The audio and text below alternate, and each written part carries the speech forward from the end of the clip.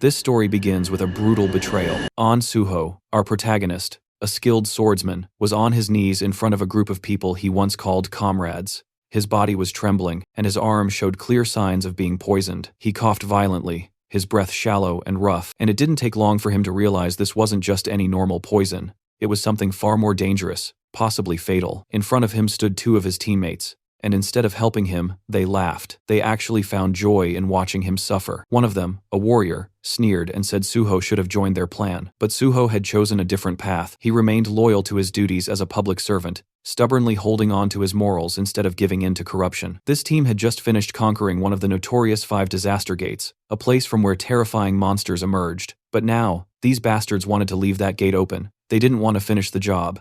They wanted to make sure the monsters weren't completely wiped out, so they could return again and again. Because as long as the danger remained, so did their jobs, their influence, and their status. If the monsters were gone, the spotlight would fade, and so would their power. Suho remembered all the time he had spent with them, fighting side by side in life-threatening battles, trusting them with his life, and now they stood before him, watching him die without a shred of remorse. They justified their actions by saying Suho was the only one who had opposed the plan. Everyone else was on board. Then the archer stepped forward and casually extended his hand, offering Suho a second chance. He said that if Suho agreed to join their side, they'd let him live. But Suho wasn't a fool. How could he trust people who had just poisoned him and stood back to watch him suffer? Besides, he could already feel it. His body had been pushed beyond its limits. The poison had spread too far. There was no coming back from this. His survival was impossible. But even if he couldn't live, he could still do one thing: take at least one of these traitors down with him. With that, Suho began gathering all the energy he had left. A powerful aura erupted from him, sharp and overwhelming. A couple from the group was immediately paralyzed with fear, backing away in terror. But the woman in the group, even more frightened than the rest, tried to calm everyone down, insisting they shouldn't panic. The archer, clearly on the verge of losing control of his bladder, could tell this was bad, and then Suho moved. In a single swift motion, he charged forward. His blade slashed through the warrior's arm, and in the very next second, he beheaded the dark mage woman with deadly precision. The archer barely managed to retreat, dragging the healer with him. Their smug expressions, once full of arrogance, had completely vanished. In an instant, they were replaced by sheer horror. The healer quickly tried to save the wounded warrior, casting healing spells desperately, but nothing worked. To her shock, she realized she couldn't heal him at all. Her eyes turned to Suho. She saw something strange, something powerful. Suho was no longer just a dying man. He was overflowing with the power of will itself. And not just him, his sword had transformed too, now forged completely from that same indomitable will. It was called the Intangible Sword, a weapon born from pure determination.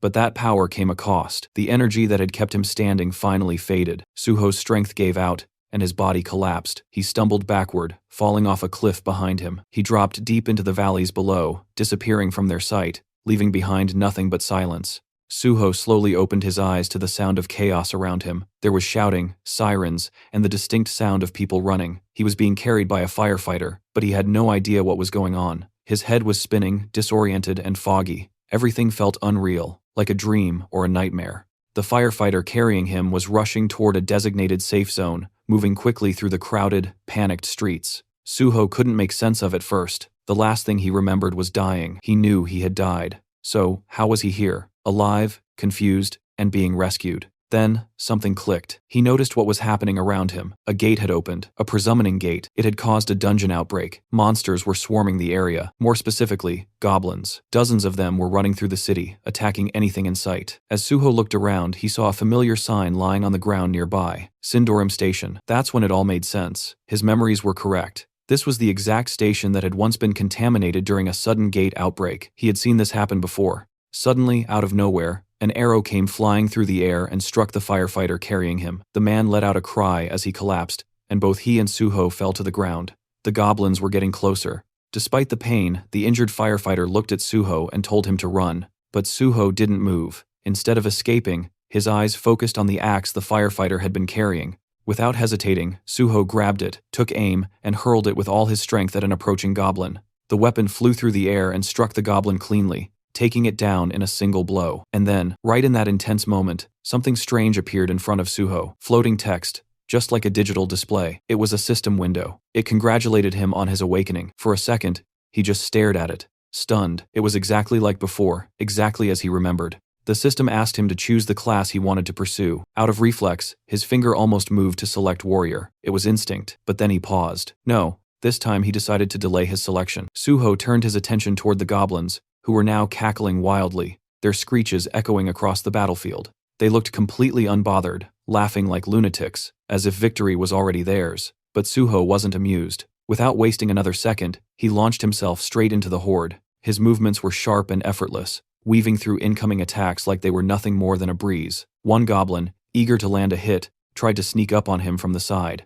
But the moment its eyes locked on his Suho, it froze in horror, because right in front of it, Suho had just retrieved the same axe he had hurled earlier. The goblin recognized it instantly, its face twisted in pure panic. And honestly, if goblins wore pants, that one probably would have pissed itself right there. But Suho didn't care. He wasn't here for theatrics. Before the creature could even let out a scream, Suho slashed it down in one clean motion, cutting it off before it could make the area even more disgusting than it already was. He didn't stop there. Grabbing one of the goblin's sword from the ground, he kept moving. He knew exactly what he was dealing with. Goblins were dangerous, sure, but only to beginners. To someone like him, a veteran who had seen far worse, cutting down goblins was no challenge at all. For Suho, it was easy as fuck. Suho continued slashing through the goblins, cutting them down one after another with a speed and precision that was even sharper than before. In just a few minutes, the entire wave of goblins had been completely wiped out. Ended so quickly, it almost felt unreal and illegal. As the dust settled, Suho looked down at the sword in his hands. He realized how easily he had gotten carried away. In that moment, he wasn't calm or calculating. He had acted purely on instinct and emotion. And while that raw power was useful, he knew that during times like these, what he really needed was a cool head. But then again, if he wasn't mistaken, he had been brought back to the past for a reason. This was a second chance, a rare opportunity to start everything over from scratch, and he wasn't going to waste it. Suddenly, several system windows popped up in front of him, congratulating him for mastering multiple swordsmanship skills. But just then, something else caught his attention. The firefighter nearby was staring at him, clearly curious. The way Suho had fought didn't go unnoticed, and the man couldn't help but wonder if this guy is a player. Suho simply gave a slight nod in response and turned his focus back to the system. He had made up his mind about his class selection. He would become a healer. With that decision made, Suho walked up the firefighter and politely asked if he could take a look at his injury. The man looked a bit confused. Just moments ago, he had saved Suho, and now Suho was offering to heal him. It didn't quite add up, but Suho didn't hesitate. He activated his magic healing light, and instantly, the warm glow of the spell began to take effect. In almost no time at all, the wound healed completely. The firefighter could hardly believe what he was seeing. How could Suho be a healer, when he had just watched him take down an entire goblin wave like a trained swordsman? Before the man could ask more questions, another system window appeared. It was time for Suho to select a weapon from the arsenal. He didn't even hesitate. He knew exactly what he wanted. He picked out a beginner's sword, the same one he had used before, and began preparing himself to challenge the gate ahead. This sudden determination made the firefighter a little nervous, even panicked. The gate up ahead wasn't something to be taken lightly, but Suho had something important to rely on. He had acquired the swordsmanship talent before selecting a class. This was a key detail. Skills obtained based on innate talent could be used regardless of which class a player chose, and as the player leveled up, those skills and class skills also would continue to evolve and grow stronger. Suho recalled something. Isabella's Holy Spirit had been the top-tier upgrade of healing light. If only he'd possessed that kind of power back then, maybe things could have turned out differently. But this time, he was going to do things right. He had a clear plan. He would walk the path of both a swordsman and a healer. And as he remembered the faces of his former teammates, those scumbags who had betrayed and abandoned him, his resolve grew even stronger. He stepped closer to the gate, the one that had nearly killed him in his past life. Back then, he was weak and unprepared. But now, with the fundamentals of swordsmanship engraved in his very being, he knew he could handle it. Without a trace of hesitation, Suho began walking forward and stepped inside the gate. As Suho stepped through the entrance, he suddenly found himself standing in the middle of a dense, shadowy forest. Almost instantly, the system window appeared in front of him, displaying the name of the area, Green Red. A strange name, but there wasn't much time to think about it. After walking for a short while, Suho stumbled upon the gruesome sight of multiple goblin corpses scattered across the forest floor. Judging by their positions and expressions, it looked like they had been running from something or someone far more terrifying than themselves. Their twisted bodies suggested fear, not just defeat. That's when Suho heard something, a low guttural sound from nearby. He turned his head toward the source, and just like that, he recognized what was behind it. Two towering hobgoblins dragging along the corpse of a creature they had hunted. These weren't the weak, annoying goblins he'd seen before. Hobgoblins were a whole different beast. Bigger, meaner, and more dangerous. And when they spotted Suho, their eyes lit up with excitement. To them, human meat was a rare treat.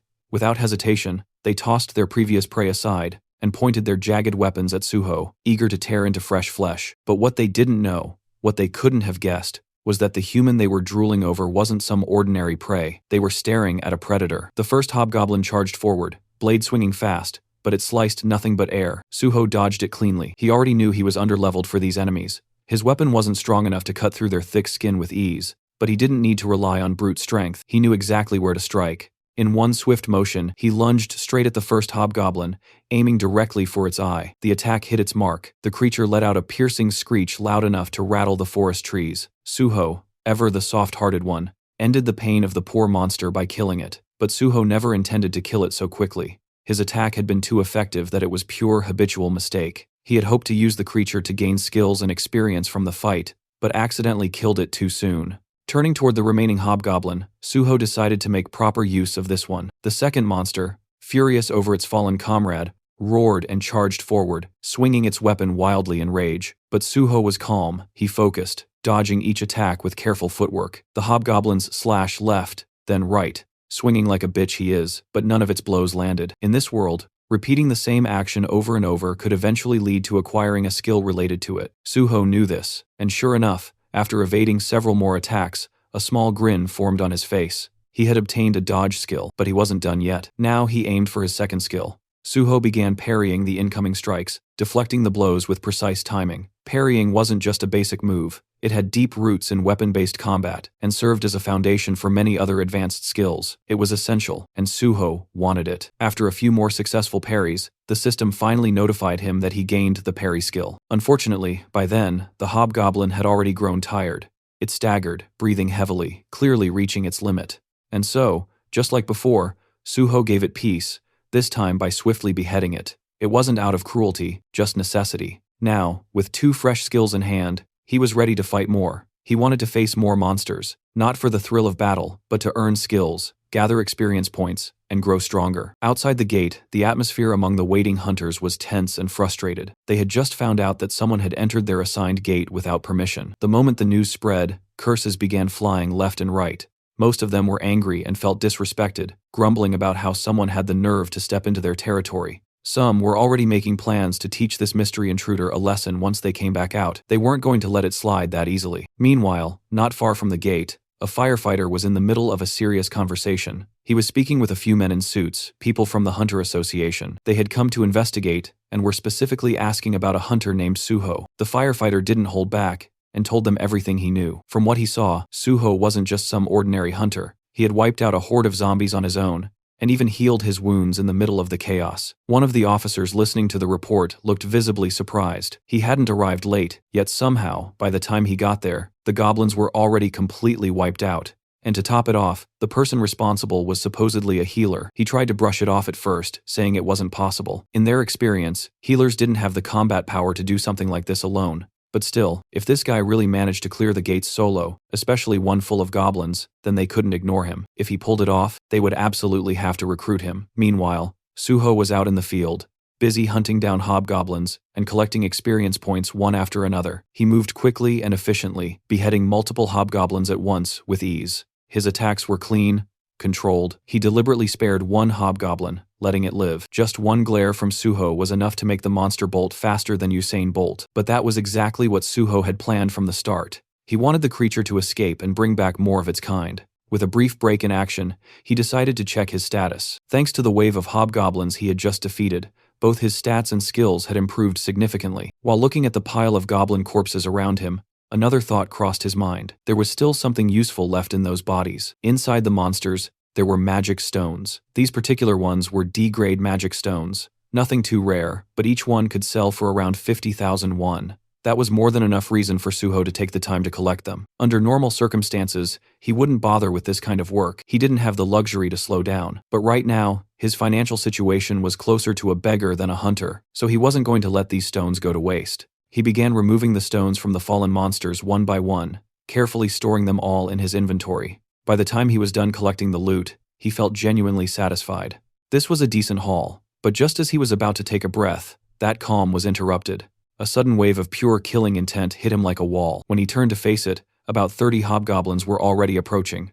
Leading them was the same monster he had let go earlier, the one that had fled in terror. And now, with the confirmation, the entire group charged towards Suho all at once. But Suho didn't panic. Instead, he leapt into the air like a ninja, moving with the speed and precision of a trained assassin. Within moments, several hobgoblins had already fallen, their heads rolling across the ground. His movements were sharp and effortless, like cutting through butter. Then, as if rewarding his efforts, the system notified him that he had leveled up. New stat points were added to his profile, making him even stronger than before. With that power-up in hand and enough experience gained, Suho decided there was no need to drag things out any longer. It was time to end this. He dove straight into the mob of enemies, slashing in every direction, clearing the horde with ruthless efficiency. At one point, a hobgoblin managed to charge him head-on, aiming to strike, but instead of fear, Suho's face lit up with excitement. He wasn't worried. If anything, he looked even more thrilled than before. The boss monster in this gate was a chief hobgoblin, and it was a level 20 enemy. As expected of a boss,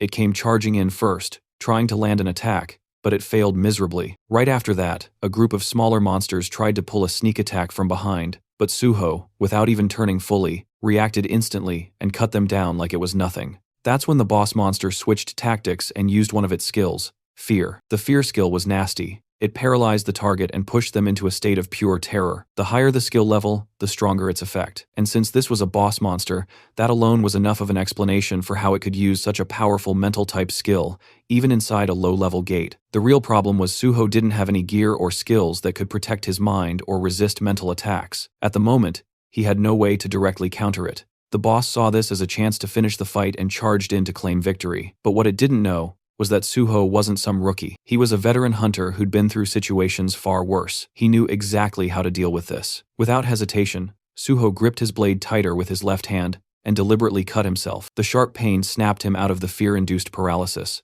The moment his mind cleared, he parried the boss's incoming strike. Then, instead of focusing on the boss right away, Suho made a quick decision. He turned his attention to the smaller monsters first. Within seconds, he moved through the battlefield, slicing down every last one of them. In just a short burst of action, he wiped out all the hobgoblins inside the gate, leaving no enemies behind except the boss itself. Before going back to face the chief hobgoblin, he took a moment to heal the wound on his left arm. Now, with the distractions gone and his body back in shape, it was just him and the boss. One-on-one, no more interruptions.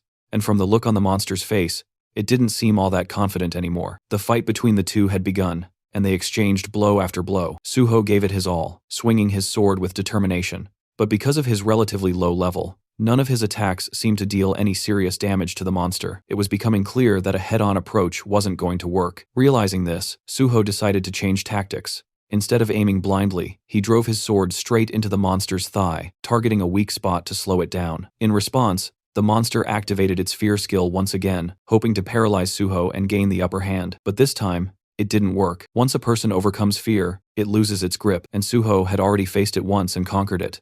Now that he was no longer affected, Suho focused all his attacks on that same spot. He slashed the injured thigh over and over again, relentlessly exploiting the weakness. After a few more precise and forceful hits, the boss monster finally collapsed to the ground, barely alive, clearly on the brink of death. But Suho wasn't finished yet. Instead of going for the final blow, he suddenly used his healing light, a skill meant to restore health, and he used it on the monster. The creature, already confused and half dead, was now completely thrown off. It couldn't understand why the human who had nearly killed it was now trying to heal it. Suho, on the other hand, was delighted. He had just realized he could keep the fight going. By repeatedly attacking and healing the monster, he could extend the battle and use it as training. Some time passed in this strange cycle: attack, injure, heal, repeat.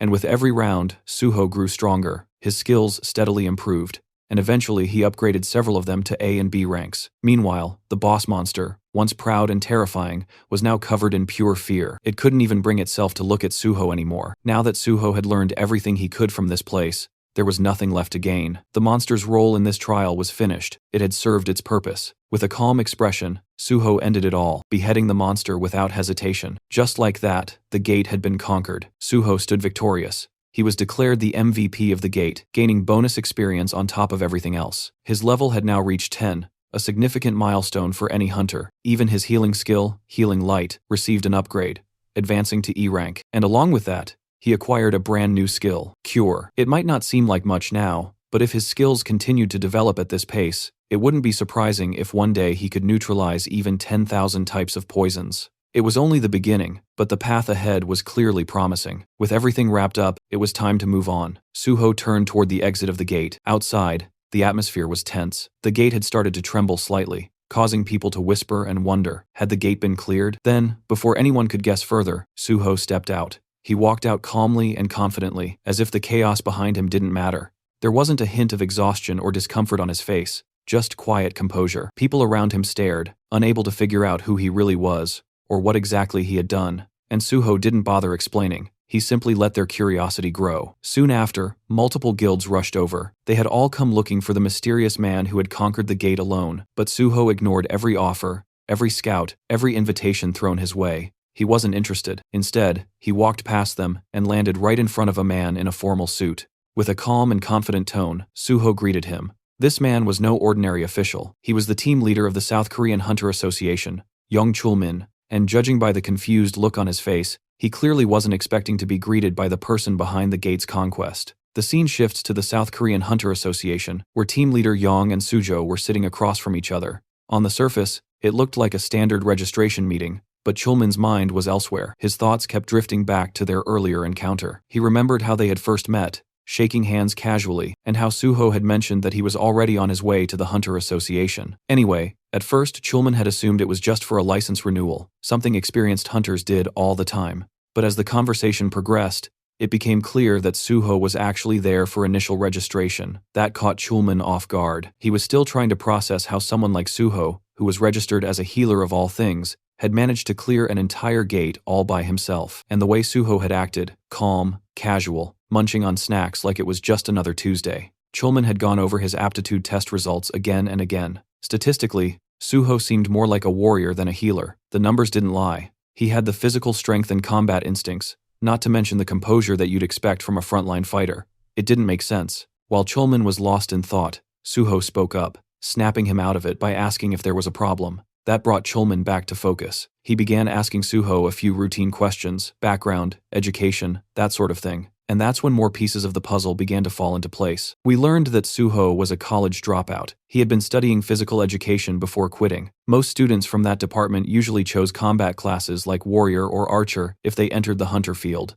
But Suho had gone in a different direction. He had selected the healer class, and the reason he just hated getting hurt. Then he went on to explain what had happened inside the gate. He described the sequence of events in a straightforward, almost detached way. Though he left out one key detail, the fact that it had all been far too easy for him. He simply said he fought to survive, and that was that. But when Suho casually mentioned Chief Hobgoblins, Chulmin stiffened. Something about that didn't sit right with him. Gates that produced Chief Hobgoblins weren't supposed to be easy. So Suho, noticing his discomfort, calmly opened his inventory. In the next moment, he dropped all the loot he had collected from the gate right onto the table. The items hit with a heavy thud, and Chulmin was caught completely off guard. His eyes widened in shock, and for a second, he almost panicked. These were the magic crystals Suho had collected after hunting hobgoblins. The smaller ones were from regular hobgoblins, while the larger, more refined one had come from the hobgoblin chief. Since Suho didn't really know their actual value, he politely asked the team leader if he could help get them processed. Even while trying to stay composed, Chulmin couldn't take his eyes off the loot. It was a good haul. Regaining his composure, he looked at Suho seriously and asked if he truly wanted to become a hunter. When Suho nodded, that simple agreement sparked real excitement in the team leader's eyes. Trying to steady himself again, Chulmin asked whether this decision was just made on impulse, but Suho responded with a calm smile and said, no, it wasn't impulsive at all. While Chulmin was still riding the wave of happiness from hearing Suho's answer, Suho shifted the tone slightly and began explaining his real reason. It wasn't about power or money, it was personal. He hated monsters, and he hated the gates they came from. As a child, he had lost his entire family during a gate shock. After that, he grew up in an orphanage completely alone. At first, he thought that killing monsters would help ease that deep frustration and pain inside him. But even after defeating several monsters, that knot in his chest never loosened. No matter how many he killed, the ache never went away. That's when he made a decision. He couldn't undo the past, but he could choose the kind of future he wanted to protect. He didn't want anyone else to suffer the way he did. He wanted to fight, not for revenge, but for safety, for people. He wanted to be out there on the field, doing real work. And that's why he decided to become a hunter, not for any guild, but for the South Korean Hunter Association. Chulmin was genuinely impressed by this answer, but as someone with experience, he also felt the need to explain the downsides. He told Suho honestly that the pay scale of the Hunter Association was significantly lower compared to what private guilds usually offer. But Suho didn't seem bothered by that at all. As long as he had free access to multiple gates, priority in entering them, and the authority to punish hunters who committed crimes, that was more than enough for him. Chulman could barely believe what he was hearing. You see, even though the Hunter Association technically has gate priority, they often end up auctioning those rights off to private guilds. And the reason is simple. No official wants to put their life on the line for a small government salary. Most people claim they join to help others, but the reality is, they aim for stable, safe positions where they can earn quietly without ever having to step into a gate. That's why so many aim for administrative roles instead of field duty. But in Chulman's eyes, Suho felt different. He wasn't chasing safety or comfort. He was a rare type, a true patriot, who wanted to be out on the front lines protecting people, someone who genuinely believed in civil service. The happiness was so overwhelming that for a moment, Chulman felt lightheaded, but he quickly snapped out of it and got back to the task of handling the magic crystals. Now, to take the official hunter exam, one has to first pass an aptitude test, with both a written and a practical exam. Unfortunately for Suho, this year's registration period had already ended, and the exam was scheduled for tomorrow. But fortunately for Suho, he had brother Chulman on his side. Since Suho had managed to conquer an entire gate by himself, there was a good chance they could pull some strings and get special approval from the higher-ups. That part wasn't a problem. What had concerned Chulman, though, was the written test. Clearing that with only one day of preparation almost impossible for a regular person. But Suho, being Suho, was confident. To him, if you ever get the chance to do something, you take it. No matter the circumstances. The only issue, our boy was practically a beggar at this point. He didn't even have enough money to pay the exam registration fee. So, swallowing his pride, he asked if team leader Chulman could take care of the magic crystals for him. And Chulman, being the dependable guy he is, immediately took the task without a second thought.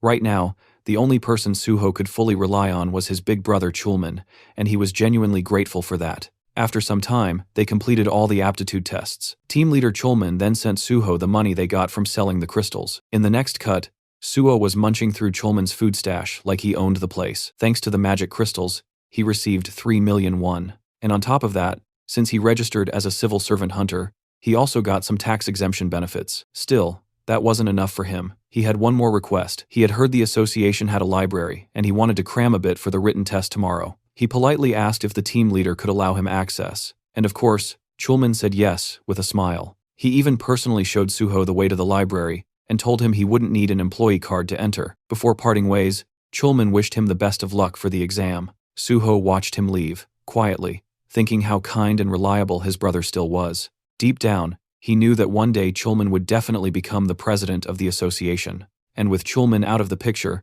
Suho turned his attention back to the library. His goal was clear: find something tied to his past life. He remembered major events happening, things that shook entire regions, but the details were always hazy. Human minds weren't built to carry memories across lifetimes, and he was no exception. Still, somewhere in this place was the key, a fragment of knowledge or a skill he wanted badly. After poking around a bit more, Suho finally stumbled on something strange. A book, massive, ancient-looking, and so thick it refused to fit on any shelf. Curious, he picked it up. The moment he cracked it open, the system pinged in with a strange message. The book wasn't from this world. It also mentioned that there was a special way to use it, something beyond just reading. And Suho, he already knew what that meant. Without hesitation, he held the book above his head like some RPG character, triggering a hidden quest. For a split second, he felt like a complete clown. Nothing was happening. His arms were getting tired. Frustration bubbled up fast because he was damn sure this was the only way to activate it.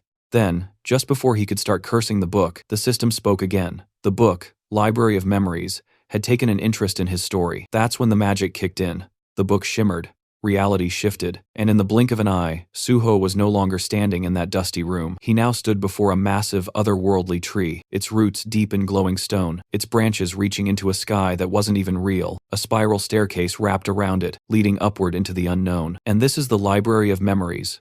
It's then revealed that the Library of Memories grants its user the ability to recall everything they've ever seen or heard, including painful or traumatic experiences. Normally, the human brain copes by forgetting, but once this ability is acquired, the user is burdened with flawless memory. The original owner of this skill was the manager of the Hexagon Guild, a former Korean Hunter Association employee. While studying in a library for a career change, she unintentionally gained this ability after using a book as a pillow just because lying face down was uncomfortable. Suho thinks about how lucky she was to stumble upon such a skill, and feels grateful to her for introducing him to it. He even plans to treat her a meal one day. The system window then prompts Suho to donate his own story to the Library of Memories. He considers how powerful the ability truly is. It could help him restore every memory he's ever had, especially since human recollections tend to fade and warp over time. Realizing its value, he decides that obtaining the skill is necessary to retain every detail with precision. A message appears, confirming his story has been accepted. Suddenly, a strong wind whirls around him, and the system announces that the Library of Memories is now accessing and recording his experiences. Suho starts floating in midair, surrounded by radiant texts. As a diagram materializes above the book, another message follows, stating that the Library of Memories has officially opened. It will store everything he's seen and heard,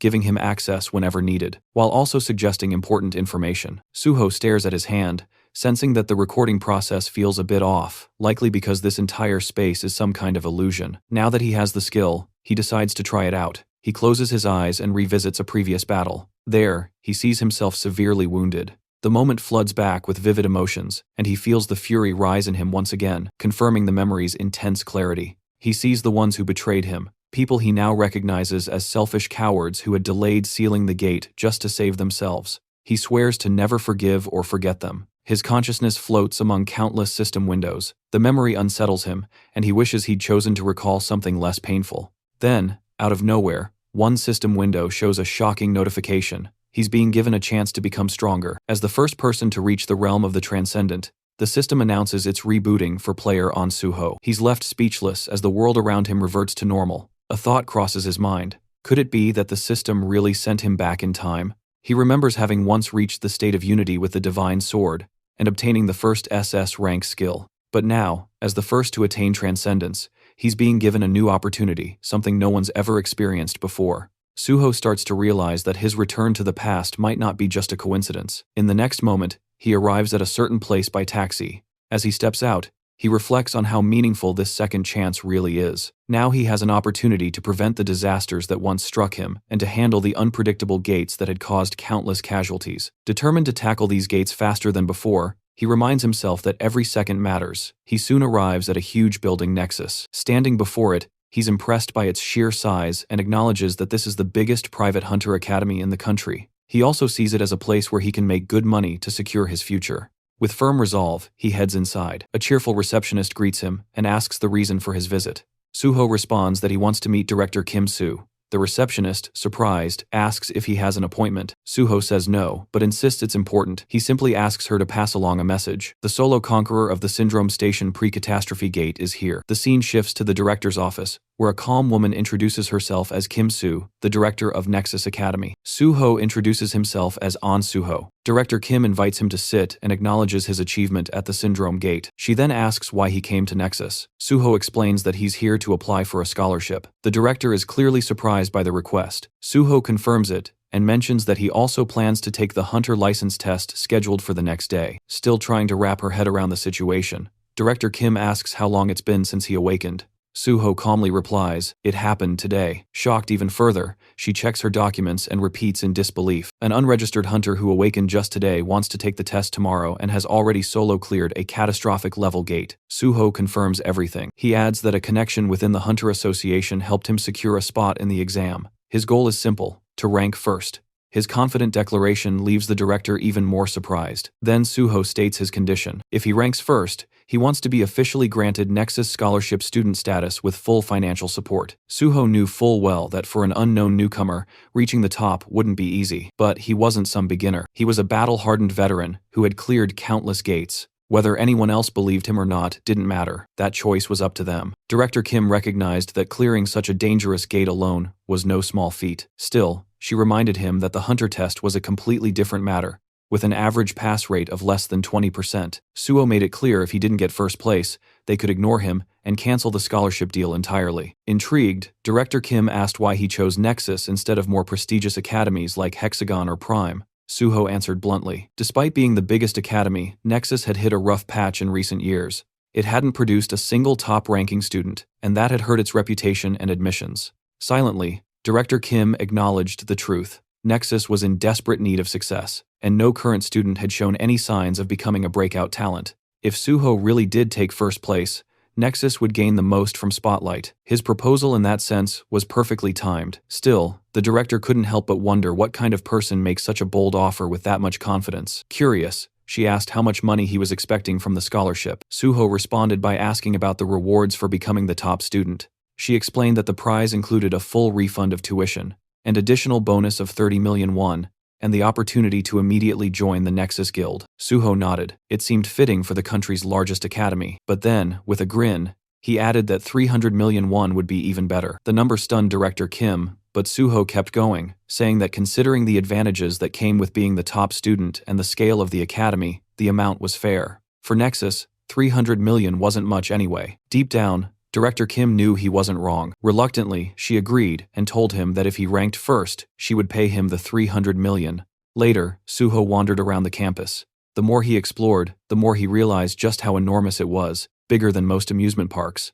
Once enrolled, he wouldn't be missing anything. The staff members showing him around chuckled proudly, explaining that Nexus was the largest academy in all of South Korea. Suho noticed the guide looked tired, and figured they'd probably been woken up just to give him a tour. Feeling slightly guilty, Suho thanked him for showing him around so late. The guide smiled, saying it was the least he could do for someone so important.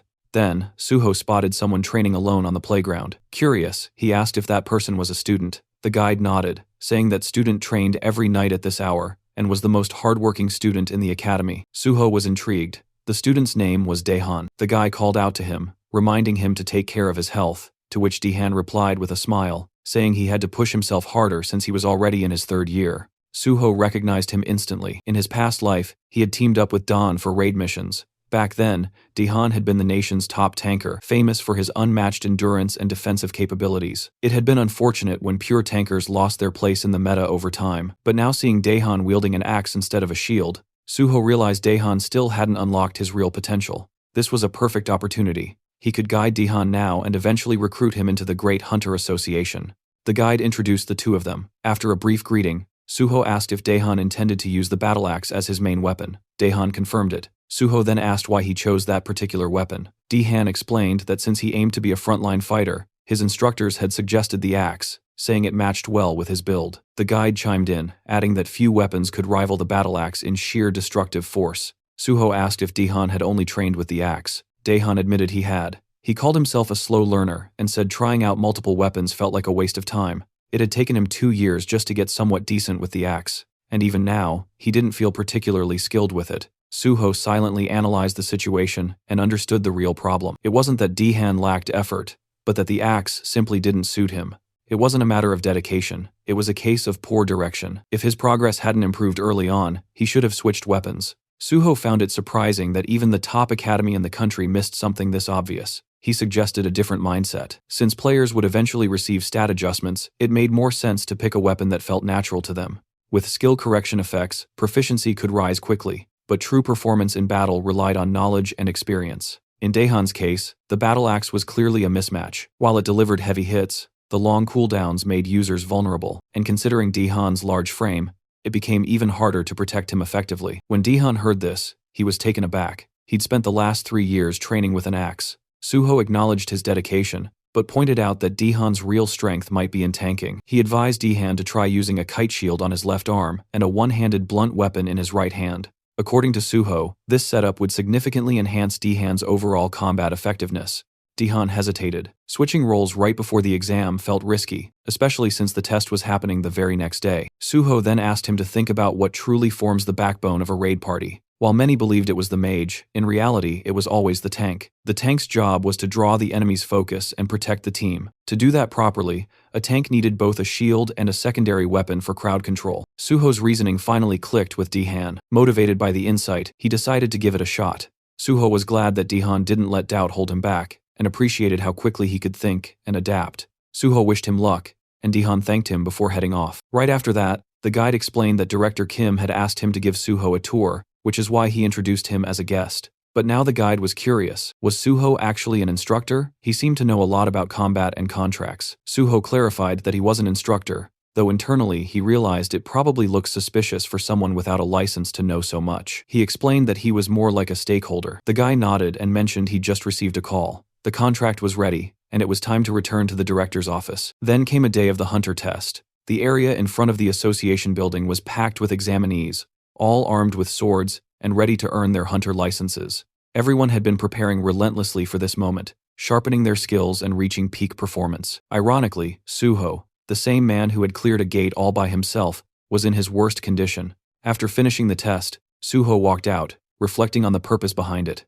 It had been organized because of concerns over possible doping, but in his opinion, those measures didn't mean much. Most cheaters didn't use drugs, they used skill buffs. During the test, one woman in particular, and several others, had shown magic levels no one at level 5 should naturally have. The system then notified Suho that his magic sensing ability was far sharper than most. He had fully mastered the skill of magic detection. Thanks to that, Suho found it easier to notice oddities. Although nothing had been officially reported, he could already tell that many were cheating using buffs. He knew it was time to put an end to this. Looking at Chulman, Suho felt grateful to have at least one honest person around. As he walked in the hall where other candidates were discussing their tests, he couldn't help but feel like he'd unintentionally become a cheater himself. Chulman walked up and asked how the test went. Suho replied that he was confident he'd pass, but then asked why Chulman was there. Chulman explained that he was helping out since the association was always short-staffed. He'd also heard that this written test was the hardest one yet, but Suho's confidence was impressive. Suho responded that he believed he had solved it,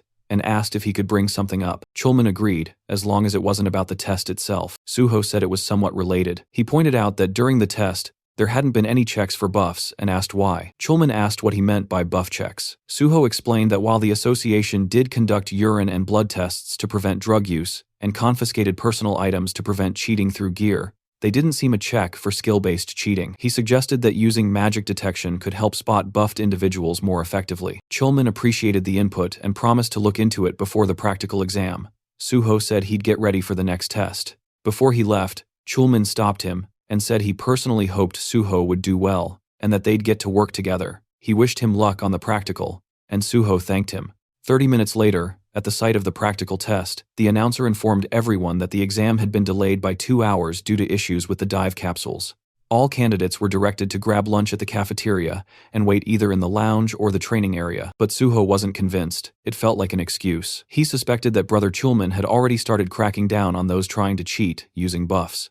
Moving swiftly, just as he'd expected, with 1,200 candidates and a pass rate of under 10%, spotting cheaters could easily bring that rate down to 7%. Anyone who passed under those conditions would undoubtedly be top-tier talent. Suho decided to observe the other candidates to spot anyone who might be worth keeping an eye on. Just then, voices caught his attention. One man was challenging another to a match. The second guy snapped back, telling him to back off and stop picking fights, but the first guy clarified that he only wanted to spar, joking that the other was afraid his lack of skill would be exposed. Annoyed, the second man shoved him and told him to stay out of his face. The first man then raised a wooden sword and asked what would happen if he struck first. Before anything could escalate, Suho stepped in and blocked the wooden sword with his own, making the attacker pull back. The second man was stunned and asked Suho if he'd lost his mind, but Suho calmly said he'd handle it and told the man to stay out of it. The guy asked who Suho was. Was he some sort of officer? Suho simply said he was just another test taker, but warned that dealing with someone like this attacker would only cause unnecessary trouble, so it was best to leave it to him. The attacker then questioned why Suho was getting involved. Suho smiled, introduced himself, and offered to be the attacker's sparring partner since he was so eager for one. But the attacker wasn't impressed. He scoffed, saying he wouldn't waste his time sparring with someone weak like Suho. That word weak caught Suho off guard. The attacker claimed Suho just got lucky earlier and warned him not to get arrogant, ordering him to leave. But Suho turned the tables, asking if he was scared. The attacker, annoyed, asked what that was supposed to mean. Suho suggested they find out if it really was just luck, hinting that the attacker was too scared to test it. Provoked, the man accepted the challenge, hurling insults and calling Suho just another coward in the crowd. Suho agreed to the spar, but said they should get a supervisor's approval and use the designated sparring arena. With permission granted, both of them stepped into the training arena, drawing attention from nearby students. The referee reminded them they could only use training weapons provided by the association, and warned that the match would be stopped if things got out of control. As the match started, the attacker charged first, swinging his wooden sword. Suho blocked it with ease. The attacker leapt into the air, swinging downward, but Suho dodged effortlessly. Furious and surprised, the attacker threatened to tear Suho apart, but Suho stomped down on the man's wooden sword and taunted him, calling him pathetically weak. The insult pushed the attacker over the edge. This man, Park Yong, was known as a mad swordsman, obsessed with strength, always seeking out skilled opponents to fight. His thirst for power had turned him into a relentless combatant. Suho remembered how skilled Yang had been during their last encounter, and was surprised to see him among the same batch of test takers. He immediately realized that Yang needed to be stopped before repeating past mistakes. Without warning, Suho delivered a powerful kick that sent Yang flying. As he hit the ground, Suho mocked his earlier arrogance. Stunned, Yang questioned how Suho was so strong. Suho calmly warned him that charging in blindly wouldn't work, hinting that Yang had never faced someone as powerful as a level 10 before. Most of his previous opponents probably never got past level 5. Getting back up with a smirk, Yang admitted Suho seemed too calm and announced he'd go all out. Suho welcomed it. Yang unleashed a barrage of strikes, but Suho dodged them effortlessly with just one hand on his sword. The intensity of Yang's attacks had definitely increased, and Suho acknowledged the added weight behind him.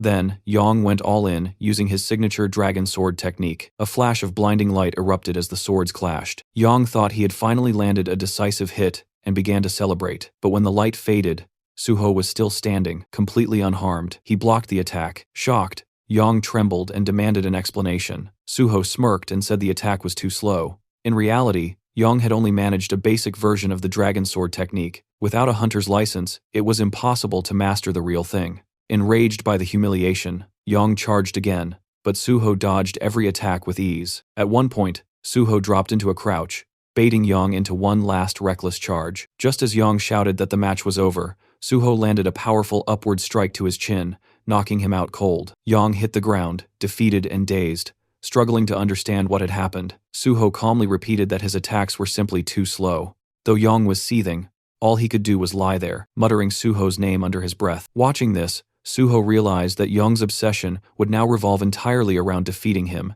ignoring everyone else in the process. With that distraction taken care of, Suho figured the testing center might finally quiet down. Meanwhile, the supervisor who had been observing everything were left stunned, snapping them out of their daze. Suho casually spoke up, reporting that he'd accidentally knocked out Park Yang and asked them to take care of him. In the next scene, Suho sat inside a room filled with various machines. Looking around, he noticed there were more skilled individuals present than before, probably anti-doping inspectors disguised as technicians.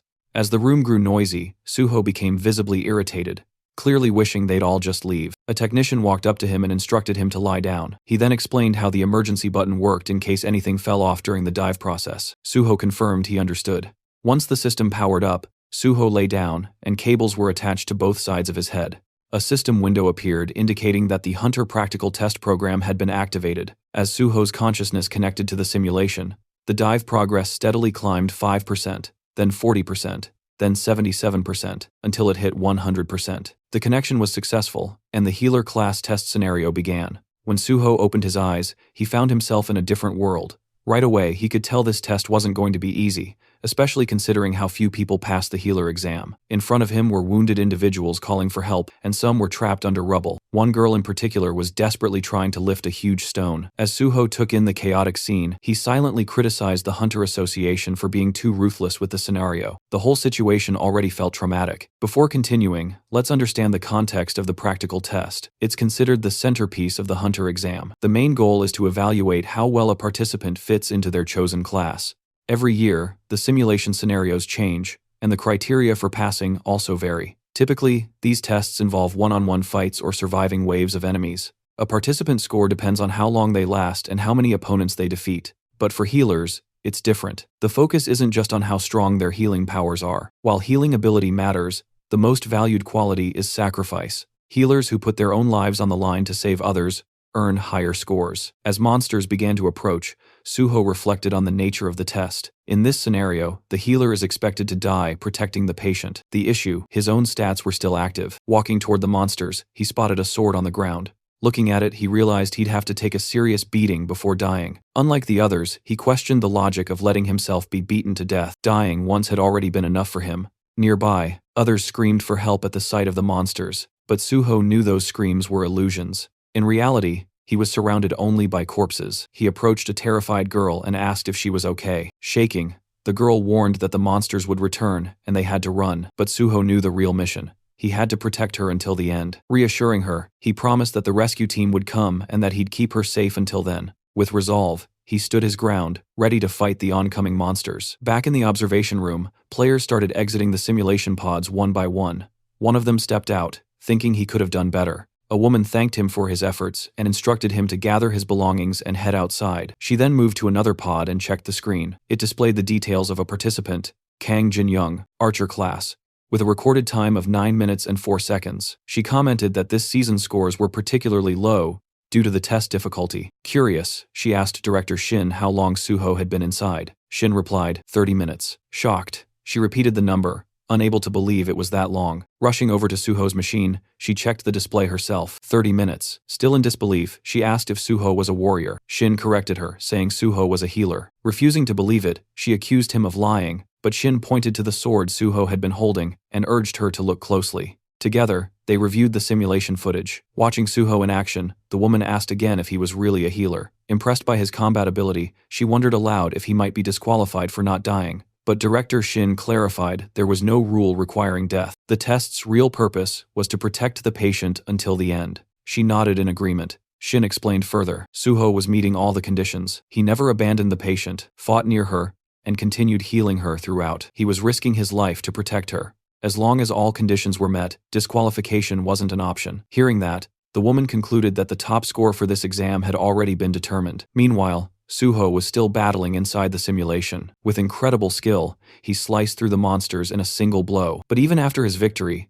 Suho felt it wasn't enough. He needed to be faster. As more monsters appeared, he eliminated them one after another, showing unwavering focus. Eventually, he wiped them all out. A system message popped up. Your understanding of the skill footplay is very high. Congratulations, you've mastered footplay. Suho read the message and realized that although this was a simulation since it was based on real-world mechanics, the system could still recognize his physical control. The system acknowledged that he was directly controlling his body, making it possible to master physical skills, that is even here. Though the experience gained was less than in real combat, it was still a great way to train. In addition to swordsmanship, he had picked up various skills and upgraded all basic sword techniques to a rank. There were no experience points or item rewards, but the results were still satisfying. If he could eventually raise all his sword skills to a rank or higher, he might be able to develop a technique like Park Yong's dragon sword technique. Another message appeared. Great achievement. Your understanding of swordsmanship surpasses everyone else's. The system is impressed by your unique style and wishes to register it. Would you like to create a new swordsmanship skill by combining your basic sword techniques and footplay? Suho smiled,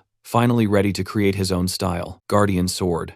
A confirmation window appeared, asking if that would be the official name. Suho confirmed. Another message congratulated him for his supreme mastery and recognized the creation of a new unique swordsmanship skill, Guardian Sword S. This new ability boosted the effects of all his sword and footwork skills by 50%. As a reward for this great achievement, the system awarded him 10 bonus stat points and expressed its hope that Suho would continue walking the path of the sword. A final message confirmed he had unlocked Sword Mastery S, a privilege granted only to those with deep understanding of swordsmanship. This lifted all restrictions on learning and using sword techniques, enhanced all sword-related abilities by another 50%, and removed any limitations tied to sword use. Suho quietly thought back to his past life. Back then, it had taken him over 10 years to reach this level of skill. But now, thanks to the knowledge he carried from that life, he had progressed much faster. He recognized how much his value had grown. Turning his focus to the exam, he recalled that the number of monsters was predetermined, and he couldn't help but wonder how much effort had gone into preparing the whole thing. With all his objectives completed, only 2 paths remained: either die at the hands of the monsters, or wipe them all out. Elsewhere, the supervisors watching the live footage were left speechless. They couldn't believe what they had just witnessed. For the first time in the history of practical exams, someone had defeated every single monster. They were in awe, not just of his combat prowess, but also because he had successfully healed the patient. One examiner even joked that they didn't need to bother checking the rankings. The winner was clear. A few days later, the scene shifted to the Hexagon Guild's headquarters. A confident guild member declared that their student, Kian, would surely be this year's top scorer. Another member agreed, proud of the effort they'd poured into his training. But then, someone noticed a congratulatory letter. As it was read aloud, confusion spread. Kian wasn't the top scorer after all. The name on the letter was On Suho. Everyone was stunned. The atmosphere immediately shifted, tense and confused as someone asked where Kian was. At that moment, the guildmaster received a call, and the scene changed again. Suho was now on a call with the team leader. The leader apologized for the late congratulations, explaining he'd been swamped with work, but he made sure to praise Suho for earning the highest score. He admitted he hadn't expected such consistency from him. Suho responded humbly, saying it was all thanks to the team leader, though the leader quickly deflected the credit, saying Suho's achievements were entirely his own doing. He also pointed out that Suho's exceptional performance had helped expose a number of cheaters who were illegally boosting their skills. This would lead to tighter rules in future exams, which he saw as a positive outcome. Then the team leader cautiously brought up a question. Was Suho still interested in joining the Great Hunter Association? Suho replied that although he might stay with the guild a bit longer, his ultimate goal hadn't changed. He still intended to join the association. The team leader appreciated his clear answer and said he'd reach out once the recruitment or testing schedule was ready. Suho agreed with a smile. Before ending the call, the leader reminded Suho to eat properly and look after his health, and Suho returned the same kind words. After the call ended, the team leader glanced down at something in his hand and quietly reminded himself to eat too. Back on Suho's side, he paused for a moment, something about the leader's tone lingering in his mind. It fell off. He wondered if everything was all right. Just then, his phone rang again. Suho checked the caller ID and seemed to know who it was. He answered and introduced himself. The caller was Kim Soo, who congratulated him on his success and confirmed that payment had already been sent according to their agreement. Suho acknowledged her efficiency, praising how professional her large guild was. Then came her proposal. She invited Suho to join the Nexus Guild, promising benefits better than anything other guilds could offer. Curious, Suho asked how far they were willing to go. Kim Soo assured him that she'd do everything possible to match his expectations. As a top student and scholarship recipient, she said adjusting the contract terms would be no problem. She even suggested meeting in person to finalize the deal. Suho, however, politely declined for now, mentioning he had personal plans that day. He promised to review his schedule and get back to Earth soon. Still, he did hint that considering he was a Nexus scholarship recipient, it would be logical to join Nexus over any other guild. Kim Soo was overjoyed by his response. Her excitement was so intense that even her co-workers nearby noticed. She begged him not to sign anything with another guild in the meantime. Amused by her enthusiasm, Suho chuckled and agreed to meet soon. As the call ended, Suho smiled, still hearing the echo of her thrilled voice. At that moment, the taxi driver let him know they had arrived. Suho thanked him and stepped out. Now standing outside, Suho reflected on everything that had happened. He had cleared the test, secured his license, and received the payment. The next chapter of his journey was right in front of him. With quiet determination, he moved forward, ready to begin farming. At Lighthouse General Market, Suho checked his phone and thought about how he had quickly gathered everything he needed. Now, the only thing left was to buy a weapon. With that goal, he arrived at a small, tucked-away shop, deliberately avoiding the crowded ones since he wasn't sure they'd have what he was looking for. As he stood outside, he wondered if his quiet place might hold the right weapon. Stepping inside, Suho greeted the shopkeeper, who asked what he needed.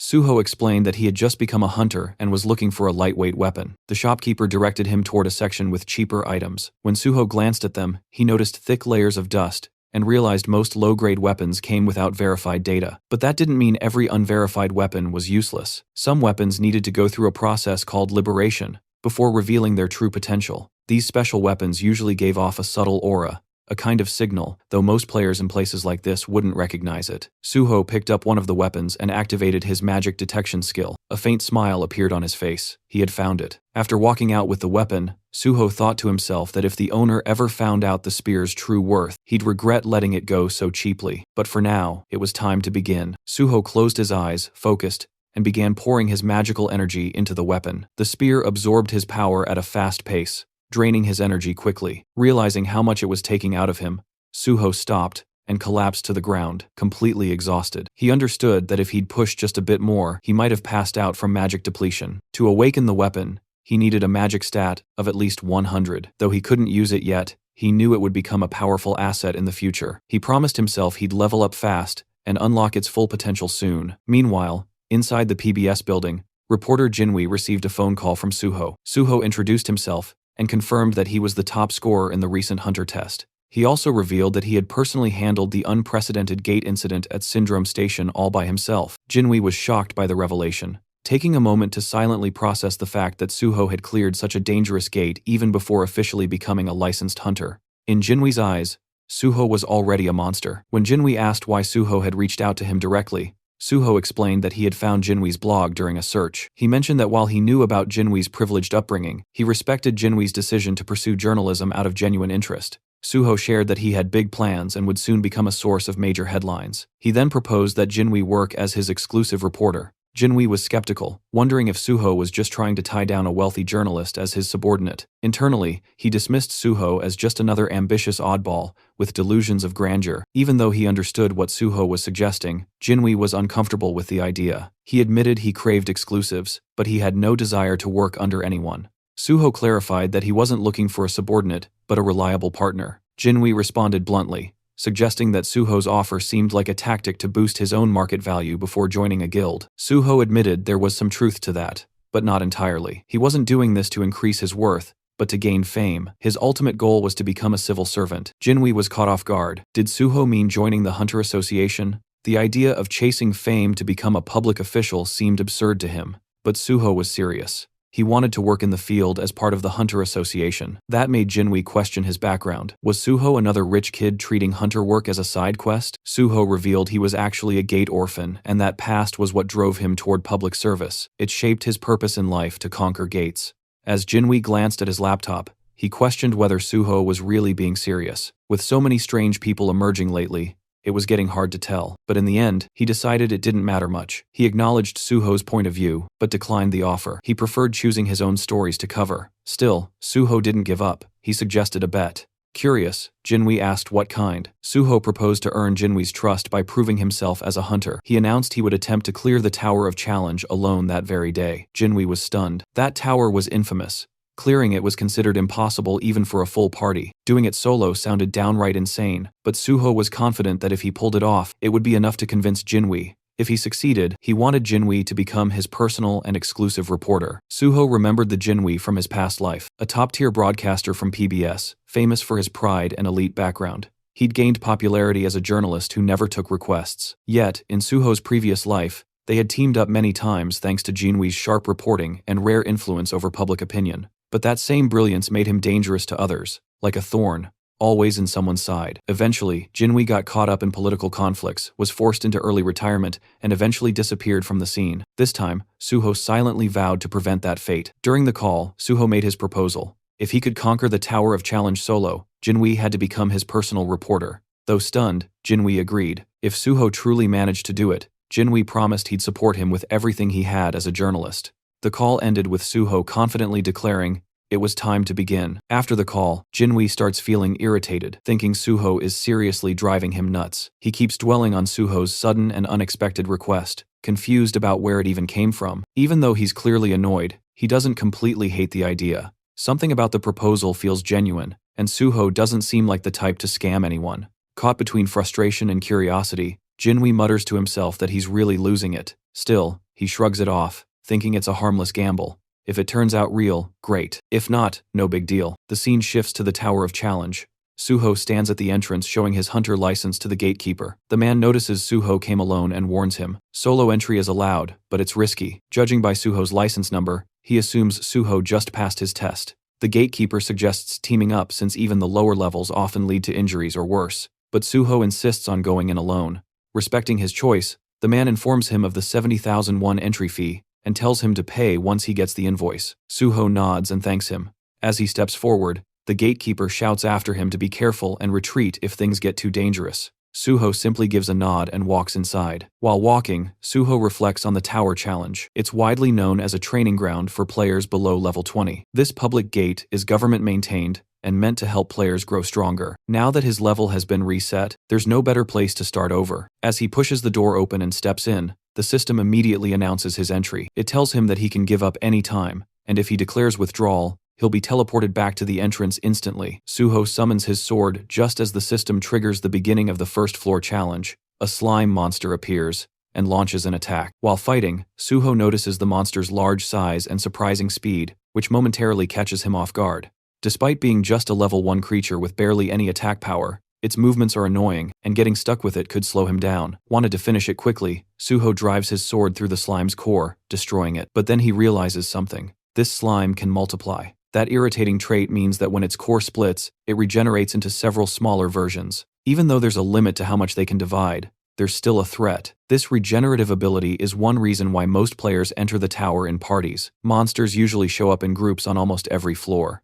Not wasting time, Suho begins wiping out the multiplying slimes. He leaps into the air, stabs one mid-jump, and then hurls his sword to take down another. As he falls, a slime swings its tentacle at him. Suho grabs at mid-air, preventing a hard fall, and uses that grip to catapult himself upward with clean and precise strikes. He slashes through the tentacles and clears the rest of the enemies. The system notifies him that he's conquered the first floor, and asks if he wants to move on. Suho looks up, full of resolve. With 48 more floors to go, there's no time to waste. The system then signals the start of the second floor challenge. Suho thinks back to the Tower of Challenge, remembering that in his past life, the highest official record reached was the 48th floor. At present, the record only goes up to the 29th floor, both milestones achieved through party play. Typically, challengers enter the tower in groups, and the number of participants determines the difficulty level. The more people in a party, the less experience each person earns, but it's a safer way to progress. Most hunters aiming for top records form parties of level 20 members. With these thoughts in mind, Suho clears the 18th floor and looks upward, realizing he doesn't need to follow the usual methods. Without hesitation,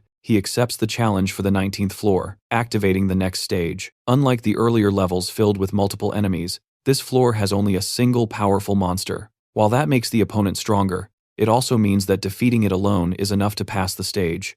As soon as the monster appears, Suho charges in and defeats it with a single sword strike. The system announces the completion of the 19th floor and gives him the option to proceed to the 20th. Instead, Suho decides to pause the challenge and examines the monster's body. He notices something strange.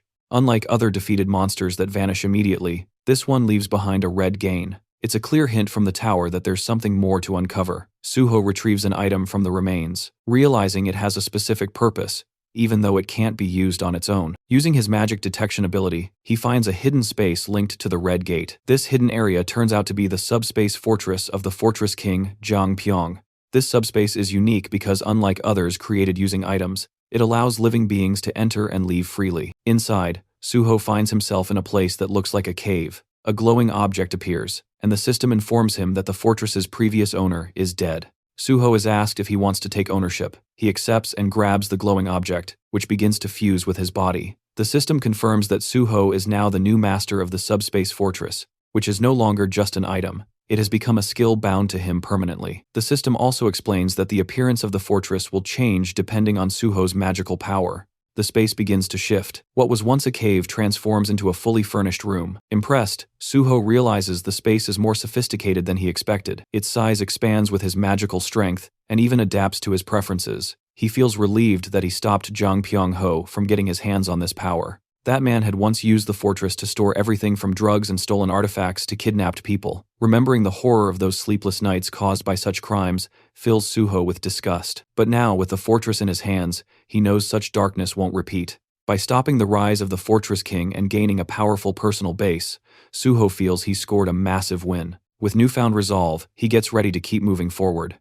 Jinwei was scrolling through his phone reading an article with growing interest. He noticed that a lot of students had started gravitating toward Nexus lately. Suho had once talked about wanting to join the Great Hunter Association, but this exclusive media coverage suggested that Nexus was confident Suho would end up with them. Jinwei felt uncertain. Only time would tell. Still, he couldn't stop thinking about how many floors Suho had already cleared. Right then, a system alert popped up. The 30th floor had just been conquered. The Tower of Challenge record had been shattered, and someone was already advancing to the 31st floor. The nearby crowd went silent in disbelief. Murmur spread. Was a new record, a team raid, or something even more insane? Their shock deepened when the system immediately announced the 31st floor had also been cleared. Just moments after it began, Jinwei froze. If this really was Suho, then he'd completely misjudged him. Until now, Jinwei had chalked up Suho wins to luck and theatrics. But if this insane pace was real, then Suho was a rival he'd be stuck competing with for a long time. Inside the Hunter Association, Director Kim heard the news and was visibly rattled. She quickly confirmed the reports. Suho was actually smashing records live. Realizing Suho's value, she decided they had to make an offer, so tempting it couldn't be refused. She ordered her team to alert the president and office manager, then head straight to headquarters. Meanwhile, the system made Chulman rapid rise through the Tower of Challenge was something the world had never seen. If Suho truly wanted to join the association, this was a once-in-a-generation talent. Just then, Chulman's phone rang. It was the vice president of the association. Curious, Chman picked up. The VP asked where he was. Upon hearing that Chulman was near the tower in Pango, he jumped on the opportunity. He told Chulman to bring Suho in. Chulman lit up, thinking he'd been given the chance to recruit Suho, but the VP quickly shut that idea down. He didn't want a recruitment, just a photo of Suho with the association president. Then he hung up, leaving Chulman stunned and bitter. He thought to himself, how these power-hungry executives were exactly why the public saw them as corrupt and incompetent. In his mind, only hunters deserved to be in charge of the association. He stared at the tower, trying to think of a way to convince Suho to come in. Inside the tower, Suho had just cleared the 48th floor, updating the tower record again. Exhaustion was starting to weigh him down. Constantly pushing forward was draining. He wondered when this madness would finally end. Still, when he opened his status window, his spirits lifted. Hitting level 39 felt like a real reward. With every floor cleared, he earned 5 bonus stat points, and each one felt like a gift. Knowing the system inside out made it feel like he was building a game character, a second self, and honestly, it was kind of fun. With his stats set, Suho prepared for the final challenge. The 49th floor had begun. A glowing crystal appeared in front of him, and from it emerged the final boss, a tower dragon, level 49. Suho stared at it, immediately recognizing how broken this thing was. Even without pure blood traits, just being a dragonborn made it absurdly powerful. It made him question if this floor was ever even meant to be beaten, but Suho knew why he was here. He wasn't going to hesitate. Gritting his teeth, sword in hand, he charged at the final boss with full resolve, ready to end this. Suho moved in to confront the dragon, ready to attack. In response, the dragon launched its own assault, forcing Suho to leap into the air to evade it. While airborne, he quickly noticed something important. For a beast of its enormous size, the dragon was shockingly fast. Suddenly, a dark aura leaked from its claws, creating a powerful pulling force that dragged Suho straight toward its jaws. Right before he was sucked in, Suho grabbed the dragon's mouth, hoisted himself over its head, and slammed his sword down with all his strength. The dragon roared furiously and tossed its head so violently that Suho was flung away, forcing him to retreat to safety. As he caught his breath, Suho realized something concerning. His strongest strike hadn't even left a scratch. All he had managed to do was annoy the creature. The dragon then smashed the ground with overwhelming power, sending deep cracks tearing through the floor. Suho ducked behind a large rock, silently grateful for his high stats. Without them, the shockwave would have killed him instantly. He quickly understood that although the dragon's level wasn't unbelievably high, its natural traits made its body absurdly durable. Standard attacks were useless. He needed to target its weak point, the reverse scale. Since this dragon wasn't level 100 yet, it likely couldn't completely hide that scale. After scanning its body, Suho spotted the vulnerable point near its tail. Without wasting a second, he charged in and struck the rock-hard scale with all his might. The dragon howled in agony, and a system notification appeared. The tower dragon had entered a rage after its weakness was hit. Suho left his sword lodged deep in the reverse scale, knowing the fight wouldn't end quickly. Dragging this battle out would only make it more dangerous. He channeled even more power, pushing the blade deeper. Enraged, the dragon unleashed its fear-based ability. Suho's body froze as he slipped into a hallucination state. The system confirmed he had fallen under fear. He tried to cure himself, but the system informed him that such a high-level fear couldn't be removed. Before the dragon could crush him with its tail, Suho opened the entrance to his subspace and vanished inside. He immediately chugged a purification potion. The system confirmed the potion's effects as the hallucinations vanished. Relieved, he reminded himself that only people he allowed could enter this subspace. He had bought the potion casually from the general market, unaware that he would need it so soon. The fight was far more intense than he had expected. Even after removing the fear status once, he wouldn't get immediate resistance, and cure spells were useless. That meant he would have to repeatedly retreat into his subspace and rely on purification potions, something clearly unsustainable. He needed another plan. Searching through his inventory, he briefly considered calling the mad pulverization scholar. Before he could decide, the system notified him that he had learned a basic combination formula from a skill book, and a combination jar appeared. Understanding its significance, he placed 3 unusual items into the jar: the unknown thief's socks, the unknown minstrel's instrument, and the unknown cleaner's broom. The jar began its fusion process. Suho knew that combinations using absolute formulas always succeeded.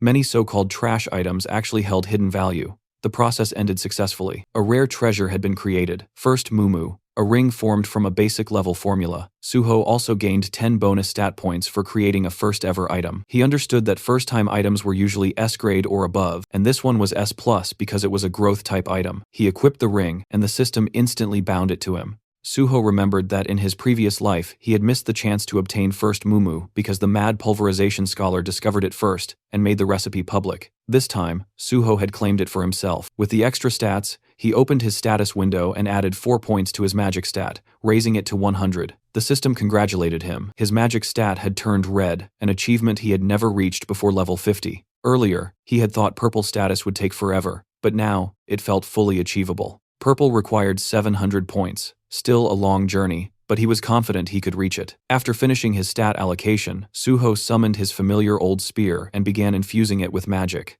The weapon absorbed power at an incredible rate. Once the required amount was reached, The system acknowledged the successful awakening. The spear had transformed, it was now the Shadow Spear. Round 2 was about to begin. The system revealed the weapon's origins. It was one of the Shadow Lord's treasures, forged from the bones of a shadow beast, and it had acknowledged Suho as its first awakener. The spear could now be summoned from his shadow, and regenerated using magic and shadow energy. Suho understood the weapon's value immediately. Just as Zhang Pyong had the subspace fortress, the Shadow Lord, a monarch-level being, had wielded this spear. If that entity existed within the gate, Suho was now holding its signature weapon. He felt relieved he had secured it before anyone dangerous could claim it. Time to test it. He summoned the spear again, appreciating its convenience. Since he couldn't attack from within his subspace fortress, he would need to step out and hit the reverse scale while the dragon slept. Suho exited the subspace and climbed to a rocky ledge overlooking the beast. Raising the shadow spear, he hurled it straight into the stone embedded in the dragon's tail. The spear pierced through, and the dragon writhed in pain.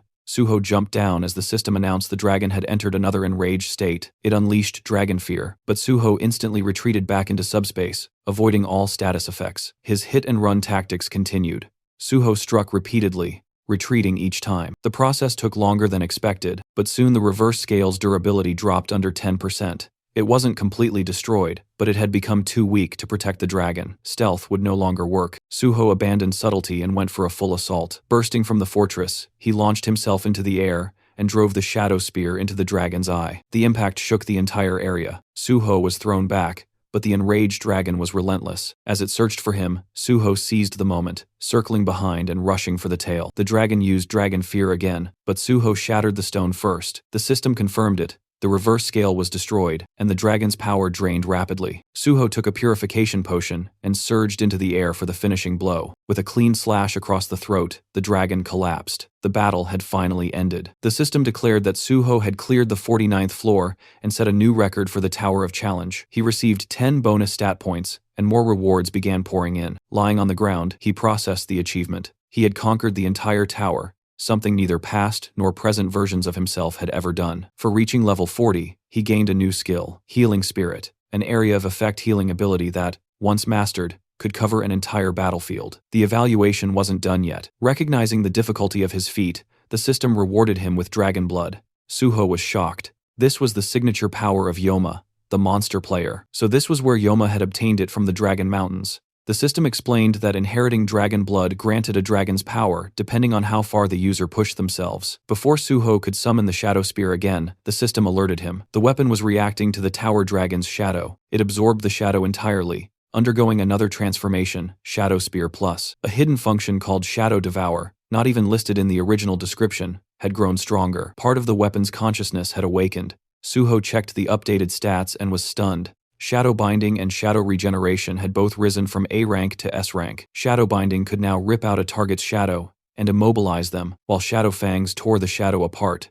causing continuous bleed damage. Growth-type weapons truly exceeded normal equipment. Satisfied, Suho prepared to leave, but something on the ground caught his attention, a massive fang. The system identified it as a mighty dragon's fang capable of inflicting an incurable debuff that nullified all recovery. Suho was stunned again. He had obtained a dragon byproduct, something believed to be almost impossible to secure. It confirmed that the tower dragon had been a pure blood dragon, which naturally dropped materials. This entire battle had been a jackpot. With everything collected, Suho finally turned to go, certain that reporter Jinwei would be waiting for him outside. At that moment, the tower crystal shattered, and the system calmly declared that the trial tower had been conquered. The conqueror was the player named Suho, and every other player was forcefully expelled from the gate.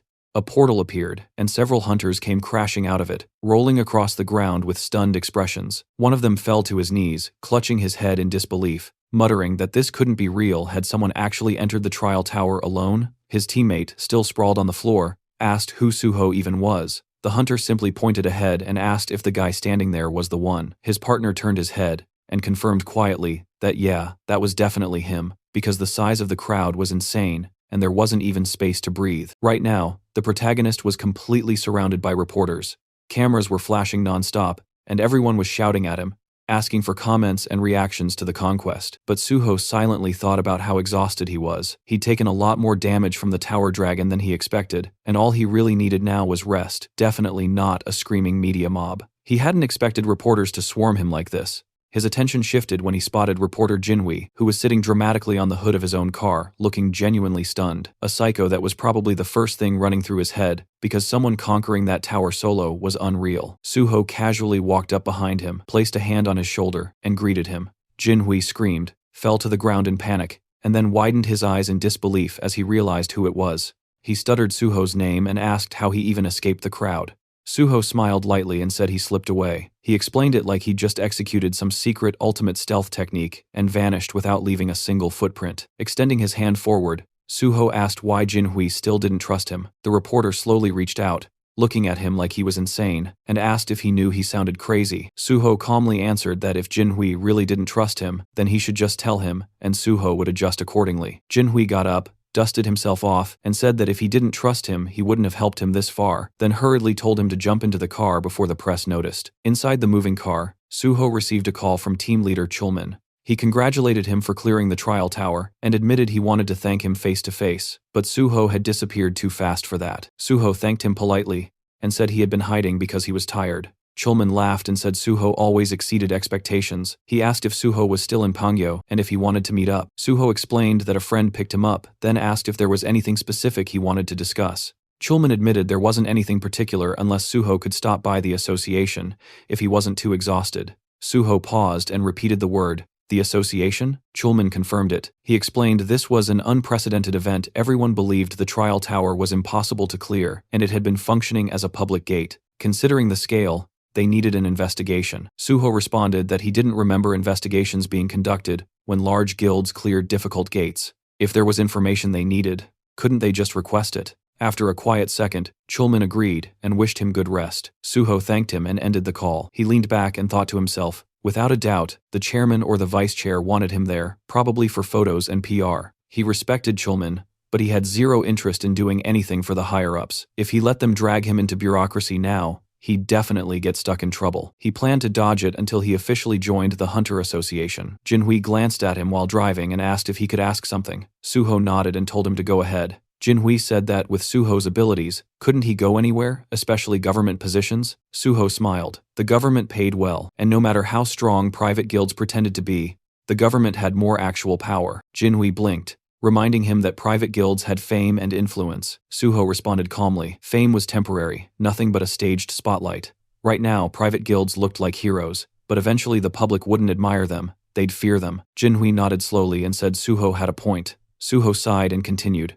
If he wanted to end the gate crisis, he needed support. He couldn't do it alone. That was why he chose the government association. Jinhui smiled, saying Suho would have massive advantage among players because no one had that level of duty and conviction. Suho thanked him while healing his arm with a small healing spell. Then Jinhui asked if he planned to apply through normal general recruitment. He said it would be a waste for someone like Suho to take a level 9 field position. Suho answered that he wasn't applying for that. Jinhui then guessed level 7, but Suho replied he wanted level 5. Jinhui almost shouted, was he serious? Suho told him to stop asking if he was serious every 2 seconds.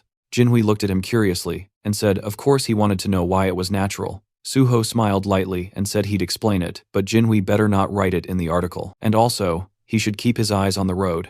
After some time telling the story, reporter Jinhui was stunned by Suho's plan and said it was a great idea, and the protagonist calmly replied that yes, it was, but it must not appear in the article yet, because he wanted to officially announce it through him later, and when that time came, it would naturally shake everything, which meant Jinhui would have exclusive access before anyone else in the company. Jinhui stared at him and asked if Suho was planning to squeeze every drop of benefit out of him, and Suho simply replied that if he's friends with a reporter he should obviously use that fact to his advantage.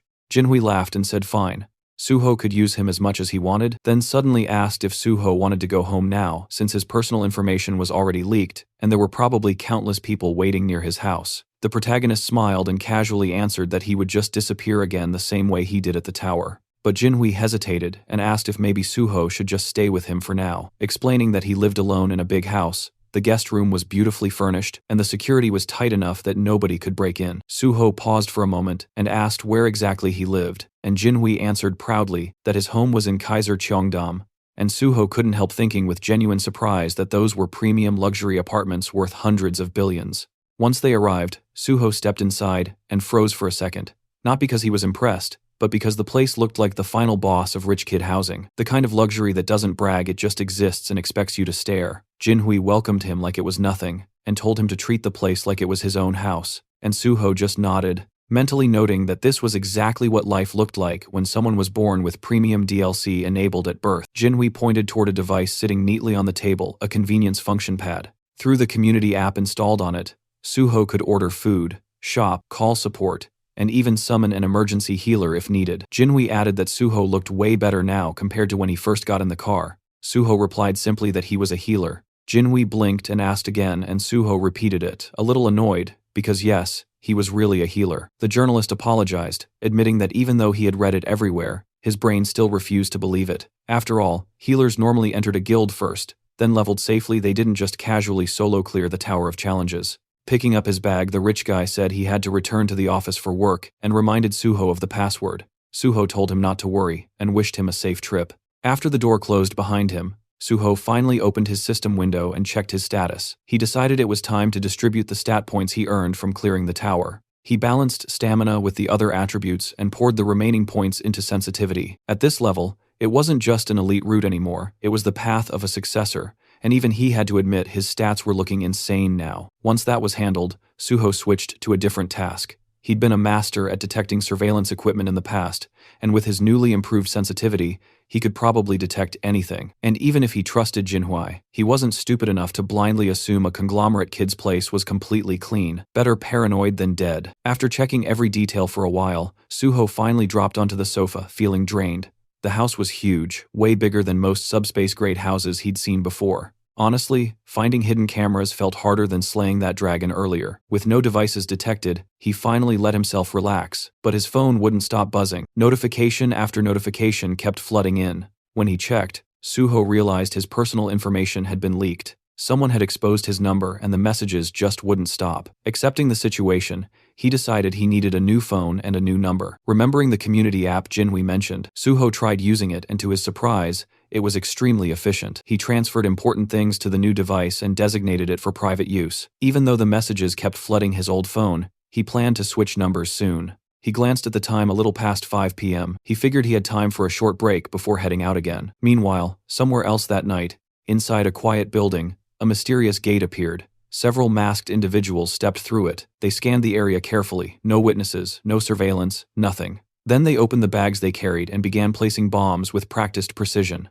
And while they were still in the middle of setting everything up, Suho appeared behind them calmly, as if he walked in on a casual meeting instead of a terrorist operation. He said bombing public buildings wasn't exactly a great idea. The masked group froze instantly, confused because this building was supposed to be empty today. Suho agreed that normally, yes, but he came because he expected something like this. Panic erupted. One man yelled for everyone to retreat and scrambled toward the gate. A girl in the group stumbled and fell to the floor. Her teammates hesitated, asking if she tripped. One tried to lift her, but she wouldn't budge. Another insisted they hurry and pull her through, but the girl's legs stayed rooted to the floor. They didn't know yet, but Suho had already used Shadowbind, chaining her with dark energy. Still struggling, the man shouted that something was wrong, and the girl muttered one cold word: abandon. The man refused, unwilling to leave her behind, but the girl insisted and ordered them to kill Suho. The remaining 3 charged together, fueled by panic, but before they even finished the first step, an invisible force crushed them to the floor. Suho's intimidation skill smothered them instantly. With them subdued, Suho asked if they were members of Banshee. The narration clarified, Banshee, a notorious terrorist group responsible for bombings and chaos. Even though they were eventually caught in the past, the damage they caused was massive, and only 4 members did all of it. The group was shocked. Someone recognized them and demanded to know how Suho knew their name. Suho calmly stepped toward the man closest to him and removed his cap. He identified him as Kwak Duho, the muscle, who worked day labor, jobs, and handled heavy tasks. Then Suho pointed to another Seo Kiawan, the bomb maker who worked as a middle school science teacher. Next, Kim Hyunmin, the transporter, an everyday delivery driver using a movement skill to vanish after attacks. Lastly, Suho turned to the girl Ku Yeonhwa, a university student and the true leader of Banshee. Her EMP ability erased electronics and magic supports with ease. Stunned, Yeonhwa demanded how Suho knew everything. Suho smiled and said anything could be uncovered if someone tried hard enough, and she already knew that. Still refusing to believe him, she demanded again to know who he was. Suho acknowledged her quickness and reminded her she already knew the answer, and said out loud that if she still didn't trust him, he could prove it by handing her over to the authorities right now. Realizing he wasn't bluffing, she finally asked what he wanted. Suho said she should have agreed earlier and also pointed out this wasn't a great place to talk. He told her to retrieve the bomb and said they'd talk at their hideout instead. She stared at him, wondering just how much information he knew, but finally agreed. Suho turned to Hyunmin and asked if he could move now and told him to open the door, because they obviously weren't going to take a taxi. Once inside their hideout, Suho told everyone to relax, take off their masks if they wanted. Yeonhwa refused, but then ripped hers off anyway, telling him she only did it because the room felt stuffy, not because he told her to. She demanded answers again. How did he know who they were? Why did he approach them? And why would someone known for conquering gates go after a terrorist cell? Suho smiled and admitted she asked so many things at once that he didn't even know where to start. He said he used his own skills he didn't reveal publicly, to track and identify them, the same way they had hidden theirs. Finally focused, she asked again, what did he want? Suho extended an offer. He wanted them to work with him. He mentioned the recent PBS interview and the future plans he shared there.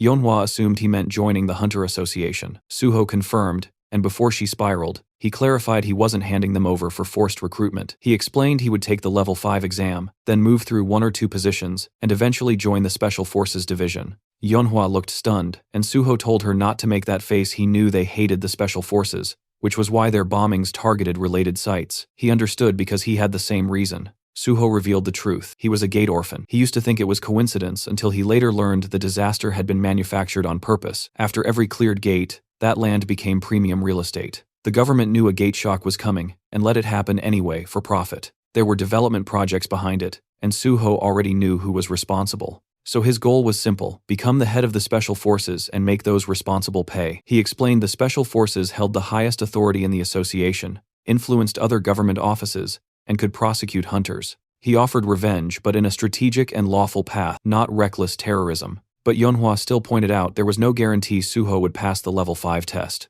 Suho smirked and told her to wait and watch.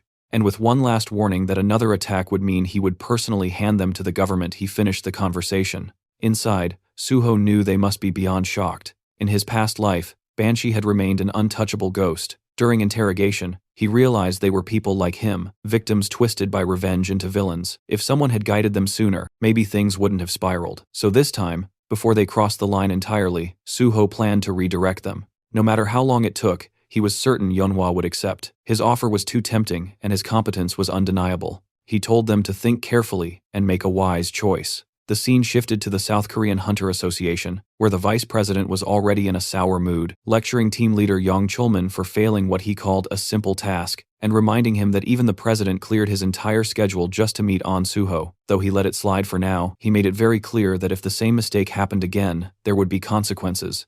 And all Chulman could do was bow his head and acknowledge the warning before being dismissed and told to get back to work. The moment he stepped outside, he exhaled in exhaustion, thinking about how long he had been sitting there, listening to complaints, and how, for a second, he genuinely considered quitting everything and joining a civilian guild. But then he reminded himself why he joined the Hunter Association in the first place, and that after surviving so much, enduring one more miserable moment wasn't impossible, so he whispered to himself to stay strong. That was when P. Song-yeol, the head of the Special Investigation Department, suddenly appeared and placed a hand on his shoulder, and Chulman, already irritated, wondered why he had to run into this person right now. Trying to act normal, he forced a polite tone and asked what the chief was doing here, and Pai responded in his usual playful attitude, saying he heard that his cherished team leader Yang was getting an earful again. He even complimented Yang's patience for enduring the old man's constant nagging, but Yang immediately took the blame, saying everything was his fault. As they walked together, Pai shifted the conversation and brought up rumors about Suho supposedly causing problems, but Chulman clarified that Suho wasn't exactly causing trouble, though yes, the story was spreading fast. Pai noted only a handful of people were aware, and then casually offered his help. When Chulman asked what he meant, Pai gave him an absurd suggestion: just accuse Suho of something, drag him in for questioning, and clear things up later, because according to Pai, it was all about making the process look clean and controlled. If Suho was summoned, then the president would be pleased, the issue would look handled, and Suho would be released afterwards, with the association looking authoritative. He added that since Suho wanted to join the Hunter Association anyway, it would benefit everyone involved. Yang stared and cautiously called Pai's ideas mischievous, because interfering with someone as successful as Suho could backfire spectacularly. But Pai didn't flinch, and instead admired Yang's morality, questioning why someone in his position was so nervous over a single hunter. Yang responded politely, But Pai wasn't done. He reminded him that prosecutors still had the authority to investigate and charge hunters, and that hunters once feared them for a reason, hinting that Yang should be more flexible instead of clinging to protocol. After a tense pause, Yang nodded and said he'd keep it in mind.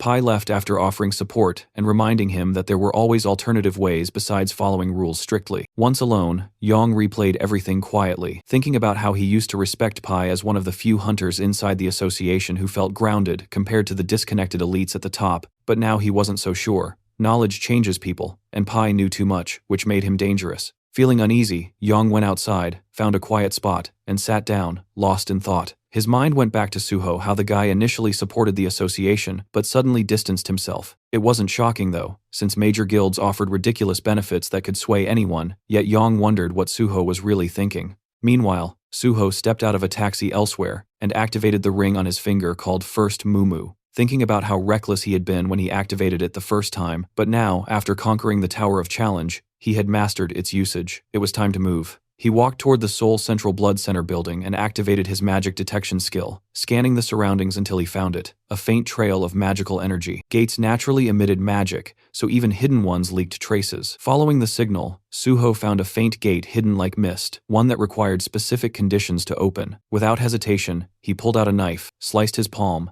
and let the blood drip toward the gate, because he already knew this one demanded blood. Once it absorbed enough, the system confirmed the condition was satisfied. A hidden gate had been discovered, and Suho earned 5 bonus stat points. The gate's name was Blood's Decree. Entering, Suho tossed glow in the dark powder forward to illuminate the cave-like environment. The first stage was clearly a cave system, so he moved deeper until a mysterious liquid dripped onto his head. He looked up and realized it wasn't cave water, it was saliva. Above him hovered countless vampire bats, all around level 63, and Suho smirked at the dramatic welcome. Without hesitation, he activated intimidation, and instantly, every bat lost control and crashed to the floor. Calmly, he stepped toward one bat and drove his shadow spear straight through its body, letting the spear devour the shadow, killing every bat in the room at once. Opening his status window, he felt satisfied. This method was perfect for wiping low-tier enemies. With an S-class intimidation skill, level gaps became meaningless. Most hunters focused on 2 primary stats, but Suho had decoded the full color-coded stat system and planned to raise everything evenly. Reviewing his numbers again, he wondered if his level was too absurd just for hunting bats. His curiosity led him to check the combat log, and that's when he noticed something strange. Among the corpses was a blood slime. It must have been hiding among the bats and accidentally died from the intimidation shockwave. The cleanup felt boring, but he acknowledged the usefulness of intimidation, since while high-level monsters could resist fear effects, the skill still worked, unless the opponent belonged to a special category. Soon he reached the boss room and felt excitement building. Without hesitation, he entered. The moment he stepped in, he summoned his sword, and instantly a large vampire bat lunged at him. He blocked the attack and identified it as a Great King vampire bat, countering with a swift slash. Then, from behind, a golem lunged, forcing Suho to dodge sideways. Neither creature felt like a true boss, they were mini-bosses. He fought both at once, slashing the golem and spinning to counter the bat's attacks. When the golem attempted to punch, Suho slid backward to avoid the hit, then rammed his sword into the ground, unleashing a shockwave that exploded through the room and hit both monsters. He thought the fight was finished until the dust cleared, and both monsters were still standing. The battle intensified, and Suho quickly realized physical attacks alone wouldn't finish high-level targets. It was time to use what he prepared. Just then, both enemies attacked at the same time, one from the front and one from behind. Suho summoned another sword, and when the explosion settled, he had driven one blade into the bat and the other into the golem. Even repeated attacks weren't enough to finish them, but Suho finally grasped the key. Their weakness was pure silver, infused with holy power. At that exact moment, the system notified him holy power had now been successfully applied. The silver sword in the bat's body glowed, and a lightning strike crashed down on it, slicing its throat and obliterating the monster instantly. Suho stood over the corpse with his foot on its head, watching it erupt like an insect crushed under a giant hand. Holy power was devastating. The golem lunged again, but Suho moved first, cutting it into pieces with his wholly enhanced sword until the system confirmed its defeat. Looking down at the weapon, he acknowledged how perfectly it worked. A healer-exclusive skill that allowed holy enchantments had become an incredibly powerful advantage, and enchanting silver weapons with holy energy turned every strike into a guaranteed critical hit, making it the perfect counter for enemies in this gate. Suddenly, Suho sensed a powerful presence behind him, and as he turned, he realized the true boss of the hidden gate had finally appeared. The figure stepped forward, radiating murderous intent, revealing himself as the Cursed Prince, a monstrous level 76 elite, and he furiously accused Suho of invading his domain and slaughtering his subordinates, before demanding he kneel and confess his sins. But Suho had come here to capture him, not bow down. That confidence enraged the prince, and with a furious roar he unleashed his power, calling Suho unbearably arrogant. The first strike slammed forward, but Suho blocked it with ease and calmly asked if the prince was done with his dramatic entrance. Instead of answering, the prince drove his hand into the ground, and suddenly the battlefield transformed, as blood-veiled mist erupted everywhere, obscuring visibility completely. The dense aura made it impossible to detect movement normally, so Suho braced himself knowing the prince could attack from any direction. He sensed something behind him and reacted instantly, just as the prince lunged, blocking the strike perfectly, shocking the boss, who couldn't understand how Suho predicted his attack. Suho retaliated with a confident slash, thinking he'd landed a clean hit, but the prince only laughed and mocked him, saying such weak attacks could never harm him. Then, a system alert flashed. The Cursed Prince had activated Blood Scream. Suho immediately stabbed his sword into the ground and activated Healing Spirit. A cleansing aura burst outward,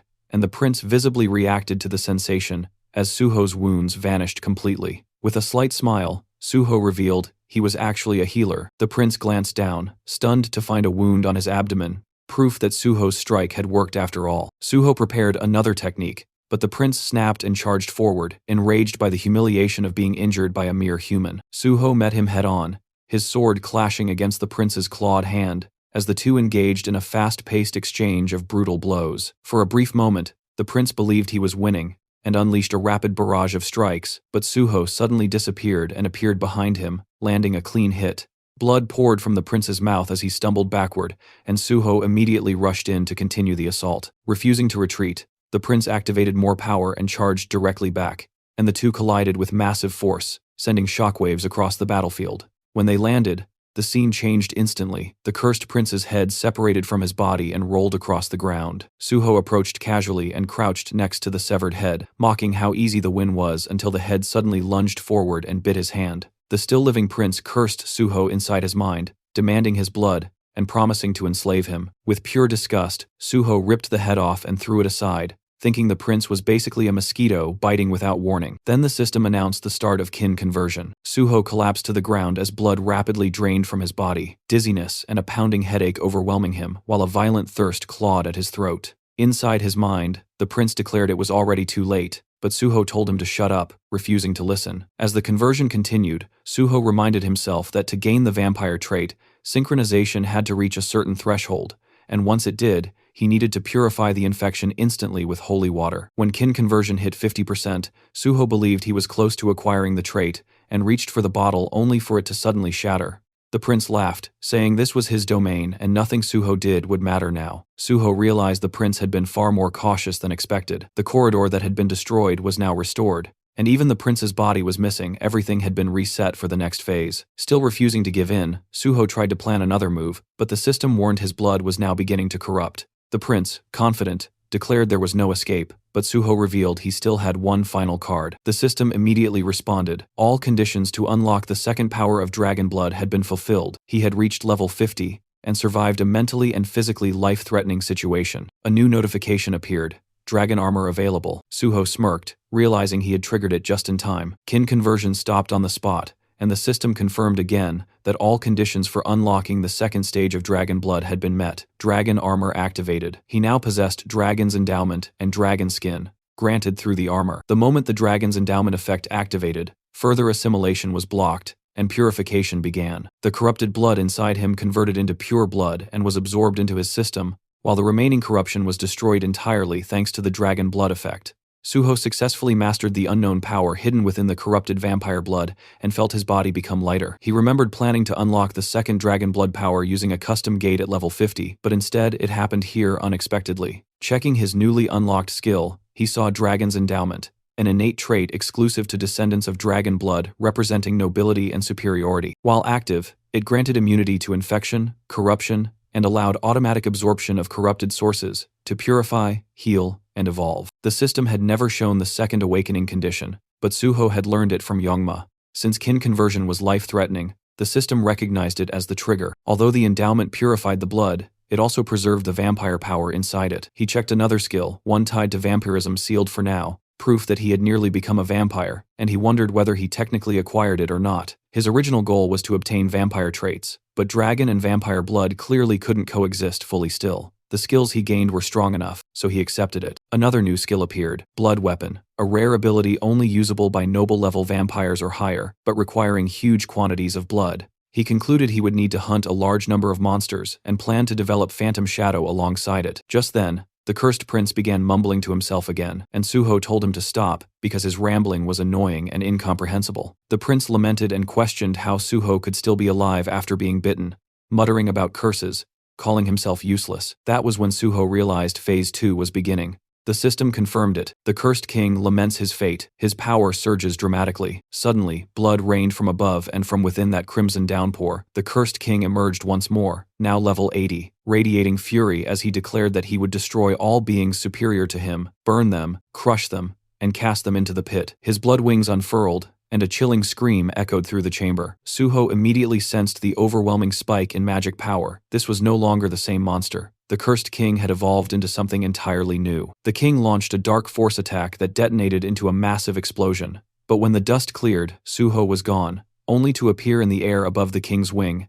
and unleash a devastating sword strike. Yet the cursed king barely reacted and claimed that a mere blow like that could not bring him down. Suho realized that not only was his power growing, but his intelligence as well. The king swung his wing like a weapon, smacking Suho away with brute strength. Suho steadied himself and immediately recognized the danger. The king rushed in with another attack, and Suho blocked the incoming strikes head-on with his sword, activating his holy power, and declaring that holiness would surpass all the strength the king possessed. But in the next instant, the cursed king shattered Suho's weapon, and scoffed that holy power meant nothing to him now. Suho quickly retreated, analyzing the situation. A wholly enhanced weapon had broken like glass, meaning normal weapons would not work anymore. With no hesitation, he summoned his bloody sword. Seeing it, the cursed king erupted with rage and demanded Suho hand it over while launching another brutal assault. But Suho infused the bloody sword with holy power and sliced through the strike, shocking the king who couldn't comprehend what just happened. Suho finally understood. Blood weapons scaled in power and durability based on his stats, and at his current level, the sword had already reached red rank, more than enough to end this fight. The cursed king conjured a bloody spear, vowing to tear Suho apart, and charged in. The attack came fast, but Suho shifted his bloody sword into a shield form and blocked the spear, leaving the king stunned again. Suho told him he wasn't the only one capable of transforming a blood weapon, then smoothly reverted the shield back into a blade and slashed the cursed king's throat in one clean, decisive motion. The king's severed head hit the floor, still wearing a twisted smile filled with arrogance, confidently claiming that cutting off his head meant nothing. Suho simply kicked the head across the floor and summoned his shadow spear, slamming it into the ground. Immediately, chains erupted and wrapped violently around the severed head shadowbind, locking it in place. Suho knew he needed to finish this before the monster caused more problems. The system notified him that vampire blood had been activated, and the blood absorbed was now stored within the blood jade. While the cursed king screamed at Suho to remove his hands, Suho examined the blood jade carefully. It was the first time he'd seen it in person, and it already held a massive amount of collected blood. According to the Blood Monarch, the blood jade could only be seen by its owner. The Blood Monarch himself had once been a normal healer, working at the Central Blood Institute, until fate dragged him into the Hidden Gate Blood's decree. He reached the boss room but failed to defeat the cursed king, and was bitten, turning into a vampire. Normally that would mean death, since once bitten, the victim becomes a monster, and the gate permanently seals.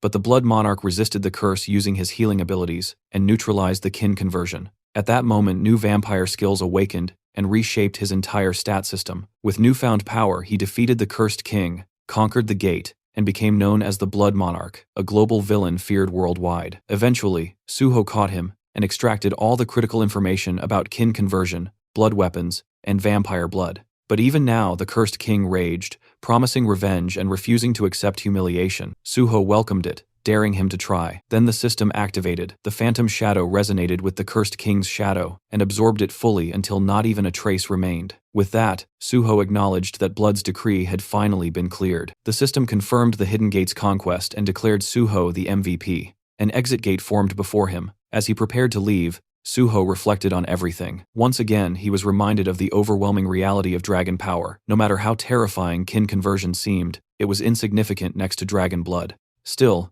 He was annoyed that the vampire managed to escape. Then the system announced a special reward. After analyzing Suho's talents, it granted him a skill perfectly suited for him and awarded 10 bonus stats for his achievement. The new skill, New Blood. Suho had never heard of it. As he scrolled through the system window, he realized its value. It was an absolute jackpot for his future. Not only that, he had also obtained an S-rank original vampire skill, something even the Blood Monarch never possessed since his vampire traits were only A+ rank, and none were labeled royal or original. Suho concluded that this must be due to the unique effect of New Blood.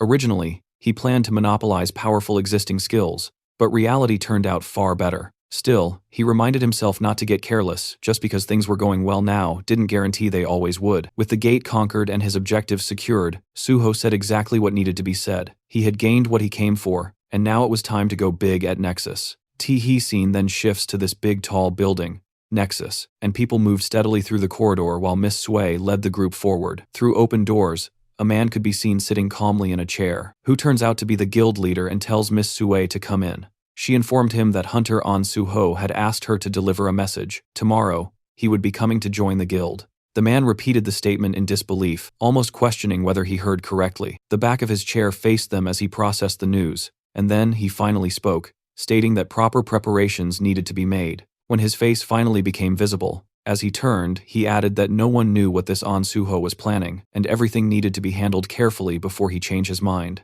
Outside, tall buildings stretched toward the sky before the scene shifted inside an elegant, well-furnished room. Suho stood at the entrance, looking in, and found Jinhui sprawled across the couch, drooling in his sleep. Suho stared for a moment and finally asked why he was sleeping there. The reporter weakly sat up on the couch, explaining that Suho had conquered the Tower of Tests today, and even if temporarily, they were now living together, and to top it all off, Suho was his partner. While speaking, the young man clutched a bottle happily, declaring that such a milestone absolutely called for a celebration. He explained that when he returned home, Suho wasn't there, but he couldn't just ignore such a historic moment, so he started drinking by himself. Suho watched him for a moment, then remarked that handling everything at once must have been exhausting. He assured him that in the future, there would be plenty more reasons to celebrate. Still clutching the bottle, the drunken reporter blinked and asked if Suho was absolutely sure about that. Suho simply told him to relax, the future would reveal everything. Looking at the food laid out on the table, Suho asked the surprised and slightly tipsy reporter whether he still wanted another drink even at such a late hour. With a big, satisfied smile, Jinhui immediately agreed. Next to the plates of food sat a glass of wine, and Suho commented that he had tried the community app Jinhui recommended and found that it worked perfectly. He also added that he genuinely liked the apartment itself. While eating, Suho mentioned that he had read the reporter's blog and could tell the young man was doing quite well, leading him to assume that his companion must be incredibly wealthy. They continued drinking wine together, and with a cheerful tone, Jinhui explained that he wasn't just rich, he was the youngest son of a Chaebol family, meaning he couldn't simply be considered normally wealthy. Surprised, Suho asked if he truly belonged to a Chaebol family, then took another sip from his glass. Jinhui continued speaking, saying that since Suho had shared one secret, he wanted to share one of his own in return. He revealed that he was the youngest son of the president of the Daisen Company. Suho responded that if he was the president's son, then he was likely also the heir. But the reporter shook his head and explained that his father had many children from different women, and his own mother had been just a mistress, meaning he was merely an illegitimate son. He admitted he had never told anyone that, but since he would likely be working with Suho for a long time, he felt Suho should know everything. Suho looked at him with surprise and asked if that meant journalism was just a hobby for him. Jinhui answered that it was partially true, and he genuinely enjoyed the work. He added that his father gave him anything he wanted, yet he had no right to inheritance and no influence within the company. He had even been offered the opportunity to run a subsidiary company, but he refused, admitting openly that he was a good reporter but knew nothing about business. Suho lifted his glass again, remarking that at the very least, Jinhui was an excellent journalist. Smiling brightly, the reporter replied that it meant a lot to hear that, and confessed that he had never met a hunter like Suho before. Both men slowly stood up, and Jinhui suggested a toast for the two of them. Suho agreed without hesitation, and their glasses clinked lightly together.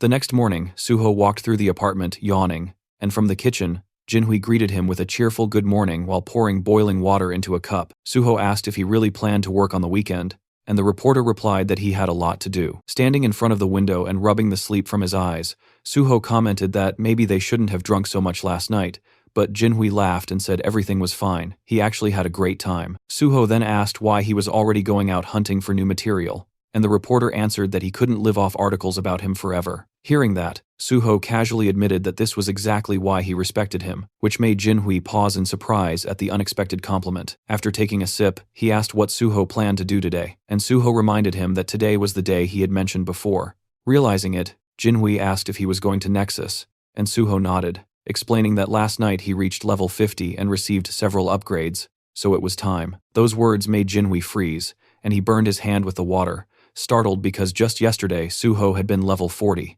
He turned to stare at him in disbelief and demanded to know how someone could jump 10 levels in one day. Suho shrugged like it was nothing and clarified that to be exact, he was now level 51. The reporter stared at him like he was some unresolved riddle, mumbling that the more he got to know him, the more mysterious he became.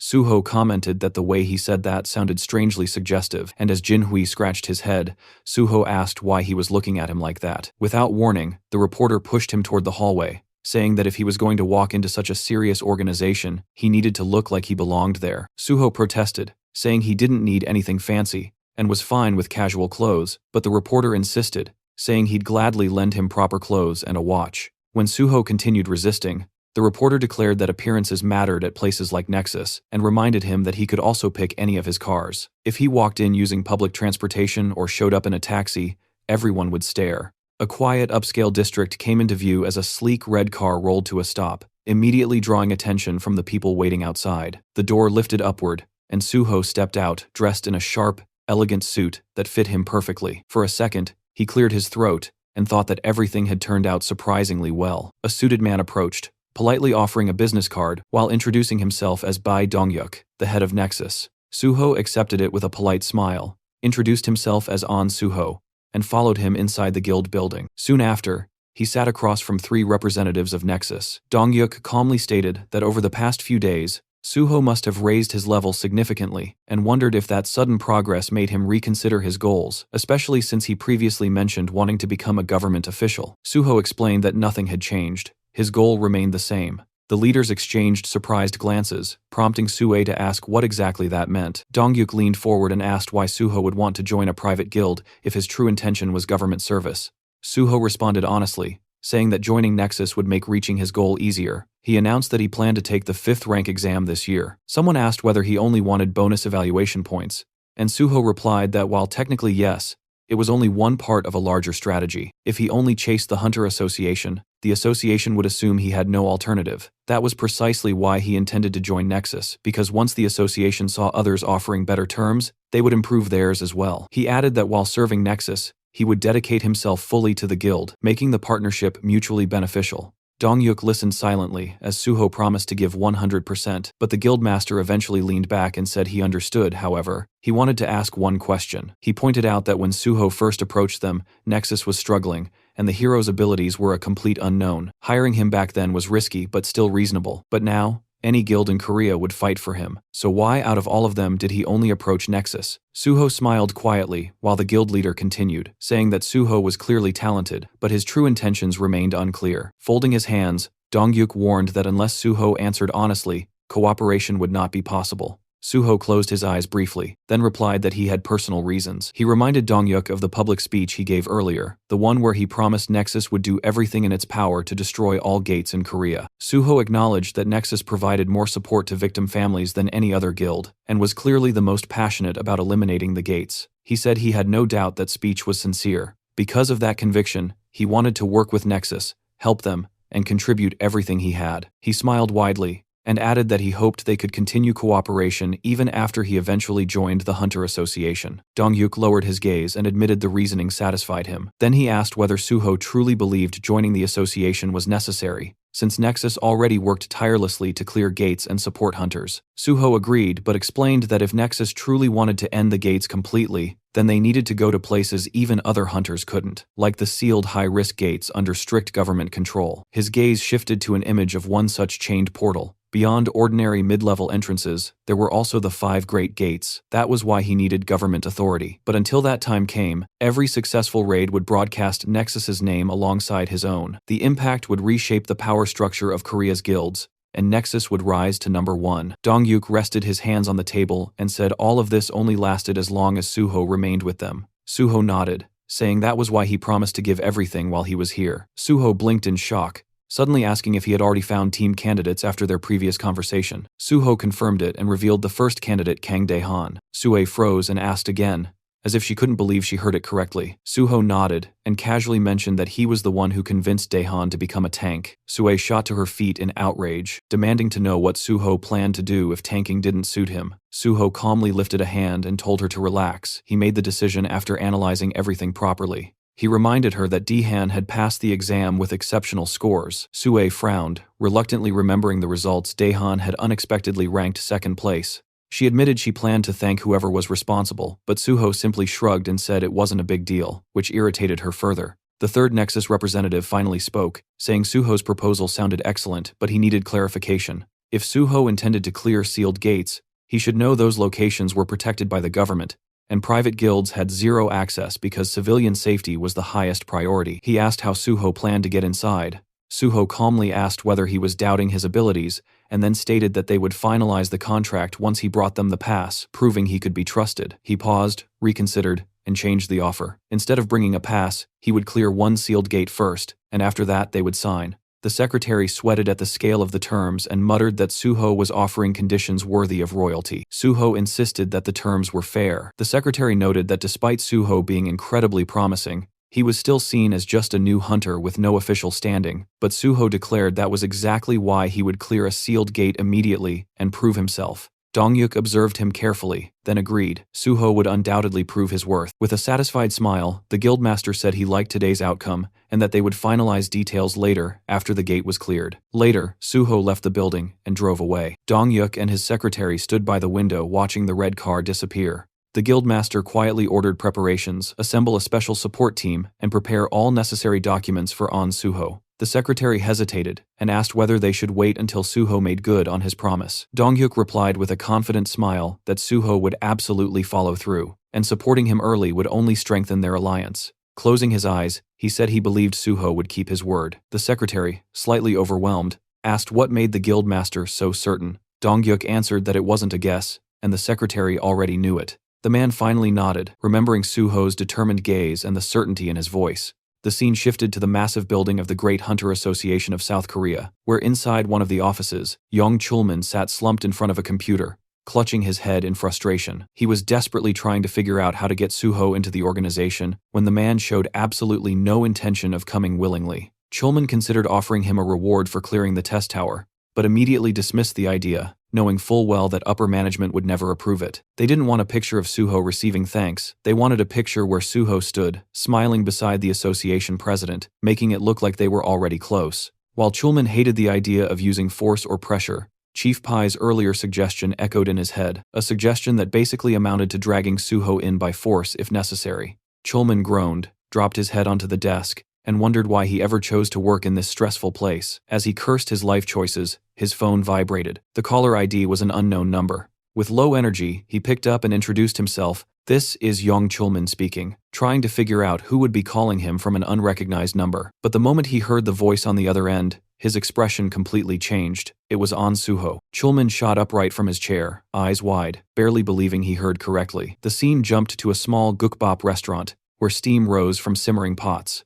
Suho and Chulman sat at a table facing each other. Suho commented that he hadn't visited this place in a long time, and noted that the restaurant served the best boiled pork. Chulman blinked and asked in surprise how Suho knew about this place. With a calm smile, Suho casually lied that he used to come here often back when he worked nearby. Chulman nodded slowly, accepting the explanation. He scooped soup into his spoon and admitted he never expected Suho to reach out first. Then he asked why Suho had changed his number. Suho explained that he had been receiving far too many calls, so he simply got a second number, and now Chulman could use that one instead. The civil servant nodded understandingly, and commented that Suho must be exhausted from all the unwanted attention. Lowering his gaze, Chulman thanked him sincerely for contacting him, admitting that he had nearly given up hope of ever seeing him again. Suho asked how he could think that, and picked up his chopsticks. Then he calmly asked whether the higher-ups were pressuring him, and whether they wanted Chulman to convince him to join the association. Caught off guard, Chulman stiffened and raised a hand to his face as if trying to shield his reaction. He nervously asked why Suho would assume that. Holding the chopsticks near his cheek,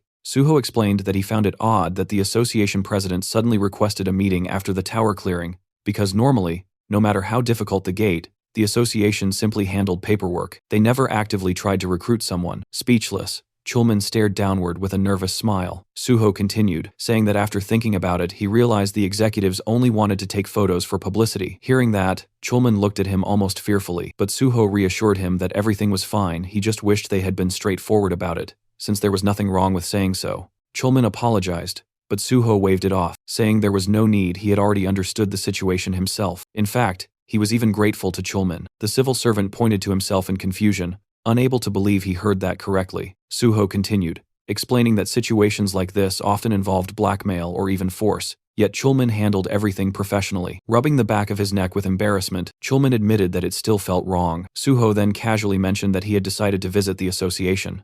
Chulman froze mid-motion and asked if he was serious. Suho continued eating comfortably and confirmed it, explaining that he wanted to thank Chulman and felt that meeting the association executives could actually be beneficial. Chulman nodded slowly, agreeing that it truly could be. Suho asked when he should visit the association. Chulman suggested discussing it after finishing their food, but halfway through speaking, realization struck him, and he shot up from his seat, eyes shining with excitement. With sudden determination, he declared he would arrange a meeting immediately. Sometime later, the duo arrived at the building of the Korean Hunters Association. Suho posed for a photo beside the president of the organization. Jang Kyung-won smiled for the camera and then told Suho he was glad to finally meet him. He commented that Suho must be extremely busy, so he truly appreciated that he accepted the invitation. The vice president, Park Kyuman, added that it wasn't every day someone got to meet such a promising newcomer. Suho smiled politely and replied that meeting the leaders of the association was a great honor. Behind that expression, however, he could barely tolerate the sight of these people. It had been a while since he last saw them, but disgust immediately resurfaced. Kyungwon asked if Suho truly intended to join the Korean Hunters Association. Narrowing his eyes slightly, Suho answered that it was his dream, exactly what he said during the interview before the exam. The president asked why. With his gaze lowered, Suho explained that he became an orphan due to a gate outbreak, and he wanted to eliminate portals as soon as possible to protect humanity. But in his mind, Suho reminded himself that this was only one reason. The other was to prevent the president and his lackeys from destroying the association from within. Kyungwon cheerfully praised Suho for his noble intentions, while Suho silently noted that this man would cling to his position until the very last moment, right up until he was shoved out. He couldn't wait to see what expression this old pig would make when that day finally arrived. And Kyungwon wasn't the only problem infesting the association. Then Park Kyuman spoke again, claiming Suho really knew how to make a good impression.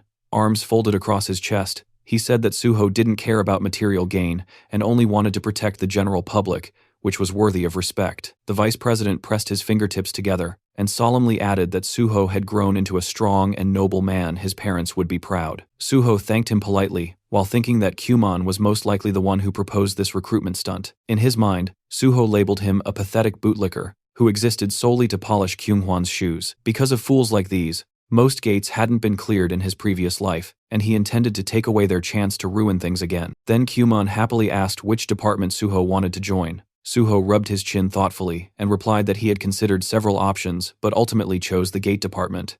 Chulman froze in shock, while the vice president asked why. Suho calmly explained that unlike private guilds, the association had direct access to gates, handled the initial inspections, and could participate in raids.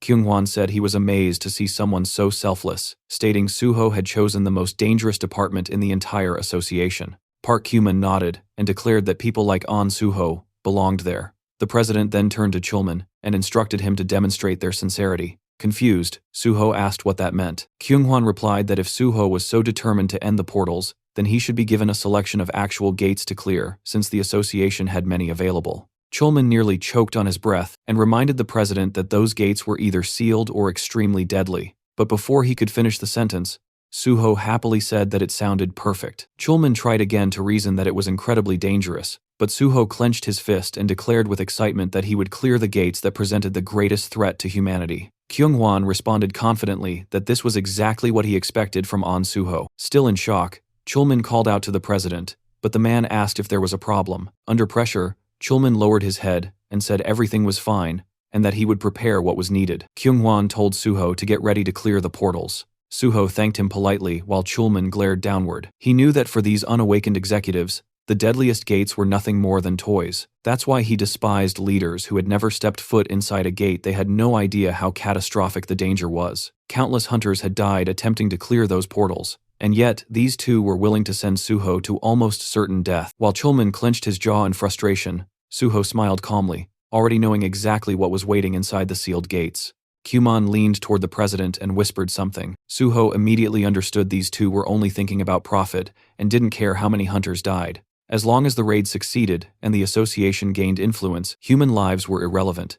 Kyunghwan looked at Suho again and asked what rank he planned to get during the exam. Suho smiled and answered that he intended to take the level 5 test by the end of the year. Kyunghwan asked if he knew how difficult that exam was. Suho answered that reaching that rank would give him more opportunities, and that he planned to join a guild to gain experience in the meantime. Kyunghwan raised his hand and said, "That was an excellent idea, experienced applicants were preferred." Then he asked how long private guild contracts usually lasted. Suho said the length wasn't his priority, gaining real field experience was. If a guild fulfilled his requirements, he would stay until it was time for the exam and the association. Kyunghwan yawned and said he hoped Suho could find such a place.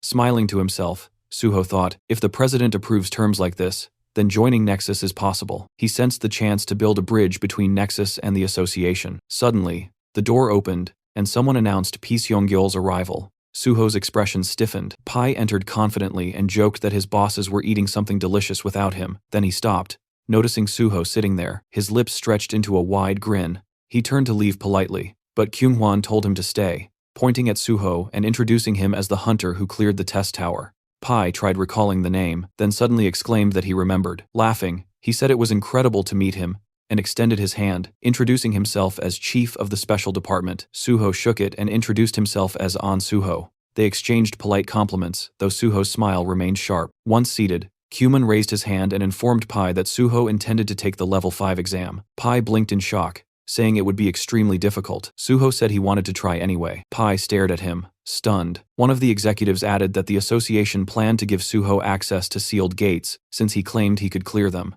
Pai froze, eyes wide. Then he mumbled under his breath, covering his mouth in disbelief. Looking worriedly at Suho, he asked if he was really sure because those gates were extremely dangerous.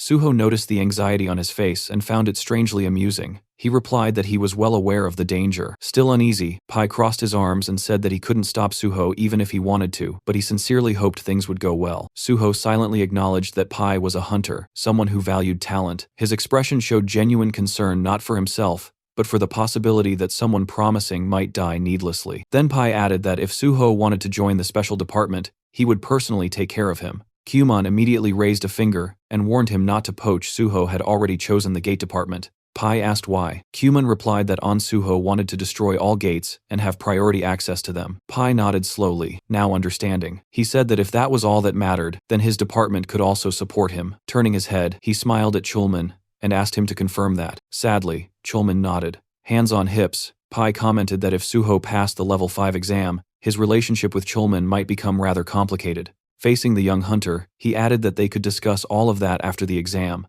but for now, he sincerely wished Suho success. Suho thanked him politely, thinking privately, what a sly fox. Suho quietly glanced at Chulman, already realizing that if he passed the exam, he would outrank him, and that alone would put Chulman in a painfully awkward position. Suho let out a subtle sigh. That was exactly why dealing with Chulman felt complicated. He didn't want the man to feel cornered or overshadowed. After the meeting ended, the two walked side by side down the long corridor. Chulman kept his gaze fixed on the floor, shoulders low with worry. Suho stole another look at him before finally asking if he was troubled by what Chief Pai had said earlier. Chulman admitted that of course he was. He knew better than anyone how talented Suho was, but even with that ability, clearing a sealed gate was beyond dangerous. With a serious tone, he told Suho to be extremely cautious and said he could personally speak to the president so that the association would provide as much support as possible. Suho looked at him with genuine appreciation and said he truly valued that concern. But Chulman wasn't speaking out of politeness, he meant every word. He reminded Suho that he had only recently become a hunter and warned him again that the sealed gates were nothing like ordinary ones. Then he asked if Suho understood why the government trusted no one except the Hunter Association to clear them. Suho calmly replied that even top-tier guilds were rarely allowed into sealed gates due to national safety protocols. Chulman stopped walking and looked at him with confusion, asking why he would still insist on going there. Suho answered simply, he was absolutely confident he would succeed. He told him everything would turn out fine. Then, with a faint smile, Suho mentioned that among the sealed gates managed by the association, there was one called Nameless Sword. Immediately, Chulman stiffened and said that gate was among the most dangerous ones in existence. Suho's expression didn't change, he just smiled a little wider and said he already knew how to clear it. The next day, a military vehicle stood parked against the backdrop of typical Asian buildings in the district of Gyeongju, right beside the nameless Sword Gate Square. Two soldiers stood in front of Suho and Jinhui, and one of them asked the pair to wait. Suho agreed without complaint. The reporter leaned toward him and whispered that the atmosphere here felt extremely tense, and Suho calmly replied that although the association technically controlled this gate, it was still a military facility. The two young men suddenly noticed something ahead. The soldiers saluted each other, and one of them turned toward Suho to confirm if he was truly Hunter On Suho. After receiving confirmation, the soldier introduced himself as Major Kim Jong-gu, the senior commander of this square. Suho greeted him politely, saying he was glad to meet him. Major Kim said the team leader was already waiting inside. Jinhui pointed ahead, asking if they were going straight toward the gate, and received an immediate yes. As the structure loomed into view, the reporter's eyes widened. Its massive size left him stunned, and he said it would make for extraordinary material. Major Kim explained that the giant walls surrounding the gate were constructed from iron and a special alloy designed to hold back any monsters attempting to break out, while also preventing the portal from expanding. Jinhui gaped at the scale of it all, admitting the portal was far larger than he ever imagined, and the more they approached, the more fascinating details he noticed. Suho added that the military had taken many precautions to make the portal itself difficult to reach. The group continued forward until Major Kim arrived before Chulman and announced that Hunter On Suho had arrived. The civil servant smiled and greeted Suho warmly. The two exchanged looks full of familiarity and relief. Chulman remarked that it was quite a long trip to reach this place, and said he was glad Suho managed to arrive quickly. Suho noticed that Chulman had arrived even earlier, and asked when he had gotten there. The civil servant casually stated he had only just arrived himself, then looked toward the person standing next to Suho. Before he could ask further, the journalist cheerfully introduced himself as PBS reporter Jo Jinhui, extending his hand and saying it was a pleasure to meet him. The men shook hands, but Chulman still looked puzzled, and asked why a reporter was here in such a location. Suho stepped in and clarified that photos would only be taken after the raid was completed, and asked if Chulman would allow it. The civil servant answered that this wasn't a classified facility, so there was no reason to refuse. While still slightly confused, he admitted he was mostly surprised that Suho had brought his own reporter along. Jinhui gratefully thanked him for the permission, and brimming with excitement, said they would likely meet often from now on, so he should remember his face. Chulman replied that he certainly would. Major Kim then approached Suho again. Holding an M416 automatic rifle, he said that according to the association's message, the raid leader would be Hunter On Suho, who confirmed this with a nod. The major hesitated for a moment before apologizing and asking what level Suho currently was. Suho replied that he was level 51. Major Kim stared at him in disbelief, then quickly looked away and muttered that he understood. They reached the entrance, the heavy reinforced door towering over them. Major Kim said that the inner perimeter of the portal had already been prepared, and Suho could enter immediately. He firmly warned that as soon as Suho stepped inside, the door would be sealed. Suho thanked him with a calm smile. At that moment, someone called out his name. Chulman hurried toward him and asked if he had any strategy in mind. Suho answered that he did. Major Kim watched the interaction, clearly confused by their casual conversation in such a dangerous setting. Suho said that describing his strategy in words would be difficult, but he would clear this gate the same way he cleared the Tower of Challenge. He added that if he succeeded, then Chulman should remember his promise to help him clear the remaining portals as well. The door unlocked and slowly opened. Chulman wished him to return safely. Suho reassured him not to worry, saying that 1 hour would be enough. Chulman's eyes widened, and he repeated in shock, 1 hour?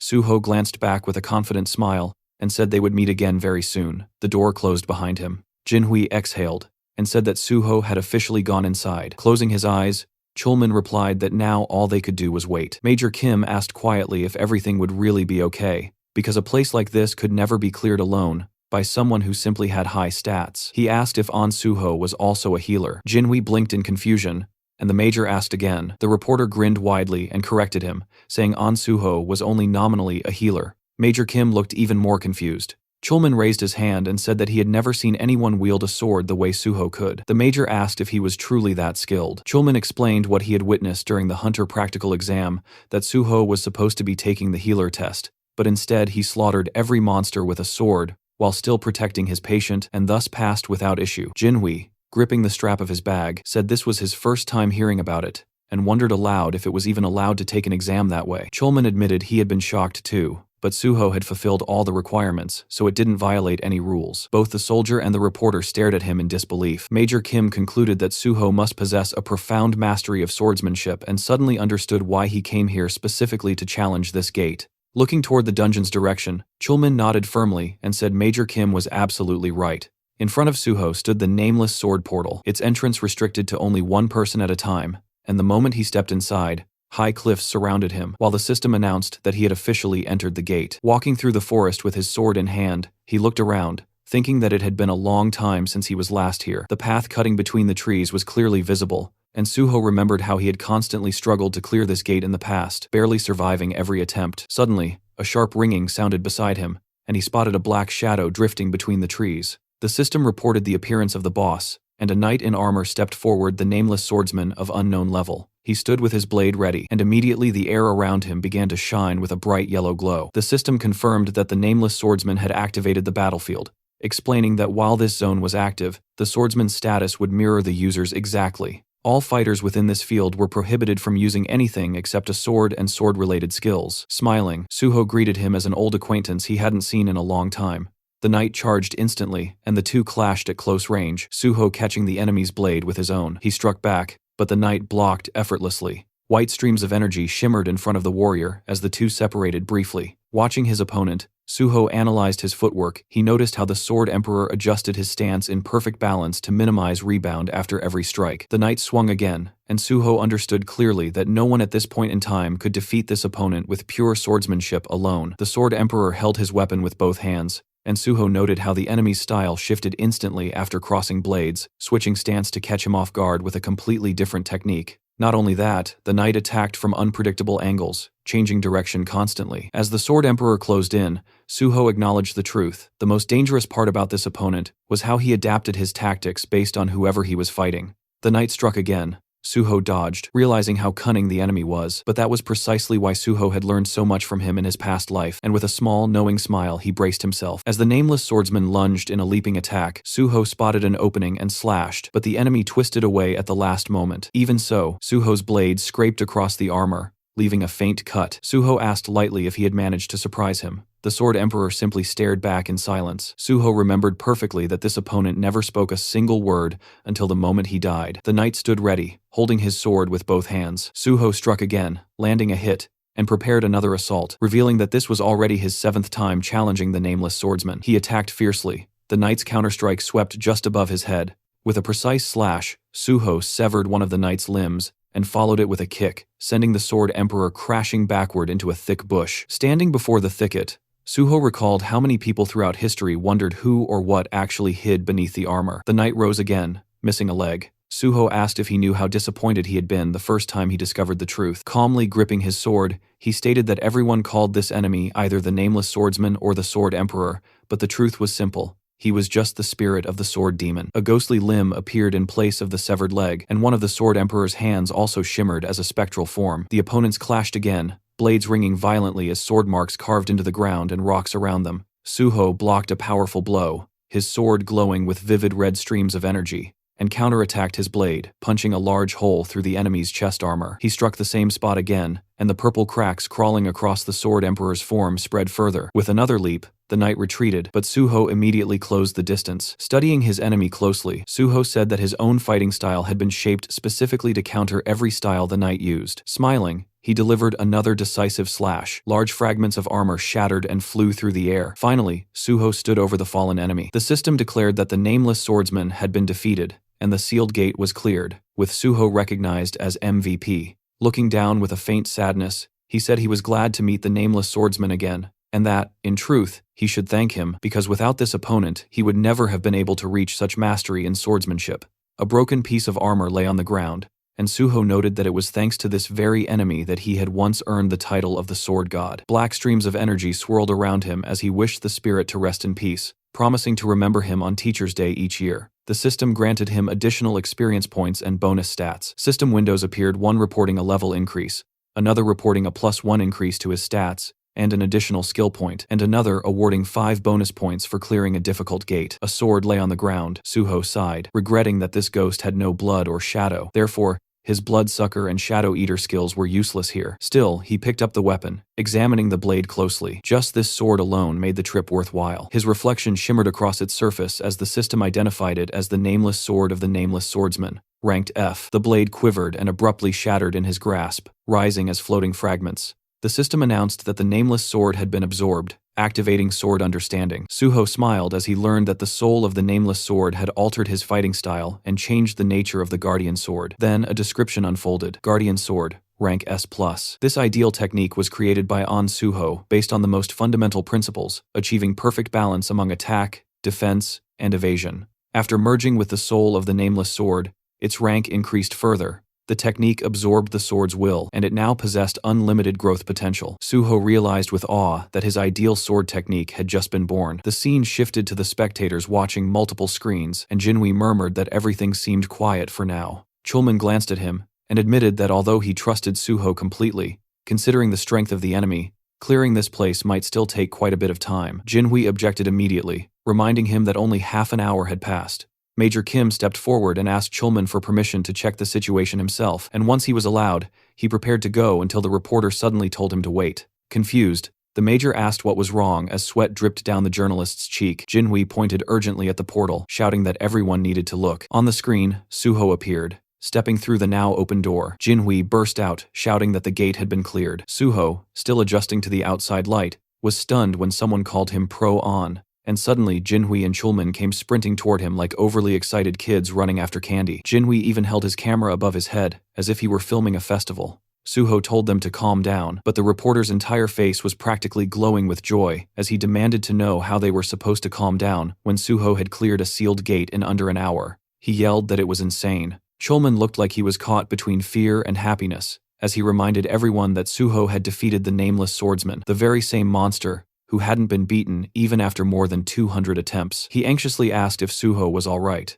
Suho smiled and said he felt great, casually adding that he'd taken care of it easily. The major stared at him in disbelief, as if trying to process the idea that the monster who slaughtered hundreds could be considered easy. Standing beside Jinhui and Chulman, Suho noted the major's expression. This soldier was desperately trying to understand what kind of person he was dealing with. Chulman then practically bounced with excitement, suggesting they take a commemorative photo since a sealed gate had been conquered. The major hesitated, but Chulman waved it off, insisting it was only a formality and that there was nothing to worry about. He reminded the major that he was just a regular soldier, so he rarely appeared in photographs, and that having a Korean army major in the picture would make the proof far more credible. Finally, Jonggu agreed to join the photo. Cut to another scene where the picture appeared on a laptop screen in front of the Nexus Guild leader. Suho explained that, as he had mentioned earlier on the phone, he had successfully cleared the nameless sword sealed gate. In the photo with him were a representative of the Hunter Association and Major Kim Jong-gu. He also pointed at the reporter beside him,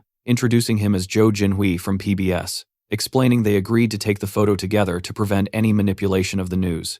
Jinhui politely handed over his business card, introducing himself as Suho's personal reporter. Dongyuk pressed his thumb to his temple and said he didn't need the card at all, and had never considered manipulating anything in the first place. Standing before Suho, the guild leader asked how in the world he'd managed to pull this off. Suho blinked and asked what part he meant. Dongyuk gestured at everything and demanded specifics: how he'd gotten permission to access the sealed gate, how he'd cleared it so fast, how he'd survived something that had killed over 200 hunters. Suho calmly explained that he met with the president of the Korean Hunters Association to get permission, then simply went in and killed the monster. Dongyuk stared at him in utter confusion, running a hand through his hair as he tried to make sense of it. Suho then asked if, now that he had proven his skill level, they could finalize the contract.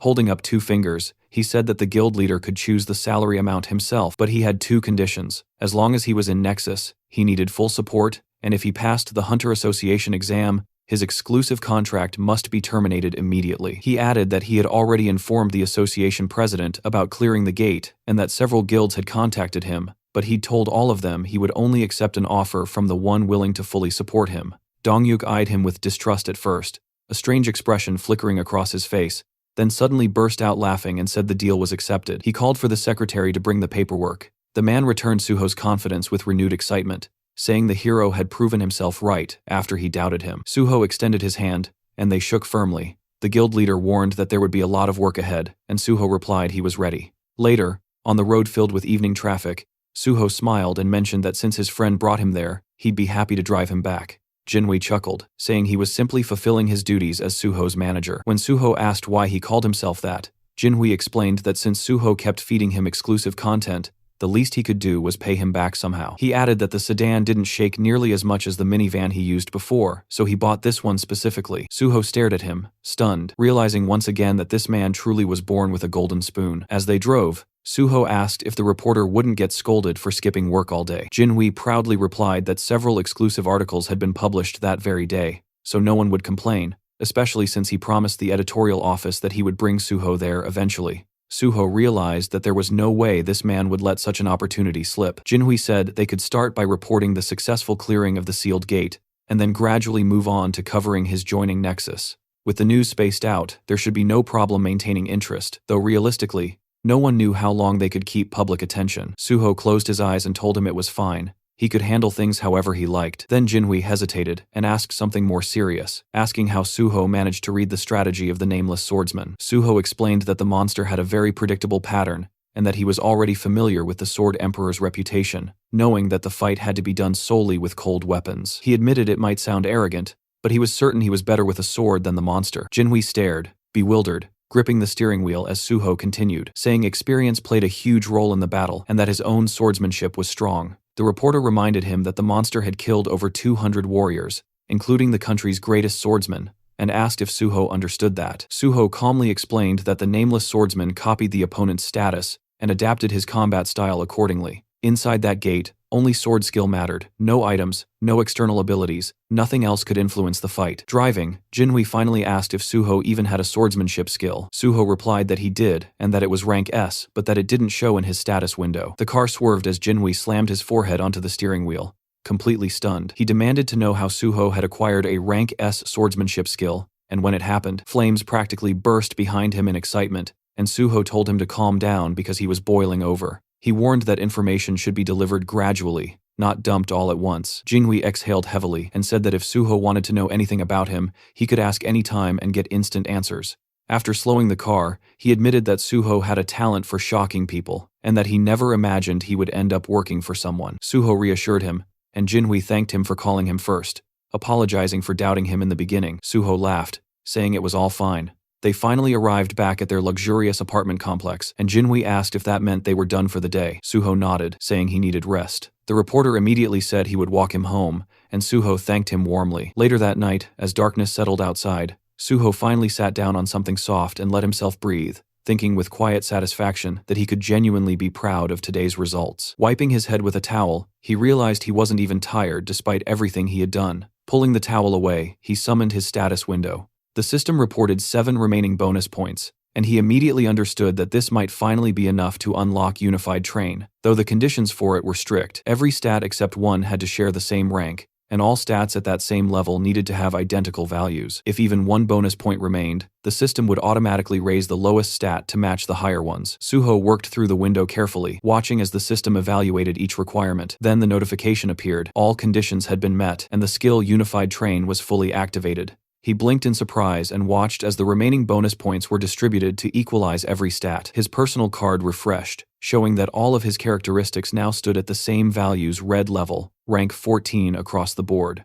Joy rising in him, Suho clenched his fists and thought that he had finally done it. In his past life he never imagined this was even possible, so he'd never tried. Now, staring at the window, he broke into a bright, satisfied smile and let himself fall back onto the bed, thinking that he needed to keep pushing forward exactly like this. His phone rang beside him. The caller ID displayed a name he hadn't seen in a while. Gu Yonhua. Still lying down, Suho said it had been some time since he heard her voice, and she had called at a great moment since he was in an excellent mood. She immediately remarked that he must have a lot of free time. Confused, he asked what she meant, and told her not to speak so formally. Yonhua said she had read the article. Smiling, Suho pressed the phone closer, surprised the piece came out so quickly. He said he hadn't checked the comments yet and asked her to tell him how everyone reacted. But she called him sir again and insisted they meet first. Suho repeated that he just wanted her answer. She reminded him sharply that they still hadn't accepted his offer. Suho told her that if she or the others weren't satisfied with anything, he wouldn't force them. That shocked her, and Suho asked again for an answer.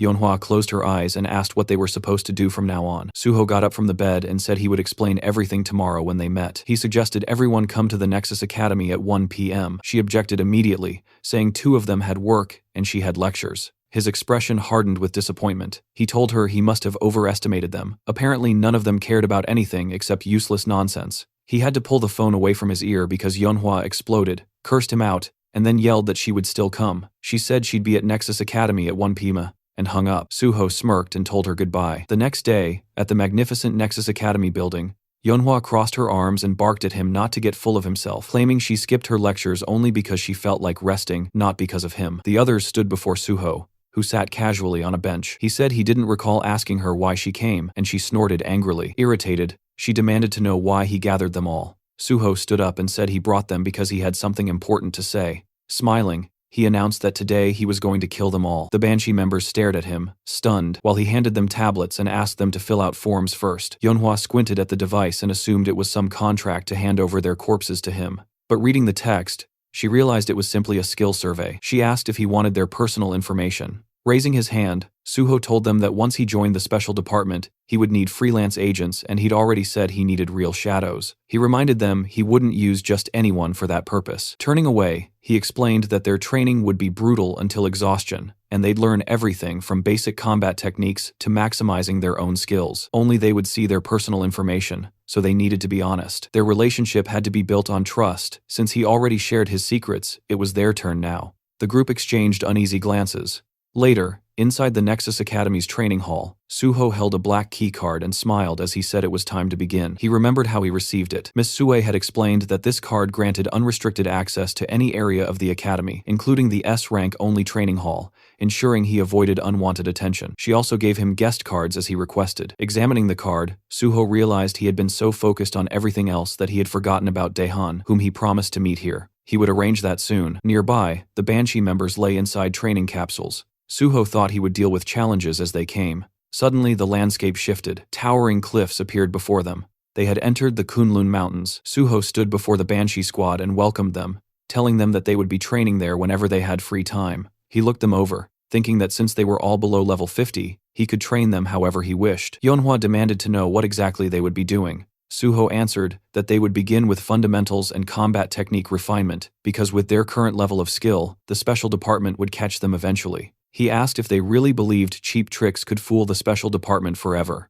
Yeonhwa snapped that their plan was excellent, and no one would ever catch them. Suho smiled with his arms crossed, reminding her that he had already caught them himself and that perfect crimes didn't exist, especially in a world full of superpowered individuals. He told them that, for that reason alone, they needed to learn to protect themselves and, ideally, each other. With a snap of his fingers, countless weapons appeared around them. He told them to pick one, because developing fundamentals and overcoming fear was their priority now. Yeonhwa picked up a weapon and asked if there was anything else. Suho asked if she remembered what he had been called recently. She muttered that people called him the Sword God. His right hand glowed as he confirmed that was indeed his nickname. Leaning on his sword, he told them they were standing before a true master of swordsmanship, and it would be foolish to expect him to teach anything else. To maximize swordsmanship in this realm, they shouldn't use any of their other skills. He couldn't forbid it, but those skills would only hinder them later. The group frowned. Suho told them to try to kill him, swinging his sword as he announced the training had begun. In an instant, he rushed them. Heads flew. He asked the stunned survivors why they still had time to be surprised. Then he finished off the remaining two. The squad respawned again, and Suho said that since they had died once already, they shouldn't freeze like idiots. They quickly took defensive stances. Suho praised that and said they would restart. Looking upward, the group realized his next attack was coming from above. Suho slammed into them again, scattering bodies. He mocked them mid-combat. He told one that his grandmother moved faster. He elbowed another in the chest, asking how someone who worked in delivery could be this slow, wondering jokingly if he was fired because customers starved waiting for their orders. The boy crashed into another teammate. Turning to the third, Suho asked how a teacher could be so slow that he couldn't even parry such a simple strike, wondering what he could possibly teach kids if they could already outpace him. The young man insisted he didn't dodge on purpose. Suho said his excuse was worse than a schoolboy's. Their hands trembled as they held their swords. One cursed loudly, asking when the bastard would finally shut up. They attacked together. Suho thought their growing self-control would help them avoid panic when they eventually entered real gates. A blast tore through the terrain. Suho told them they would become his shadows, not errand runners, but real warriors who would help clear gates. Stepping on their swords, he told them sternly that there was no easy path to becoming strong. You became strong only when you believed there was no retreat left. The bloody training continued relentlessly. After a long time, the exhausted Banshee members struggled to get up again.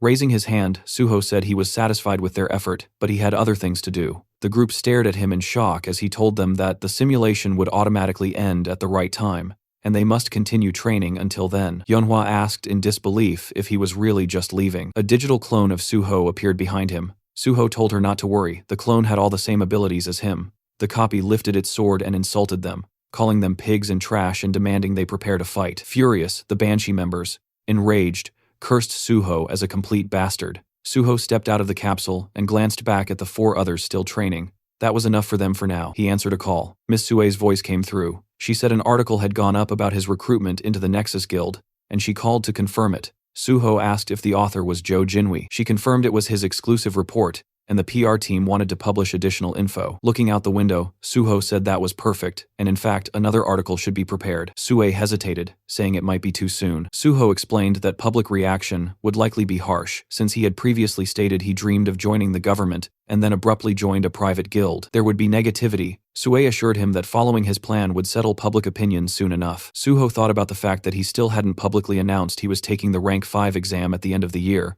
though it wouldn't remain secret for long. He told her he'd explain everything later and needed to make another call. He phoned Jinwi, who greeted him happily while working at his laptop. Jinwi asked what he needed. Suho said he heard the article about Nexus had been published and that public opinion was heated. He said he had an idea, he wanted another article. This time it would cover his next challenge, the clearing of another sealed gate. Smiling, Suho announced he was planning to take on the Swamp of Despair next. A new article spreads across the internet, announcing that Suho has successfully cleared the sealed gate of the Nameless Sword. People online explode with shock. How could he have just cleared the Tower of Trials, yet already moved on to conquering a sealed gate? One person wonders aloud if Suho is now the newest Sword King. Another corrects him instantly and says the guy should be called the Sword God. A second article follows, reporting that An Suho has joined the Nexus Academy. Immediately, users start reminding everyone that he previously said he wanted to work for the Hunters Association. Others accuse him of being corrupt and throw insults without restraint. Then a third headline drops. Nexus Guild Hunter An Suho intends to clear another sealed gate, the Swamp of Despair. Someone calls him a complete psycho. Another mocks the people who said Suho joined Nexus for money,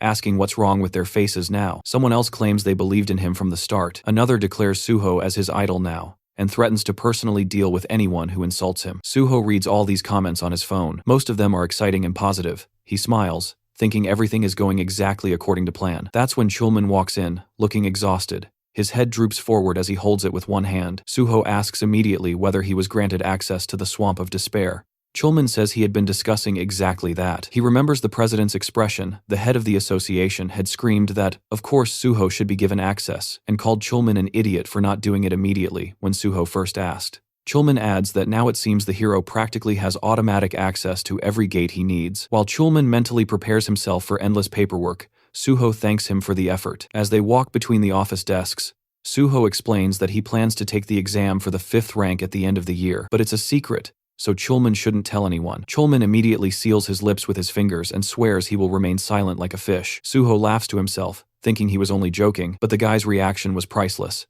He tells him they should move toward clearing the gate now. The scene shifts to Yongjongdo, Incheon, where the sealed S-rank gate known as the Swamp of Despair looms. Suho stands before the massive portal, while several cameramen record the moment. People whisper that no hunter has returned alive from this gate before. Even though An Suho is incredibly unique, some doubt whether he can truly overcome this place. Inside the security room, Jinhui watches the screen nervously. He tells a worried man beside him to relax and even suggests making a bet. Grinning, Jinhui says he'll bet 1,000,000 won that Suho will clear the gate. The other man, still anxious, agrees reluctantly, saying he hopes Suho comes out alive but is convinced it's impossible to clear this place. Meanwhile, Chulman stands frozen, horrified. He shouts that the gate is disappearing. Everyone stares at the screens in disbelief. Jinhui asks if Suho actually cleared it already. The other man yells that it's impossible. In panic, Jinhui elbows Chulman right in the face, demanding to know how many minutes Suho was inside. 10, 20. Chulman shakes his head and says it wasn't even 10. It's been less than 5 minutes. The moment Suho stepped inside,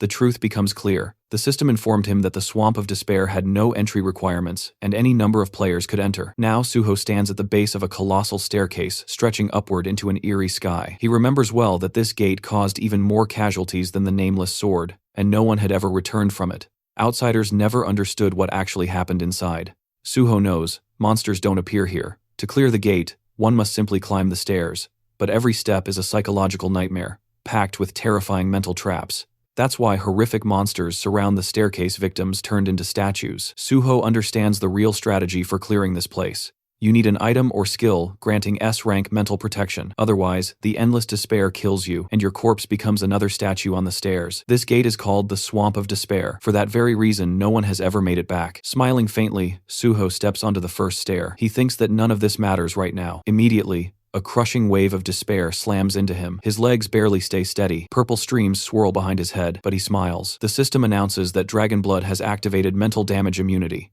With dragon blood flowing inside him, the entire gate turns into nothing but an easy stroll. Suho climbs to the next step, terrible monsters lurking all around him. He keeps walking calmly. He notices fewer and fewer statues the higher he goes. Only a handful ever made it even halfway. Twisted faces look at him from the sides, forever trapped. He knows he cannot save them. In his past life, the hunter who cleared this gate spent hundreds of days strengthening his mind. That man attempted to save the victims, but when he touched the statues, they all turned to dust. In the end, he was left alone, unable to save anyone. Finally, Suho reaches the top. He looks at the lifeless forms below and says he knows how much they suffered. Pressing his palms together, he promises to free them. He knows he can only release their trapped souls. A white portal awaits him. The system declares him MVP and awards additional experience points and a skill point. It also announces he is the first person ever to clear this portal, awarding 5 more skill points. Then a level increase notification appears, more stats boosted, and another skill point added. Smiling, Suho says it's time for the final reward.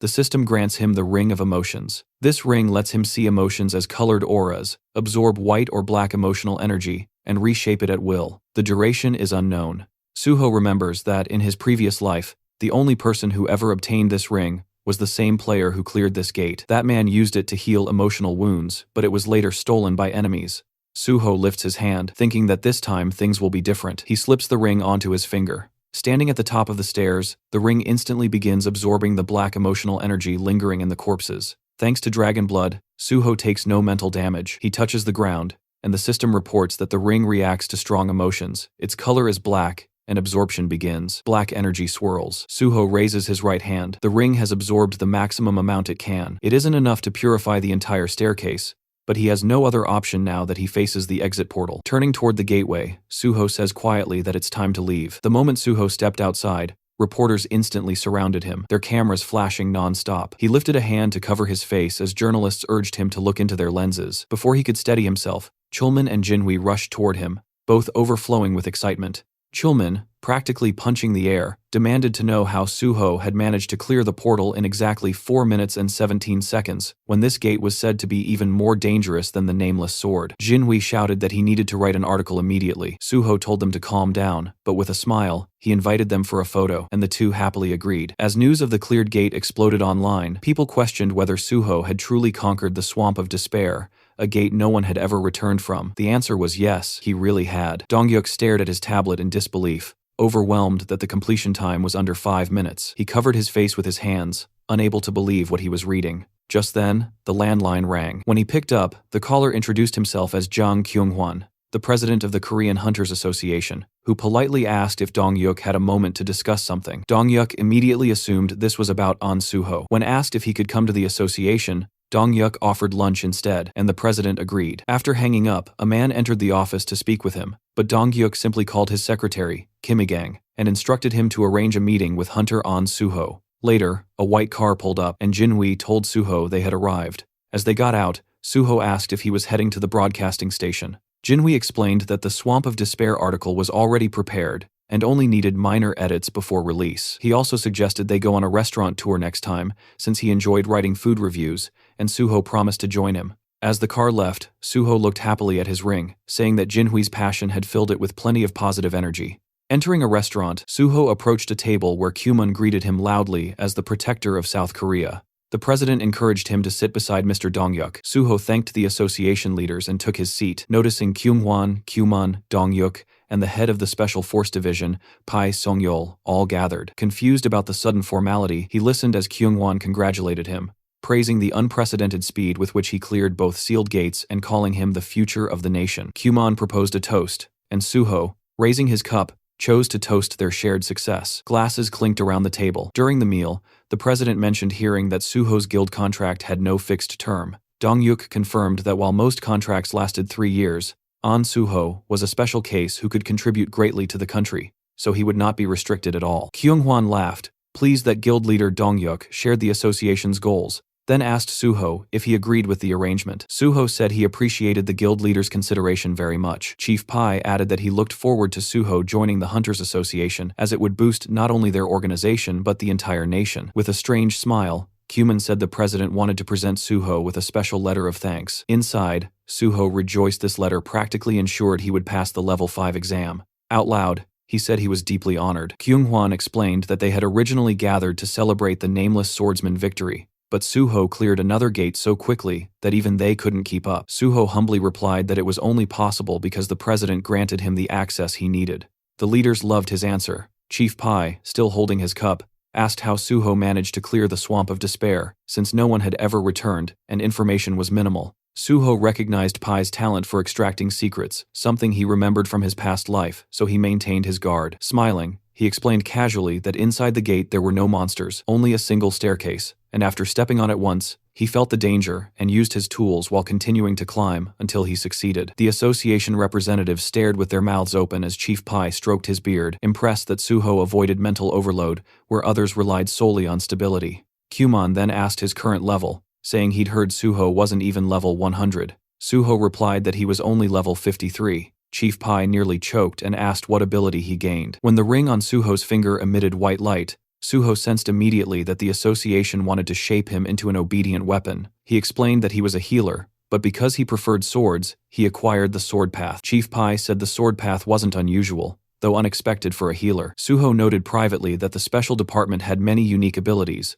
so his didn't impress them much, yet he disliked the feeling of being treated like a hunting dog. Out loud, he added that while his main skill was swordsmanship, he wanted support developing his healer abilities because a hunter's lifespan was too short. Dongyuk and Kyungwon both agreed that hunters faced constant danger, and the Nexus Guild could support his development better. The leaders smiled as Kyumon declared himself a link between the guild and the association. Chief Pai said Suho could also rely on him. Feeling overwhelmed by so many offers of support, Suho raised his fist and promised to clear every gate in Korea. The leaders applauded, and Kyumon refilled his drink. As night settled, the meeting ended, and Suho and Chief Pai walked out, saying goodbye to the association leaders. Suho said he enjoyed the evening. Once the car left, Chief Pai reached under his jacket, offering Suho a cigarette. Suho declined, but the chief lit one anyway, saying he always smoked after a good party. He handed Suho his business card, saying he usually ignored calls, but would answer his. He then asked where Suho lived, and Suho explained that his old place was too crowded with fans, so he was staying in a hotel. Chief Pai frowned,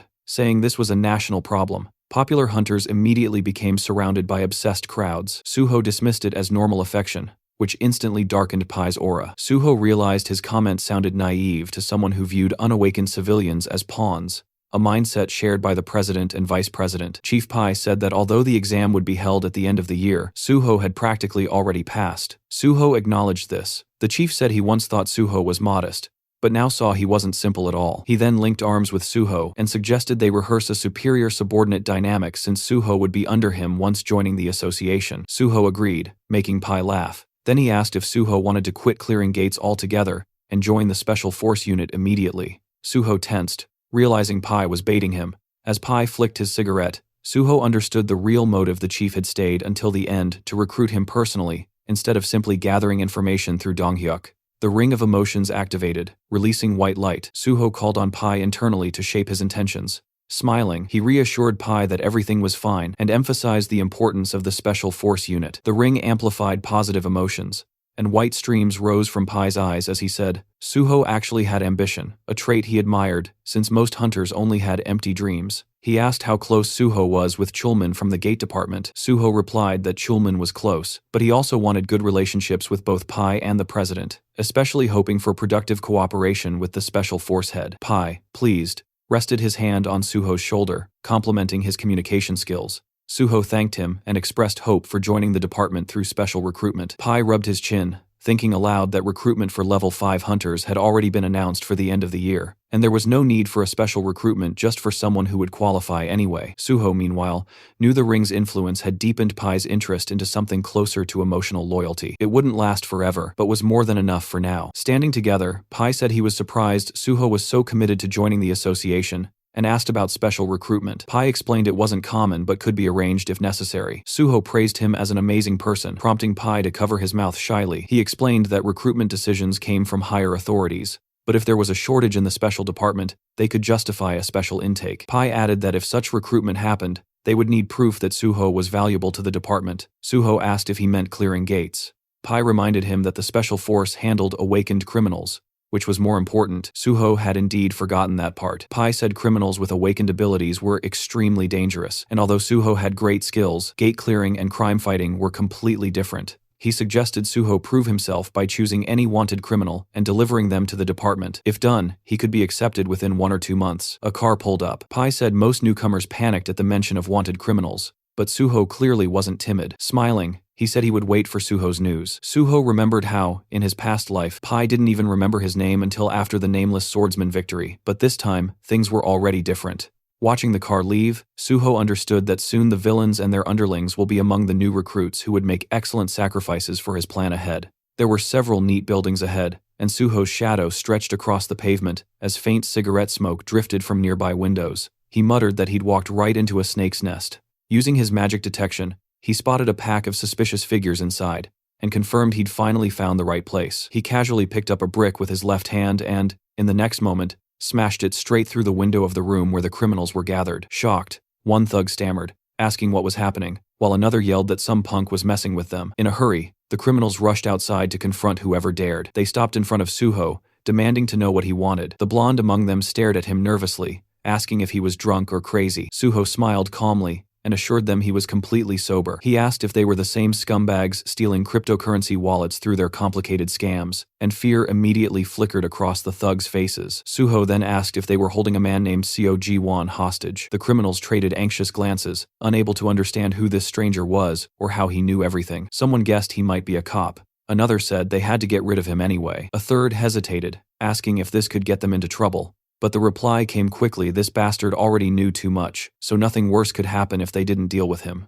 Suho gave them a tired smile, thinking that these opponents were pathetic and mentally encouraging them to try catching him. If they could, they might even prove useful. He summoned the shadow spear and fired a shot near one thug, releasing chains that wrapped tightly around him. Purple energy swirled over the man's trapped body as his bald friend shouted his name in panic. Several criminals charged at Suho yelling insults, but he dodged effortlessly. A blonde man lunged with a spear, managing to land a clean hit, but it did absolutely nothing. The criminal stared wide-eyed as Suho, splattered lightly with blood, grinned. The system announced the activation of his blood weapon, and a long crimson shaft formed in Suho's hand. He drove it straight into the thug, sending him sprawling across the ground. Suho noted that he couldn't kill them, but nobody said he couldn't beat them senseless. Another criminal rushed forward, calling him an idiot, only to be sent flying by a powerful strike. Soon only the bald thug remained, trembling and muttering that this was madness. He tried to run, but Suho pierced his leg with the blood spear and calmly asked where he thought he was going. With all the criminals defeated and lying around him, Suho warned them to stop screaming unless they wanted an extra dose of pain. Then he stored all of them inside his subspace portal.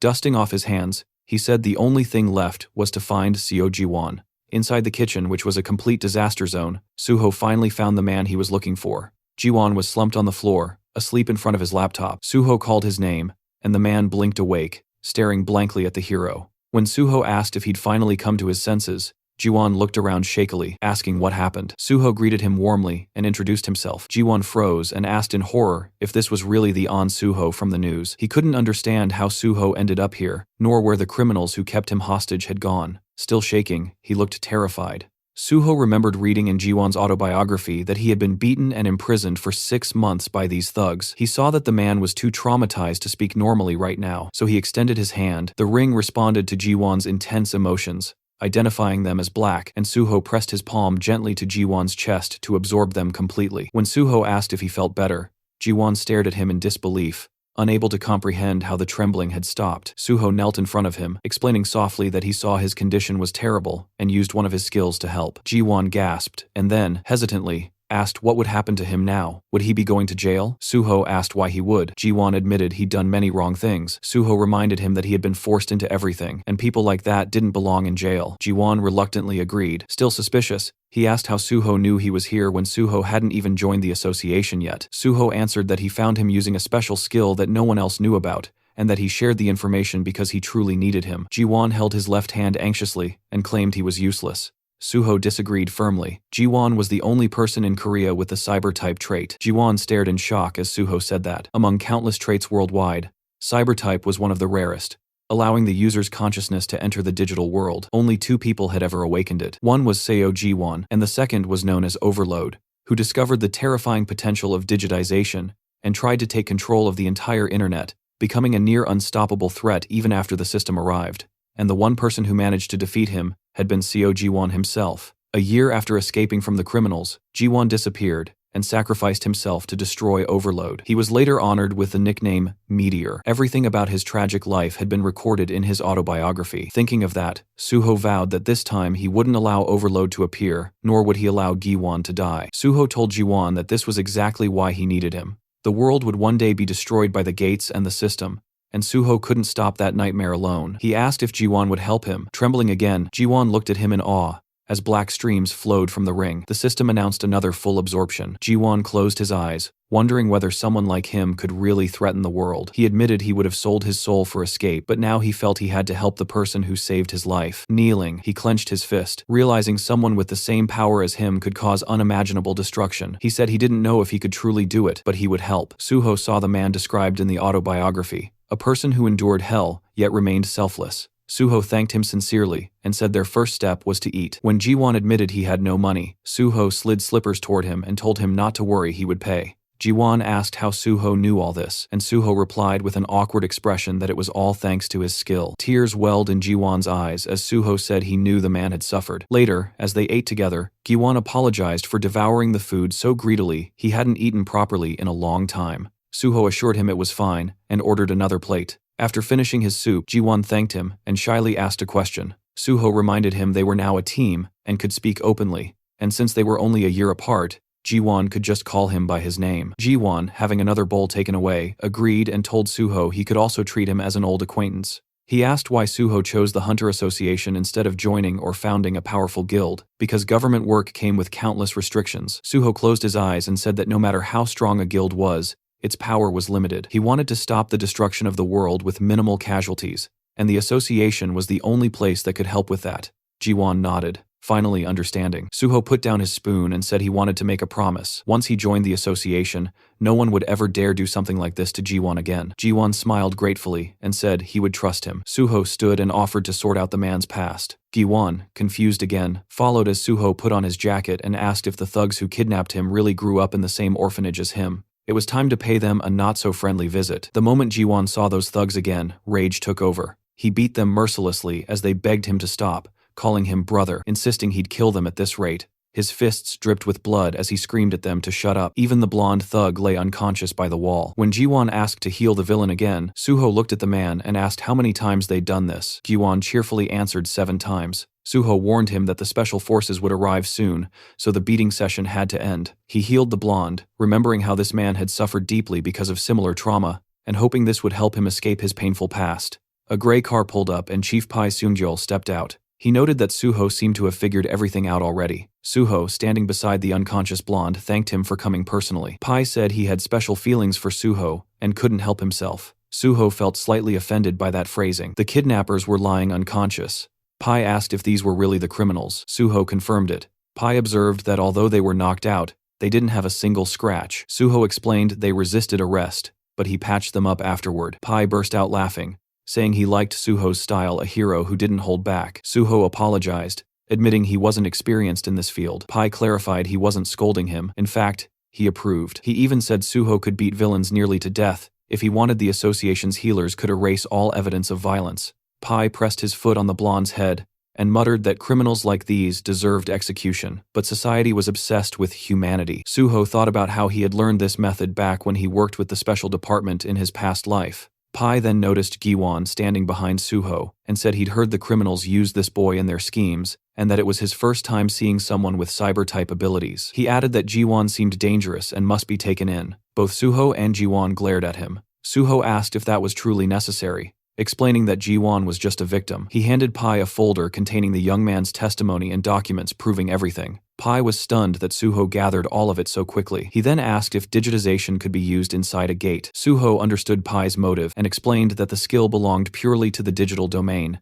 making it useless in gate combat, but valuable in cybersecurity. Pai examined the documents and said that if the ability wasn't useful in combat or support roles, then the special department didn't need him. Suho asked softly not to punish Ji-won. Pai commented that Suho was getting soft taking care of the guy, but after hearing everything, he admitted Ji-won had suffered horribly. Turning to his subordinates, Pai declared that Suho was right, the victim shouldn't be punished. They would close the case and help Ji-won receive compensation. Suho bowed deeply and thanked him. Pai said justice was always his goal. Then he asked how Suho knew about this case. Suho had been waiting for this. Raising his finger, he said Seo Ji-won had sent a digital distress signal using his skill, and Suho checked its validity and organized a rescue. Pai asked if that was truly what happened. Suho thought, of course not, but said nothing. Pai handed the folder to his subordinate, praising Suho for always finding a perfect solution. Suho said it was just luck. Pai replied that luck favored the capable. With a hand on Suho's shoulder, he promised to arrange the special recruitment as agreed. Ji-won finally stepped closer, asking what he should do now. Suho pointed behind him and said that he would be coming with him. Ji-won looked around the apartment in shock, while Suho grabbed a drink from the fridge. The place was luxurious, almost too perfect, and Ji-won couldn't help saying it out loud. Suho casually replied that it wasn't his home, this belonged to Jo Jinwi, the PBS reporter. As he poured the drink into a glass, he mentioned that the owner was currently away on a business trip, so the two of them had the whole place to themselves. Ji-won accepted the glass, nervously asking if the owner wouldn't be angry about bringing someone over without permission. Suho brushed it off, saying it wasn't a big deal, but warned Ji-won not to talk too much. Ji-won slapped his own chest dramatically and promised to stay silent like a fish, then quickly asked what Suho wanted him to do next. Suho lifted the glass to his mouth and clarified. Gi-won had been kidnapped right after hitting level 50 and awakening his ability, right? Gi-won confirmed it. Suho said that meant he would soon have to face overload, and for that, he needed to grow stronger, fast, strong enough to reach a level close to Suho's own, if they wanted to prevent the end of the world together. Shocked, Gi-won asked if that meant he had to clear gates with him,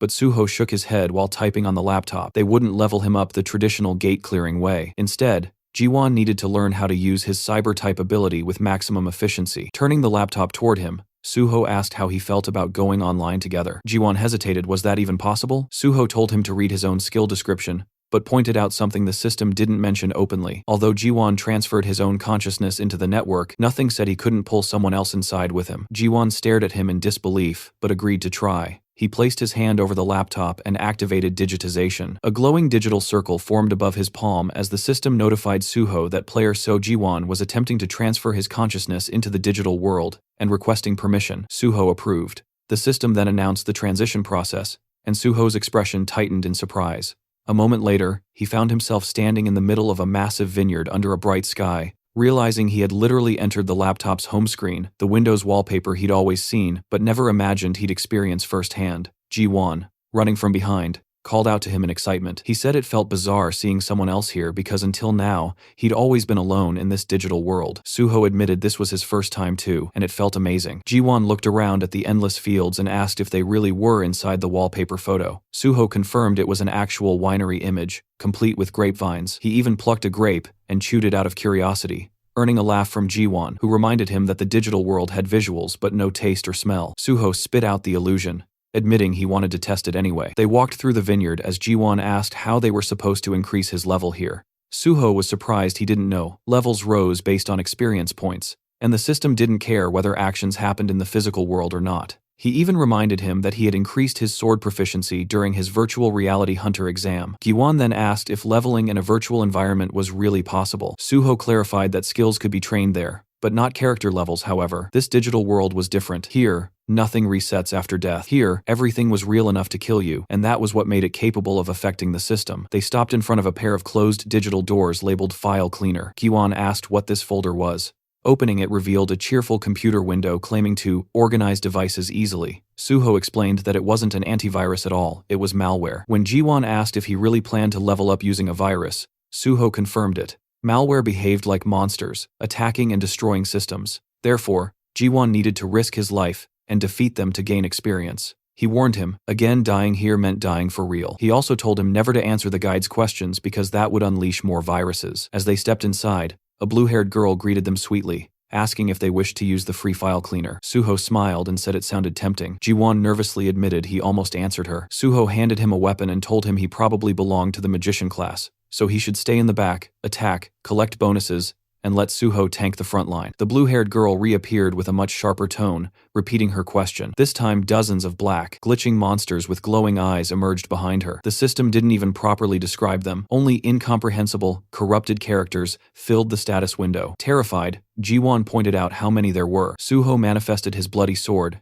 and reassured him that although they were stuck inside, the monsters could not escape through the door. If Jiwon couldn't escape either, he'd die, so he needed to use his magic well. A massive black skull monster lunged forward, but Suho decapitated it instantly. He reminded Jiwon to prepare his spell. A digital circle lit up around Jiwon's hand as he confirmed readiness, and Suho charged into the horde, cutting down wave after wave of corrupted entities. Eventually, after a tense battle, the monsters scattered into pixels as Suho finished them off. Jiwon collapsed onto one knee, exhausted and shaking, admitting he thought he was going to die. Suho told him he was still alive and now level 59. He asked how Jiwon was doing. Jiwon said he had reached level 55. Suho realized the guy was far more talented than expected. With the right guidance, he could work well alongside the Banshee group. He helped Jiwon stand and suggested they log out and rest. Jiwon agreed eagerly. Back in the real world, Suho chugged a Coke on the couch, relieved that there was a safe way to level up without entering actual gates. He then checked the public reaction to the news article about him clearing the swamp of despair. The internet was flooded with admiration, people asking the government to give him a medal, fans wanting souvenirs, and endless praise.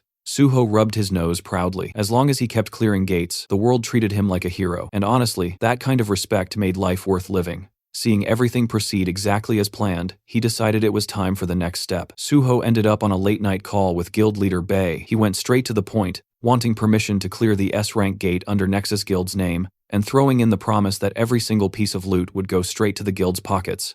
No strings, no conditions, just pure grind value. The gate in a question is this, the infamous Mole Mine, an S-rank dungeon packed with mana stones and crawling with those freaky mole monsters that moved like they were speedrunning through the dark. Suho eyed the place, already picturing how annoying it was going to be so many damn moles that grabbing even one mana stone felt like snatching candy from a nest of feral toddlers. Still, he smirked like this entire death cave was just another warm-up. Clearing it was exactly what he planned to do. On the other end of the call, guild leader Bae was quietly analyzing the situation. If mortality inside the gate spiked, the government could snatch the dungeon away under national safety protocols, which meant having Suho clear it would actually secure Nexus Guild's ownership. The guy genuinely thought Suho's idea was gold. He just didn't understand why the kid sounded so urgent about it. Suho, still lounging, explained that he might join the Korean Hunters Association earlier than expected, which meant he wouldn't be able to finish out his contract properly. So before dipping, he wanted to at least do something worthwhile for the guild. It was his version of paying rent before leaving the apartment. Bae understood, even though a hint of disappointment slipped through. At least Suho told him straight instead of doing some dramatic last-minute announcement, like half the hunters who ditch for the association without warning. Suho added that he'd personally put together a team to fight the moles, so the guild would only need to arrange miners and none of this had to be rushed. The guild leader finally accepted the plan, saying he'd contact Suho once all preparations were done. The next day, Suho was in the lounge of the Nexus Academy, where Dihan greeted him warmly with an outstretched hand. Suho shook his hand, mentioning that it had been a while since they last met, and then told Jiwon, who stood beside him, that this was Kong Daehan, the one who had taken the exam in the same group as him. Rubbing the back of his head, Dihan admitted that he only passed the exam thanks to the advice he received from Suho. They all sat around a table, and Suho asked whether Daehan had managed to join any squad yet. Daehan replied that he was still training, entering gates and gaining experience on his own. Suho looked at him thoughtfully, remembering that usually when a newcomer joins a guild, they're assigned to a squad to build experience and increase their survival rate. Smiling slightly, he asked Daehan if he would like to gain experience in his own squad. He explained that he planned to clear gates soon, and it would be helpful to have him. Daehan reacted in surprise, but quickly said that if Suho was interested in him, then he was ready to assist however needed. He even shouted happily that he was always ready to help. Suho smiled and said they would start right away, causing Daehan to stare at him in disbelief. Inside the simulator, the Banshee squad members were battling a digital copy of Suho. One shouted that they needed to flank from the other side as the fight intensified with cries of effort and pain. Yeonhwa stood with her fist clenched as the ghostly Suho rushed at her. In a single strike, the copy took off her head. The squad staggered in shock while Yeonhwa gritted her teeth, saying that one day she would kill Suho with her own hands. The real Suho, standing behind her, told her she was already doing much better. The squad turned toward him in disbelief, unable to comprehend that the real person had appeared suddenly. Working through the system window, Suho noted that the squad had become gloomy. Yeonhwa complained that they had died at least 100 times, and their morale was suffering. Suho smiled and remarked that judging by their eyes,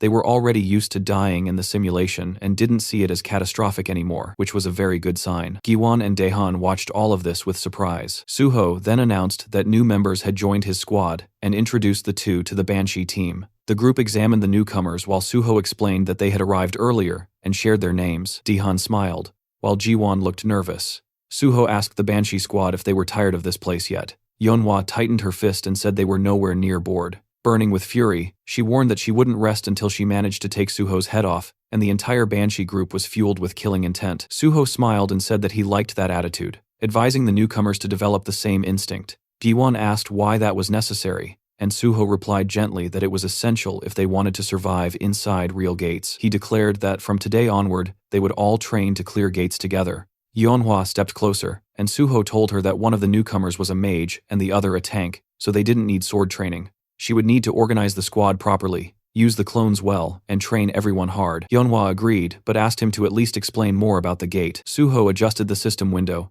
and said that he would have to change the clones' settings, but soon they would understand everything themselves, so they should be ready. When she asked him again about the type of gate, Suho simply said that it would be a very ordinary one. He added that it would be inconvenient to call each other with meaningless shouts in real combat, so they needed proper forms of address. Yeonhwa said she didn't know what to call him, but she would rather die than call him Appa. Suho, still working through the window, said that since they were one team now, she could call him team leader. She accepted that. Suho then said he needed to leave for other matters, and asked them to notify him once preparations were complete. Daehan and Jiwon watched in confusion as the digital Suho pulled a sword out of the ground. When they asked what they should do, Yeonhwa told them they would soon see for themselves. The virtual Suho pointed his sword at them, calling them trash, and asking why they were standing around like ducks. He demanded they attack instead of staring. Daehan was stunned, saying he never imagined Suho acting like that, while Yeonhwa remarked that he was always like this. She warned the newcomers to be ready if they didn't want their heads rolling. Meanwhile, Suho stepped out of a taxi outside. The driver explained that cars were not allowed any farther, so Suho would have to take a walk.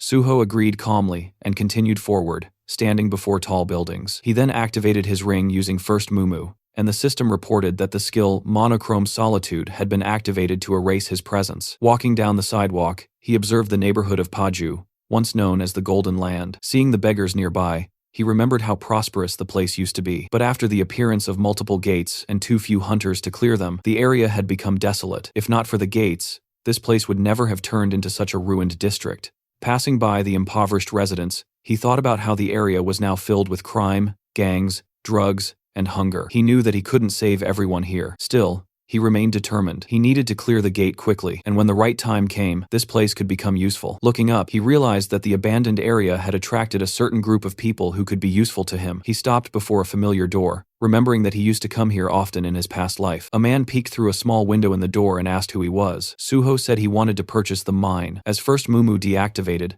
the man immediately recognized him as An Suho. Smiling, Suho confirmed it. The man opened the door and invited him inside, pointing at a sofa. Sitting across from him, the man explained that, although they weren't officially open yet, he already had orders about how to treat Suho. He asked if Suho had ever been to Paju. Suho instead asked whether the man was uncomfortable. The man repeated the question in confusion, and Suho mentioned that he didn't look comfortable in the mask he was wearing. Surprised, the man asked how Suho noticed that. Suho told him not to worry, since they were alone. The man removed the mask, revealing a stunning red-haired woman underneath. She commented that she had expected someone capable of clearing 2 portals alone to have abilities like this. Suho recognized her immediately as Choi Yun, one of the most famous gate brokers in the country. In his past life, he had gained access to many portals through her, but now, at this time, she was barely known. Choi Yun crossed her legs and asked how Suho knew about this place, adding that she found it interesting he used the slang term mine instead of the official term gate. Suho thought to himself that Choi Yun only gained popularity later after joining the Union Korea's largest underground guild. Placing his briefcase on the table, he simply said that he always learned what he wanted to know and suggested they talk about gates. She asked which ones he was looking for. He asked if she had access to the Twisted Forest. Choi Yun stiffened in surprise, and Suho pushed the briefcase toward her, saying he wanted to buy a pass and would be entering alone. She explained that the Twisted Forest had appeared on the market less than 3 days ago, and very few people knew about it. She asked how he even knew she had access to it, and what the price was. Suho answered that explaining such things in the black market wasn't necessary. He reminded her that when dealing with gates, people didn't talk more than needed. There were 2 types of gate deals, buying the gate itself, or buying a one-time entry ticket. Ownership cost far more, but even single entry into a popular gate could be expensive. Choi Yun nervously apologized and said that a one-time entry into the Twisted Forest cost 100 million won, and clearing it alone was extremely difficult.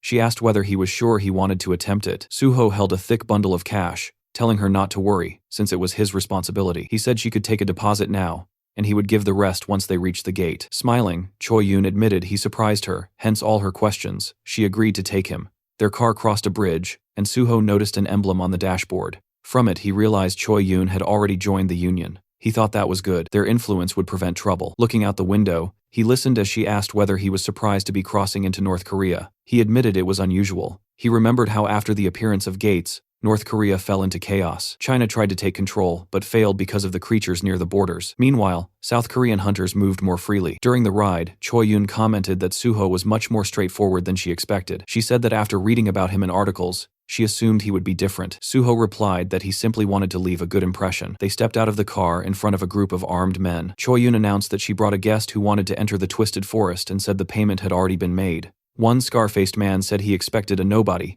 but seeing An Suho surprised him. The girl told him to mind his manners and asked where his boss was. A bald man stepped out of a tent, introducing himself as the leader here, and saying it was an honor to meet Suho. Suho examined him quietly, recognizing him as Bang Duek, also known as the Woodsman, a notorious human trafficker who had once kidnapped people, called them logs, and sold them like merchandise. In his past life, the man had been captured and sentenced to life imprisonment. Suho didn't remember him ever working with the union or owning a gate. They stood before a white vehicle, and Choi Yun asked if they could enter the gate immediately. Bang Duek replied that she could, but a hunter who cleared 2 portals alone shouldn't be allowed in. Confused, she asked why. Bang Duek removed his glasses and claimed that they only sold tickets to people who absolutely couldn't clear the portal. Someone like Suho didn't qualify for the condition though. Suho frowned, thinking that such a justification fit a human trafficker's twisted logic. Choi Yun challenged him, asking if he was trying to raise the price on the spot. She folded her arms, warning that he shouldn't expect her to accept such treatment.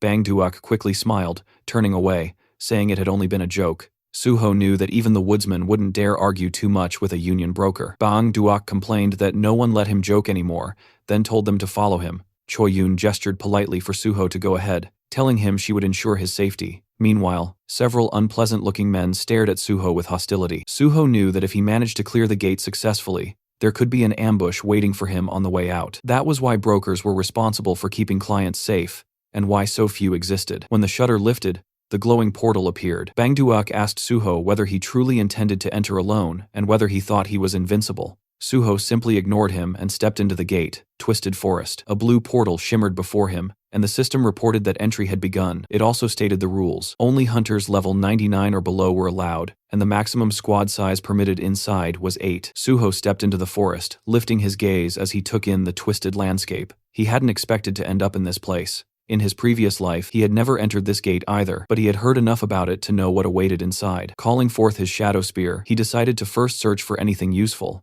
Closing his eyes, he activated magic detection, and purple streams rose upward. A massive yellow eye glared back at him as he realized that the trees themselves were monsters. The system identified them as Twisted Ents, level 93. Suho hurled his spear, striking beside the monster's eye. He considered that using an axe would be ideal, but he didn't have one at the moment. The Ent let out a deafening roar as Suho summoned his bloody sword, thinking that the mole mine boss had been far more troublesome than these creatures. Like with the nameless swordsman, he would need sufficient leveling before defeating something like this easily. He slashed forward, cutting the monster's attack in half as the system reported the activation of decapitation. Holding the weapon tightly, he acknowledged the clear difference 30 levels separated him from the Ent, so it made sense that he couldn't destroy it instantly. He decided to fight using only his skills as a swordsman. His blade left a trail of blood behind it as another roar echoed. Soon he stood over the chopped remains of the monster, his sword trembling slightly. Even defeating a single Ent was difficult, but he could feel that his level was slowly increasing. He pushed forward, thinking that the abundance of monsters made this place excellent for training.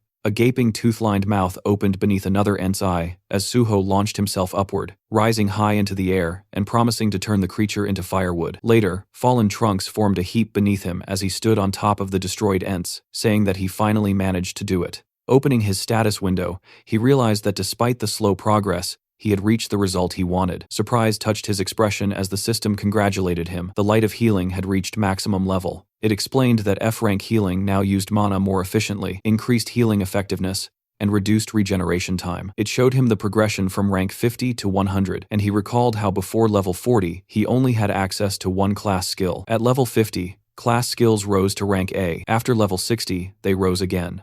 And at level 100, he would be able to change his class entirely. Jumping down from the broken trunks, Suho walked forward with his hands in his pockets, thinking that the boss should be appearing soon. Meanwhile, in the middle of a quiet pond sat a mysterious creature with horns. Its eyes were closed. When they opened, the system identified it as Malayan, ruler of the Twisted Forest, a level 100 monster boss. Suho stopped in front of the horned figure, finally encountering his first one-star monster. He reflected that monsters below level 99 were usually not specially classified, but from level 100 onward, they were given 1 star for each 100 levels. Malayan spoke, saying an uninvited guest had arrived. Suho replied that he himself had been invited to nothing in this world, since the monsters had opened the portals first, yet they dared to call others uninvited. In his eyes, it was almost amusing. Summoning his shadow spear, he said Malayan simply didn't understand anything. The system reported the activation of divine power as he rushed forward, hurling the spear. Malayan caught it with one hand, sensing divine energy and asking if Suho was a servant of the gods. Suho formed a red sphere of blood in his palm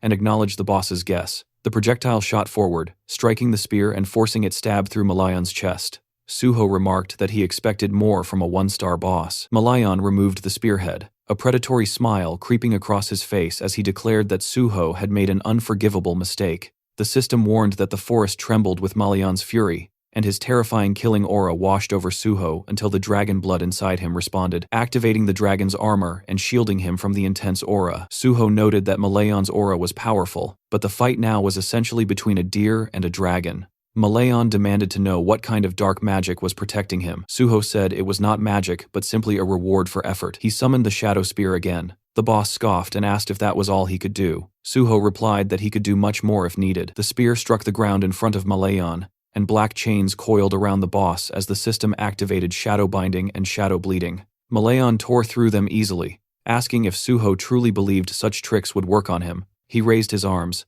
the water around him bubbling as black energy surged upward. Menacing formations rose from the pond. With a confident smile, Malayan urged Suho to feel the difference in their strength. Suho watched calmly and said he was looking forward to it. A powerful strike came at him, which he dodged with ease, responding with blood-enhanced sword attacks. His blade turned crimson as the system activated decapitation. Suho acknowledged that this enemy was indeed tougher than the Ents. He leapt back to avoid a massive root, cutting another one cleanly. Malayan sneered, saying Suho didn't know how to handle a sword. Suho admitted it with a smile, stating that he only needed to wait a moment longer. Malayan studied him, unable to discern his intentions. Suho's slashes continued, and faint red marks began appearing on the roots. Malayan realized Suho had stopped using divine power and couldn't understand the purpose of these weaker attacks. Suho's movements made no sense to him. Malayan spread his arms and prepared another attack, sending multiple roots surging forward. He promised to cut Suho to pieces, but when the attack reached Suho's position, the roots split apart effortlessly. Standing on a stone island, Suho's calm expression contrasted Malayan's shock. Malayan tried to justify it,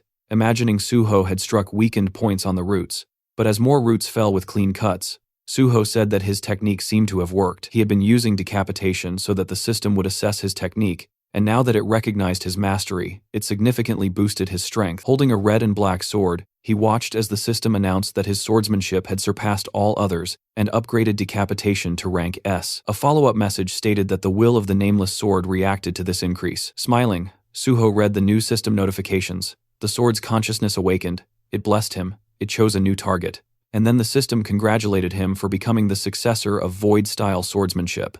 Malayan unleashed another swarm of roots, shouting that Suho could not stop this attack. Suho looked up, struck once, and split the massive root neatly in half. The system identified the technique as the first form of the Void-style / Malayan, enraged, demanded to know what sorcery this was. Suho replied that it was not magic. Holding his bloody sword forward, he said the real fun was only beginning. The system announced that Suho's understanding of swordsmanship surpassed all others and would now be added to the system's database. Suho thought back to when he first created the style, mistakenly believing he had reached the limit. Later, he had realized that there were monsters like the Nameless Swordsman, whose skills exceeded all human abilities. The first technique he learned afterward was Void-style, Steel Cutter, and he had achieved it in this life far faster.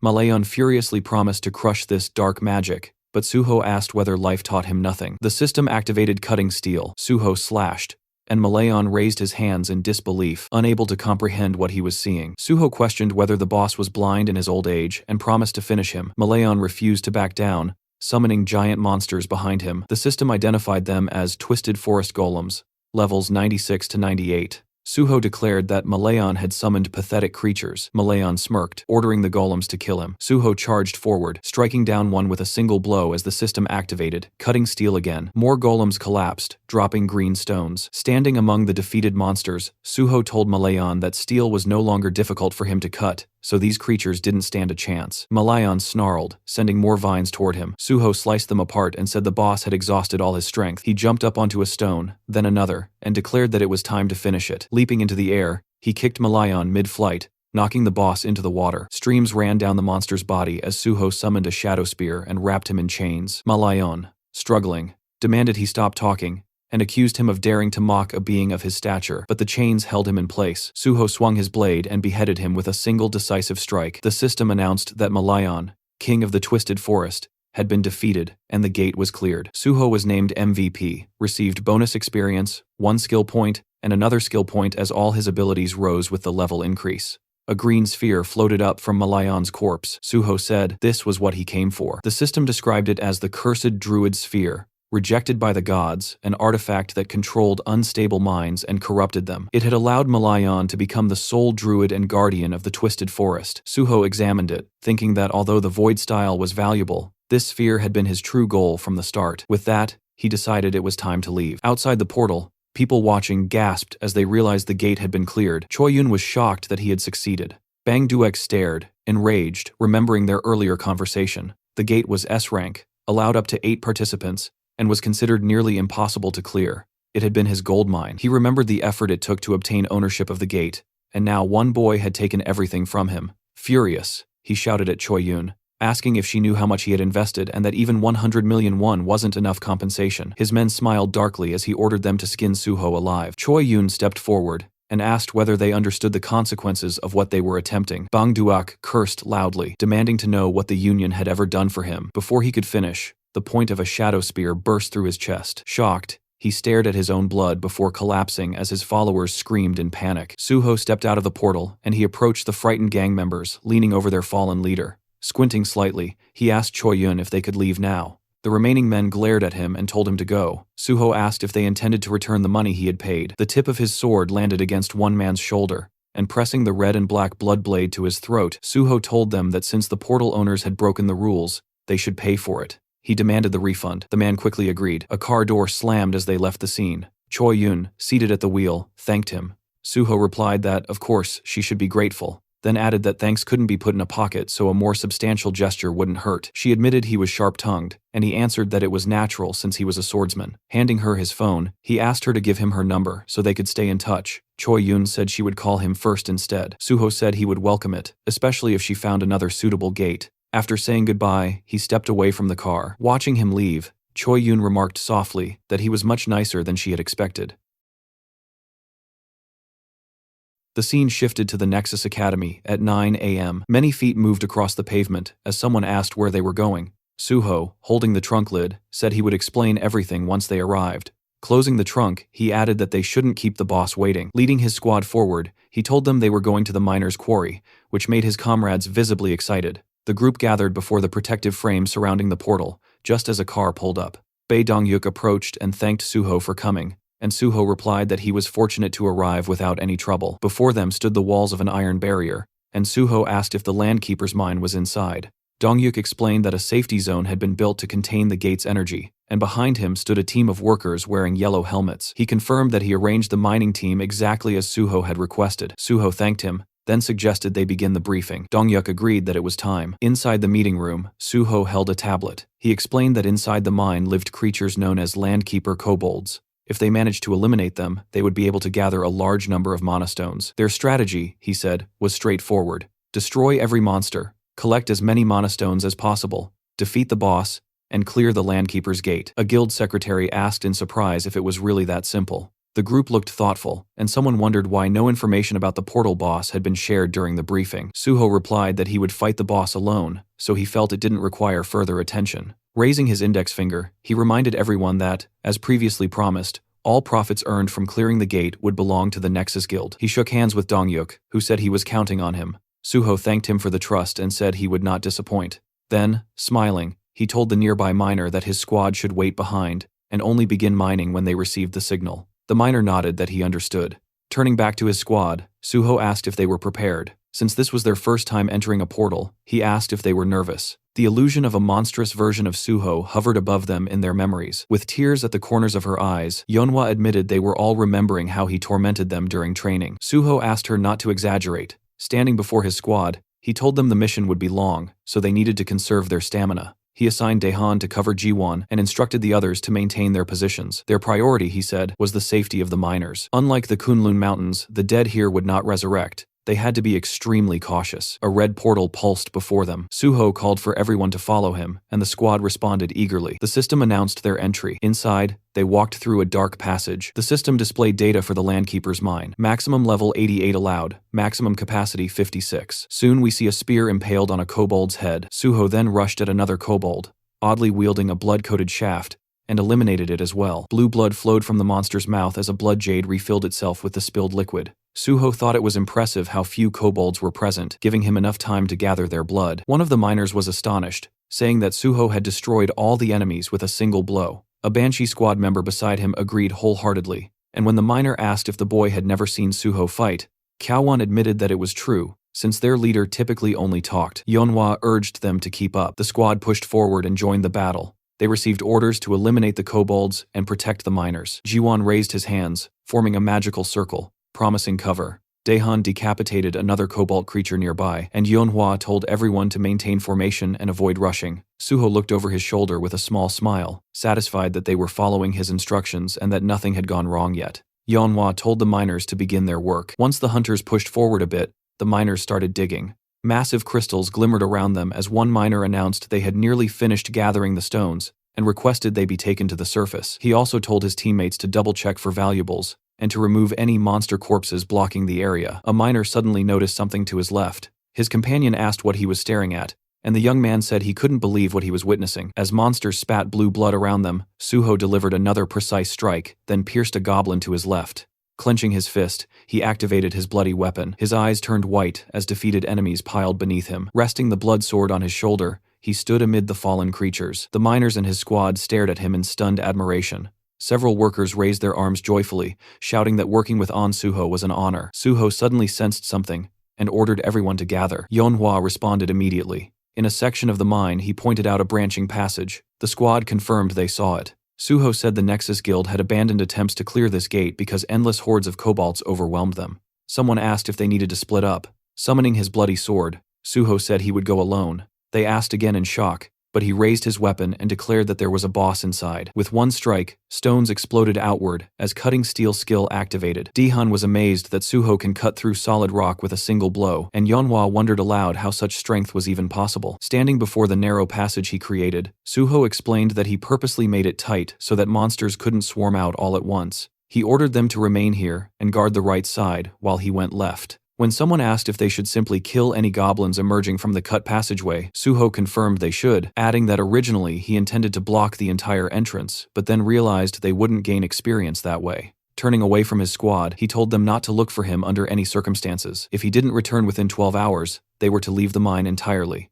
Yeonhwa agreed. Suho thought to himself that he would need all 12 hours to finish what he planned. Turning his head once more, he told them they would meet again soon. Duho muttered that Suho had blocked the entrance and questioned whether the man was sane. Hyunmin said that even though Suho was their leader, going alone would be extremely difficult, and he feared Suho might not manage. Jiwon countered that Suho would be fine, reminding them all that their leader had cleared 2 sealed gates and multiple dangerous portals single-handedly. Yeonhwa smiled, saying they all remembered that, so they simply needed to believe in him and do their part. One of the fighters agreed and said they needed to make sure Suho would be shocked at how much they had improved by the time he returned. The group clenched their fists with determination, ready to demonstrate everything they had learned in training. Large stones lay scattered before him, and Suho said that now nothing was holding him back. Ahead stretched a countless army of kobolds, and he declared that it was finally time to begin. Smiling slightly, he noted that there were indeed an overwhelming number of monsters waiting for him, yet he also remarked that their numbers meant nothing to him. The Landkeeper kobolds snarled as the system identified them as level 72 to 74,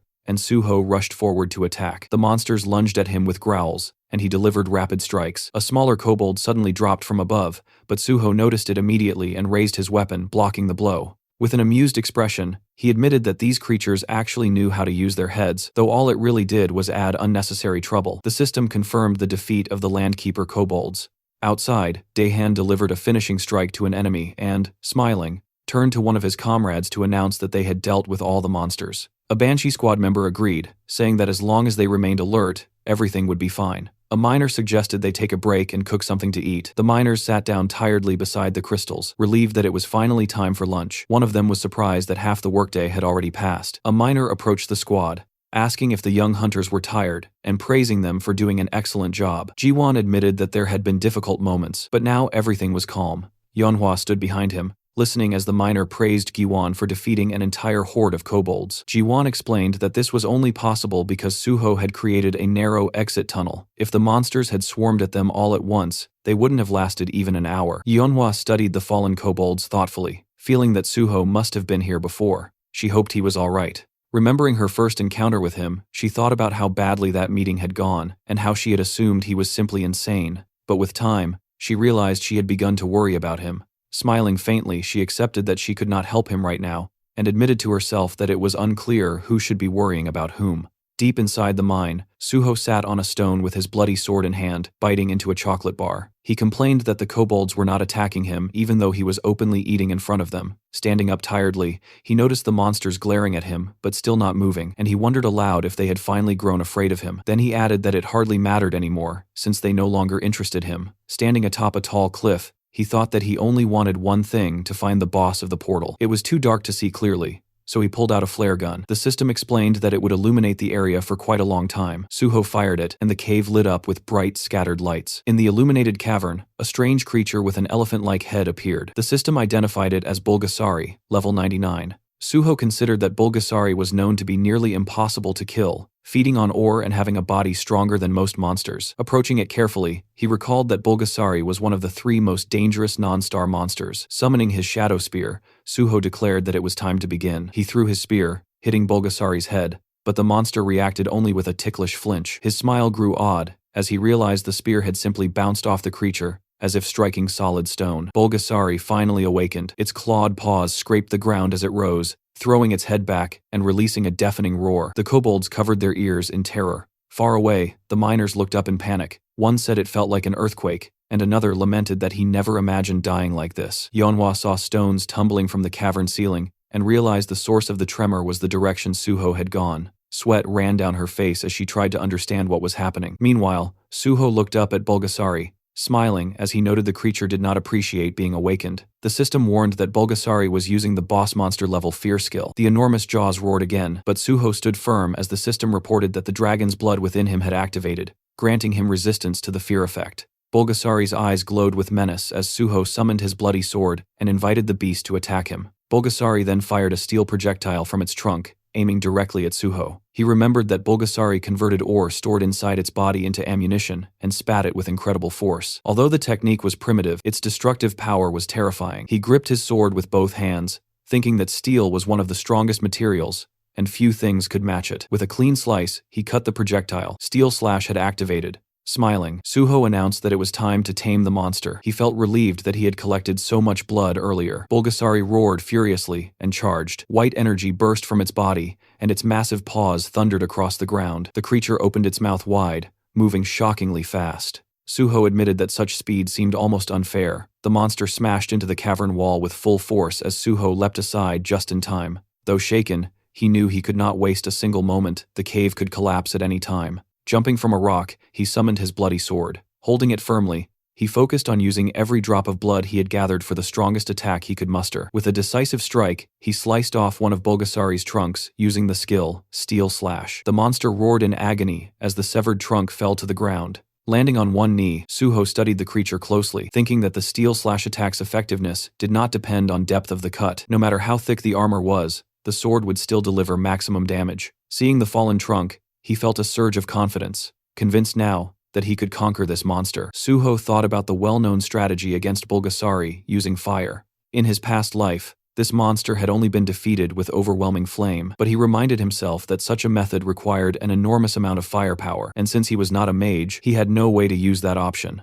Standing with his bloodsword in hand, he understood that this was why he had no choice but to rely solely on his blade. Before him, Bulgasari's enormous paw scraped the ground, the monster growling low and dangerously. Its eye shifted, and Suho noticed a sudden change. A powerful wave of energy surged from the creature, and the system warned that Bulgasari was shrinking its body to activate quick recovery. The stump of the severed trunk pulsed faintly. Suho thought about the creature's regeneration. Once Bulgasari was wounded, it compressed its body and used the minerals it had absorbed to restore itself, which was precisely why the monster was considered immortal, and so notoriously difficult to kill. A small, almost comical appendage began sprouting from the wound as the regeneration took place. Suho smiled and asked whether the monster expected him to simply stand and watch this process. Yellow waves of power spiraled around Bulgasari, and the system reported that the monster was initiating ultra enhancement. A new exoskeleton began forming as the absorbed minerals hardened along its body, giving the beast an even more threatening form. The two opponents faced each other.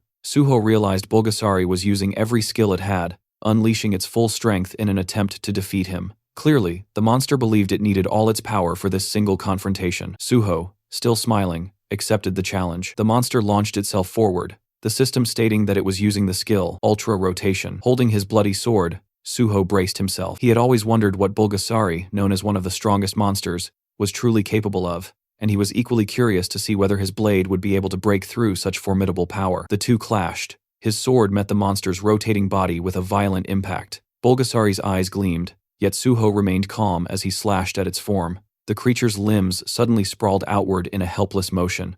Bulgasari growled weakly, looking upward as if trying to understand what had happened. Suho tried to make sense of whether he had already defeated the beast. Raising his sword high, the system announced the activation of Steel Slash. Suho struck with full force, slicing the monster cleanly in half with a single decisive blow. A deafening roar echoed, the monster's remaining eye glowing as Suho pointed a green sphere toward it, declaring that Bulgasari now belonged to him.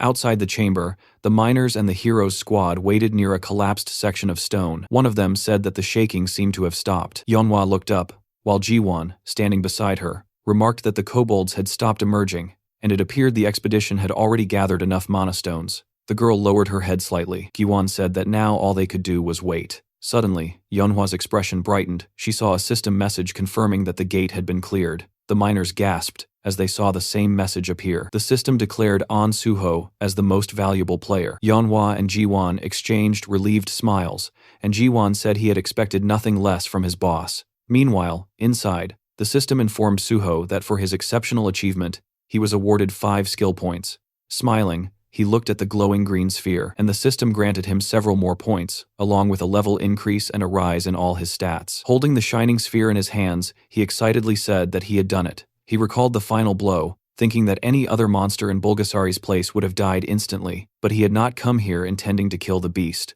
The sphere emitted streams of green energy, as he explained to himself that his only goal had been to tame the monster, using the control sphere he had obtained after defeating Malayan. He threw the green sphere onto the ground. It cracked open, and a tiny elephant-like creature appeared. The system identified it as Bulgasari, level 99, with multiple high-level skills. Suho noted that having traits like Phantom Beast and Species Domination alone would be enough to classify the monster as S-rank, yet this creature possessed both. He knelt before the miniature elephant as the system activated healing. His hand hovered over the creature, whose eyes were closed. Suho gently greeted it, and the little monster responded with an odd sound. Rising to its feet, Bulgasari faced him attentively. Suho told it to listen carefully. Surrounded by enormous crystals, he explained that although the creature's enthusiasm was admirable, they could not return here again, so they needed to gather all the ore in the area. The tiny Bulgasari, ears flapping, looked cheerful. Suho asked if they could begin, and the creature made another series of unusual sounds. Meanwhile, his squad waited at the other end of the mine, confused and increasingly anxious, wondering why their leader was taking so long. Suho now stood inside his impossibly luxurious subspace house, the kind of hidden dimension only very few individuals in the world could ever possess. Surrounded by its vast, quiet expanse, he found himself thinking again about his past life and everything he had learned by living through the world twice. In that old life, the only player who had ever controlled Bulgasari was a person known as Gaia, the Master of Earth. Their fame had risen entirely, because Bulgasari was an overwhelmingly powerful creature. Suho remembered every detail of how Gaia used Bulgasari. The monster was a mythical beast capable of devouring any kind of metal, converting all of it into pure strength, while also storing enormous quantities of minerals within its body, turning itself into a walking mountain of compressed energy. Inside the subspace house, Bulgasari, now nicknamed Bulbul, looked shockingly cuter than its terrifying full-sized form. It resembled a cheerful, metallic-skinned gray hippo as it bounced energetically around the room. Then Bulbul opened its mouth wide and inhaled an entire mound of gleaming magic stones like a living vacuum. Once it had consumed everything, it rolled onto its back and began radiating a deep, powerful glow. Suho watched this with satisfaction, thinking that this little creature was unquestionably the greatest miner in the entire world. He smirked to himself. By now, the Nexus miners outside should have collected their portion exactly as agreed in the contract. Whatever remained inside this subspace belonged solely to him, and he had ensured that. Outside the mine, Daehan, Yeonhwa, Jiwon, and the rest of the team continued to wait near the sealed tunnel. Daehan grew increasingly restless, convinced that Suho had been gone far too long. The miners whispered to each other, assuming that Suho must have defeated the boss, but perhaps suffered injuries during the fight. A few even considered going deeper to check, but Jiwon held firm, insisting that they follow Suho's strict orders. Yeonhwa agreed, even though worry tugged quietly at her thoughts. She reminded everyone that a team without trust in its leader would collapse, and Suho had clearly told them not to enter for at least 12 hours. None of them wanted to break that trust. Suddenly, the stone wall exploded outward in a burst of purple energy. Suho walked out through the smoke, appearing completely calm, as if he had finished a short training session, rather than a life-threatening battle. His squad rushed toward him immediately, demanding to know why he had taken so long. Giwon, especially dramatic, practically jumped in front of him. Suho teased that if they were that worried, they should have come looking for him. The group quickly reminded him that he was the one who forbade them from doing so. Suho's teasing expression softened when he placed a hand on Jiwon's shoulder, acknowledging that the boy had followed his orders loyally. Yeonhwa admitted she was relieved that their trust had not been misplaced, though she still disliked being treated like a child. Suho simply said that they had lived entirely different lives, and that was the undeniable truth. Their darker pasts had shifted completely, and he felt a quiet pride at having changed their future paths. Afterward, Suho thanked the miners and said that it was finally time to leave the cave for good. The group cheered enthusiastically, more than ready to return to the surface. Meanwhile, in his office, guild leader Bae Dongyuk waited anxiously. The longer the silence stretched, the more tightly he clenched his hands. If anything happened to Suho, all responsibility would fall on him, and the Nexus Guild would drown in trouble. Suddenly, someone burst through the door with news announcing An Suho and his entire team had returned safely. Dongyuk hurried out to greet them in relief. Suho confirmed the gate was cleared and requested that the result be officially registered. Later, they gathered in the office to review the collected materials and recorded data. Dongyuk was stunned. Despite Suho's unusually short contract period, the profits were massive. They estimated more than 7.2 billion won in resources, possibly exceeding 10 billion after processing. Suho quietly remembered the raw stones he had claimed for himself in advance and nearly laughed. His personal haul was worth a fortune. To be fair, Dongyuk offered Suho's squad 10% of the gate's entire profit as a bonus. Suho pretended to be surprised, even though inwardly he thought it was too generous. He had already taken enormous amounts home, so demanding anything more would feel greedy. After a polite exchange, they eventually agreed on a balanced reward that satisfied both sides. Once the matter was settled, Suho mentioned something else. He wanted to form a secret raid unit within the Nexus Guild. Since he would soon join the Hunter Association as a government hunter, he would be unable to lead his team officially. He asked Dongyuk to support them quietly and register them within the guild, so they could continue serving as a hidden force behind the scenes. Dongyuk loved the idea and agreed immediately. Suho reflected that only because he had regressed could he build a foundation this solid, avoid the betrayals of his past life, and test each person until they proved to be trustworthy allies. This time, he wanted real companions walking beside him, not opportunists. Later, Suho entered the locker room where his squad was gathered, still buzzing with excitement about the previous mission. Jiwon immediately leaped toward him with his usual overly enthusiastic greeting. Suho gathered them around and shared the news starting today. They were all officially members of Nexus. The team was stunned. Several Banshee members had given up their previous jobs just to follow him, and now they would receive proper pay, clear advancement paths, and official B-rank status with potential for A-rank promotions. Daehan and the others were ecstatic, celebrating like they had just won a grand prize. Right then, Suho's phone rang. It was Chief Pai, calling with even more good news. Suho's special recruitment for the Hunter Association had been approved. Soon, he would formally join, receive a commendation, and begin his government contract. Chief Pai joked that Suho was becoming far too impressive, and Suho responded that he fully intended to keep surprising everyone from here on out. The next day, inside the Nexus lounge room, the entire Banshee squad was deep inside the digital space created through Jiwon's digitization skill. The bright white environment looked futuristic from outside, But inside, the environment was filled with glitch-covered monsters, their red eyes flickering as they crawled out of broken streams of corrupted data. The creatures let out distorted screams as they swarmed the team. Everyone held their positions while Dihan barked commands, keeping the formation from collapsing under the chaos.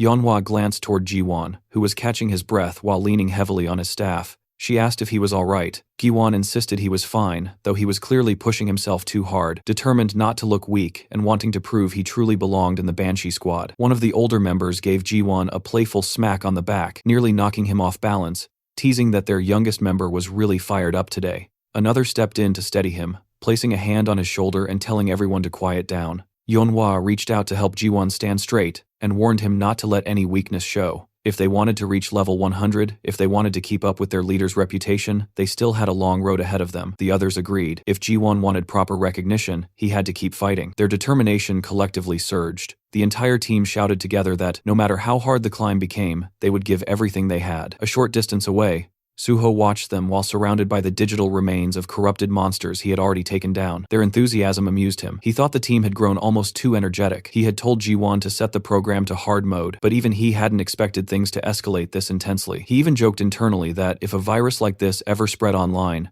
the entire internet would probably collapse. Soon, Suho walked up to Jiwon and asked whether he was holding up. Jiwon tried to appear unfazed, saying he was just taking a break before returning to battle. Suho simply told him they were done for the day and that it was time to log out. Jiwon froze, unable to believe Suho had finished clearing the stage already. The rest of the team, exhausted but irritated, felt like their leader had played a different game entirely. They insisted they were only getting started. Suho quietly smiled. He knew now that they were pushing themselves harder for his sake. He exited the virtual space. Later, in the real world, Suho sat alone inside Angel and Earth Coffee, a calm cafe near the edge of Seoul. He checked his phone and organized his next steps. Since he had just entered the special recruitment program, his free time would shrink quickly. He needed to move fast. His next priority was locating a certain individual. Soon a white car pulled up outside. Choi-yoon stepped out casually and walked inside as if she owned the place. She ordered a strawberry frappe. Suho reminded her that she wasn't really in the position to demand drinks, since he had called her here to repay the favor she owed him. But before she could react,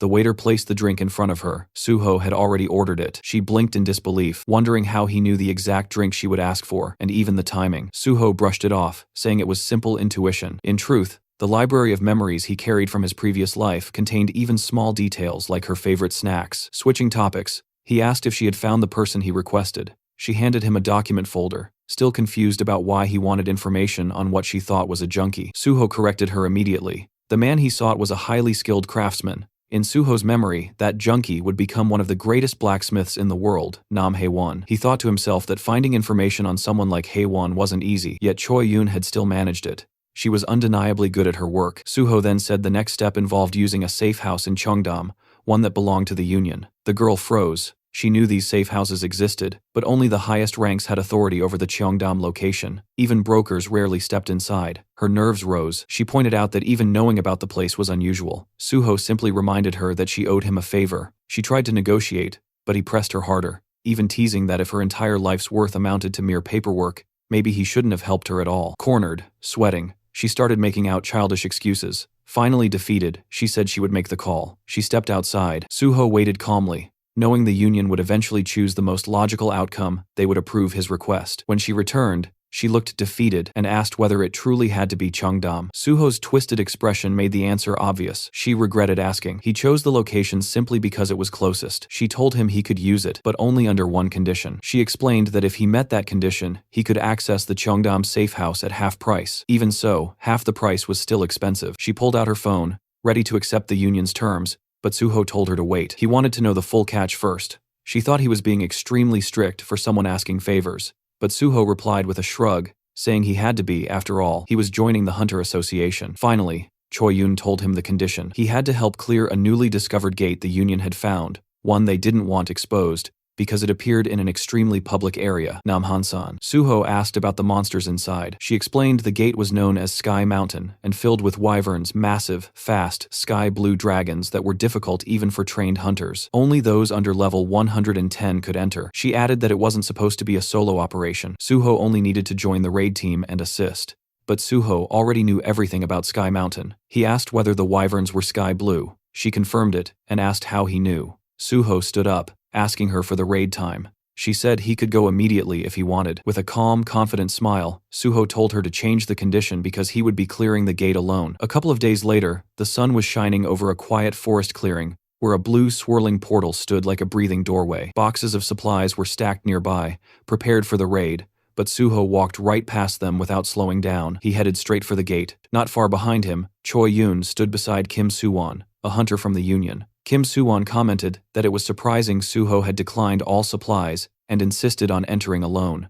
Choi Yoon only shrugged. She believed he had his own plans, and their boss had said that regardless of success or failure, watching Suho would be interesting. She still felt confident he would win. Suho always exceeded expectations in the end. Kim Suwon, meanwhile, remained curious. If An Suho succeeded in soloing this gate, he would become even more of a legend. If he failed, the fall would be dramatic. Either way, he found the situation extremely fascinating. Inside the gate, the system loaded a new environment, Celestial Mountain. The surroundings were rocky, bright, and high above the clouds, with strong winds swirling through the mountain peaks. The system stated that only hunters under level 110 could enter, and the maximum party limit was 31. Yet Suho stood there alone, planning to clear everything by himself. He remembered reading association reports about this place. Officially, it was not classified as extremely dangerous, but the reality was different. Many hunters had failed here, and several had died. With wyverns dominating the sky, the association usually sent mages and archers. Warriors were advised to stay away, since aerial combat was too difficult for them.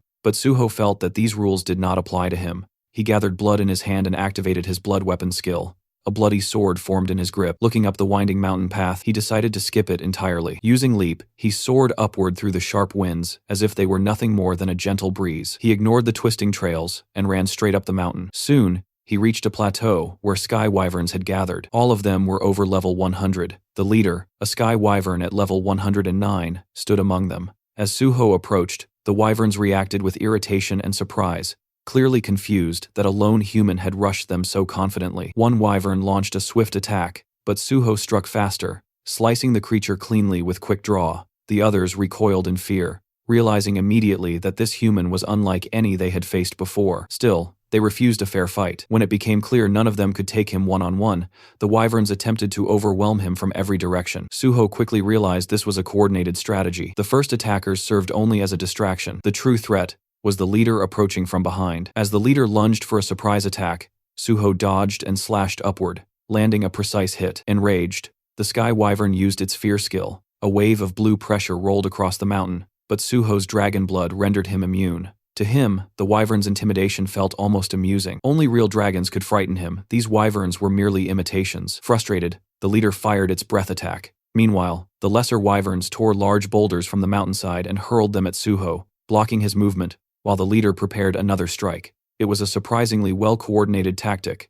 As the rocks crashed down, the leader charged in for the kill. Suho activated Leap again, soaring above the crowded attack. From the air, he used Airstyle's first form Sever and prepared Cutting Steel. He descended like a blade from the sky and cut the leader from head to tail with one clean strike. With the leader defeated, Suho observed its remains and felt that he was finally starting to adapt to his newer techniques. Still, he sensed room for improvement. He continued climbing higher, heading toward the true boss of this gate. But suddenly, the air darkened. A massive monster stepped into view larger than the others, with dark blue scales and a crown of jagged horns. When it roared, the entire mountain trembled. Far above, the Sky Wyvern King announced its presence. Suho assumed the king must have sensed the death of its minions. Now, he stood in the king's domain. Everything before this had merely been a warm-up. As Suho reached the mountain's summit, the sky dimmed as if reacting to the king itself. The giant wyvern landed, blocking the sun. The system reported its level 113. It released a massive roar, accompanied by a wave of dark energy. Once again, Suho resisted effortlessly, thanks to his dragon blood. Although the Wyvern King was intimidating, resembling a true dragon,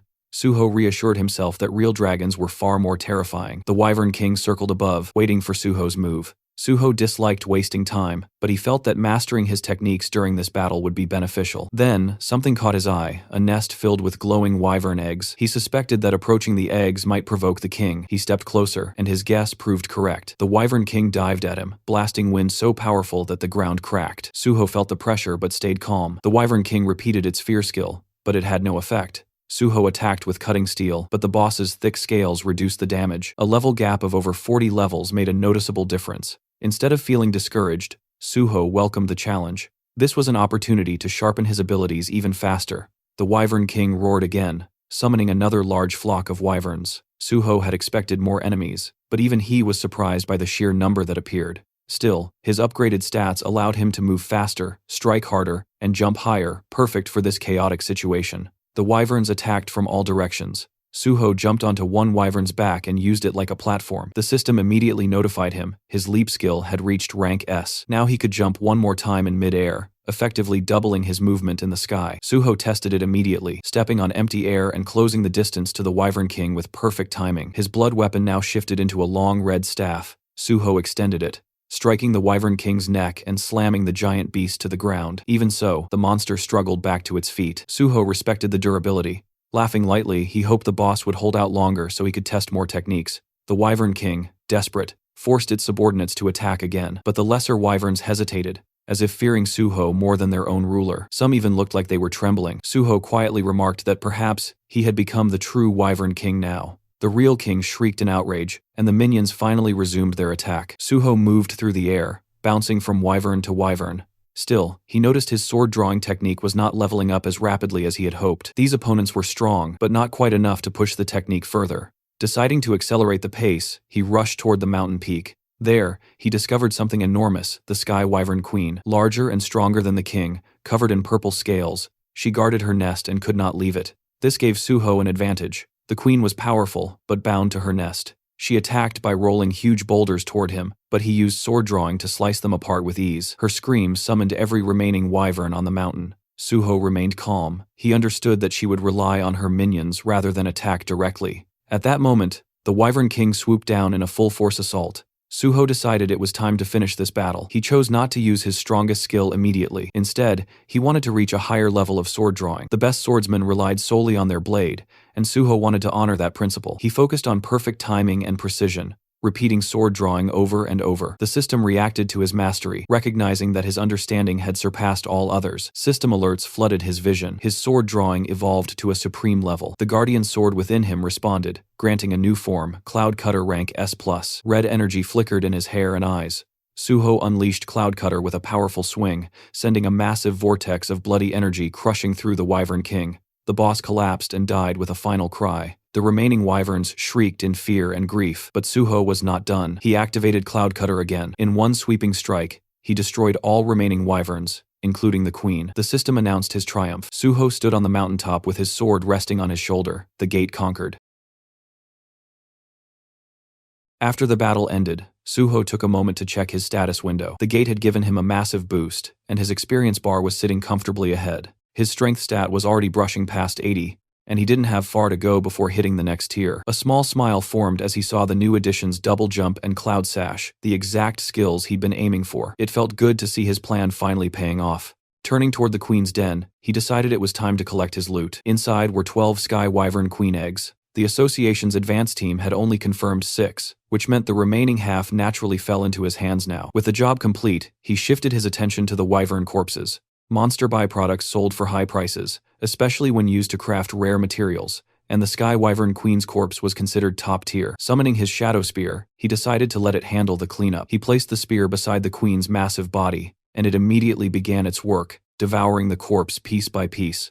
As it absorbed the flesh, the spear's purple energy flared, growing more vicious and alive, upgrading the blade to its next level. Watching the transformation, Suho realized that even a one-star beast could serve as excellent nourishment for the Ghost Blade's shadow devouring. Judging by the spear's state, one more powerful meal should push it further. With that in mind, he directed the spear toward the king's corpse next, letting it feast again. Outside the gate, chaos had already broken out. Someone shouted that the gate reading had been completely deceptive, and people around him stared in disbelief. They finally realized the guy inside wasn't just some healer, he was actually a sword master. Among the crowd, a black-haired man wiped sweat from his forehead, overwhelmed. He knew better than anyone that even with a full raid party, clearing that gate wasn't guaranteed. Yet somehow this man had done it solo, and not as a combat class, but officially as a healer. Choi Yun brushed it off casually, reminding him that she'd already said he would clear it easily. He agreed, but couldn't understand why she looked so excited. She just told him it must be his imagination. Their conversation paused as Suho walked out of the gate. They congratulated him for conquering it solo, the girl cheering first, and the guy echoing her. Suho thanked them and then reached into his inventory, pulling out the wyvern eggs. He placed all 10 Sky Wyvern Queen eggs before them, saying he'd found that many inside. Kim Soo-won stared, stunned by the sheer quantity. Suho calmly insisted he had retrieved every single egg, while keeping quiet about the extra ones he kept for himself. As for the Sky Wyvern King and Queen corpses, he explained that both bodies had fallen to the base of Sky Mountain during the fight, making it impossible to recover them. Of course, hiding the fact that Ghostblade had already devoured them cleanly, leaving no trace. Lowering his voice, Suwon asked if he could pose a question. Suho told him to go ahead. Suwon hesitated, then asked how someone officially registered as a healer was able to wield a sword like that. Did he really fight those wyvern using nothing but swordsmanship and healing abilities? Even with good sword skills, taking down flying monsters with only a blade shouldn't be that simple. Suwon thought Suho, being both swordsman and healer, would have brought arrows, throwing spears, or at least long-range spell scrolls. As a fellow hunter, he was dying to know how the hell Suho managed it. Suho simply smiled, and told him one sword was enough. Suwon stared at him like an amazed fanboy, asking if he really meant he took down all those flying wyverns, including the king and queen, with only that one sword. Suho confirmed it. Suwon practically lit up, thrilled and glowing with admiration, while Choi Yun nudged him, asking if this wasn't the same guy who had been whining earlier. Changing the topic, Suho asked Choi Yun if he had fulfilled all the conditions. Choi Yun happily said he had more than fulfilled them. He'd solo cleared the gate and recovered all 10 eggs. As promised, she guaranteed him free use of the largest unit in the Cheongdam residence, adding that her boss never went back on their word. She then asked when he wanted to start using it. Suho told her he wanted to start today, and also requested access to future reports on items and magic stones. He asked if that was possible. Smiling, she said it absolutely was. He could contact her for anything, from item disposal to money laundering, and she'd provide top-tier service. Suho suddenly pushed a small diary toward her, saying he had one more favor. She told him to go ahead. Inside was a photo of a green-haired man. Suho asked about a patient named Nam Hae-won at the Yeongdong Post Dan Yak Center and said he needed information on him. Flipping through the diary, Choi Yun realized it was the exact file she had retrieved earlier. Confused, she asked what this Hae-won person actually did. Didn't Suho mention he was some kind of technician? Suho opened his car door and asked if he really needed to explain the whole backstory every time he requested a favor. She quickly apologized, saying she slipped again. As he settled into the driver's seat, she complained from outside the car that she felt hurt after everything they did together. Shouldn't they be able to talk more freely by now? Suho calmly replied that she could ask how he was doing, but nothing beyond that. Clasping her hands dramatically, she muttered that he was cold. Then she informed him the Cheongdam residence would be ready in 2 hours, and she'd send the address once everything was set. He told her to also send him Hae-won's information. Checking her phone, she said he was indeed a patient at the Dan Yak Center, and that digging into Junkie's records would take only a few dozen minutes. She scrolled through her contacts and told him she'd get back to him shortly. After some time while driving, Suho received a call from Choi Yun. She told him the Cheongdam residence was ready for immediate use, and she had already gathered all the information on Nam Hae-won and sent it directly to his phone. Suho thanked her for the work, but Choyo still pushed, asking why he was digging into a person who is a drug addict. Suho simply ended the call, refusing to entertain the question any further. He opened the map location she sent. Looking at the screen, he muttered the name Yang Dong-po, realizing this was where the man and deciding he would go recruit him now. Soon after, he arrived in front of a cluster of old, worn-down buildings that looked more like a slum than anything else. Standing before one of the structures, he noted that this must be the house where Nam Hae-won stayed, another semi-basement. He glanced through one of the small windows and noticed the curtains pulled shut from the inside. He pressed the doorbell, only to realize it was broken, so he began pounding on the door, calling out for Nam Hae-won. After a moment with no response, he assumed the guy wasn't home and said he would have to return later. What he didn't know was that inside the room, 3 men were standing over a collapsed Nam Hae-won. The brown-haired thug crouched beside him, asking if Hae-won really had visitors coming by, deciding they should finish the job before anyone saw him. Before he could act, a heavy thud shook the entire door. All 3 thugs froze instantly, startled by the sudden impact. The one responsible, of course, was Suho. As he stepped inside, the tattooed thug demanded to know who he was, but Suho shut the bitch down coldly, saying his identity was none of their business. The tattooed thug tried to swear at him, but before he could get the full insult out, Suho's hand struck across his cheek with a sharp, rapid slap.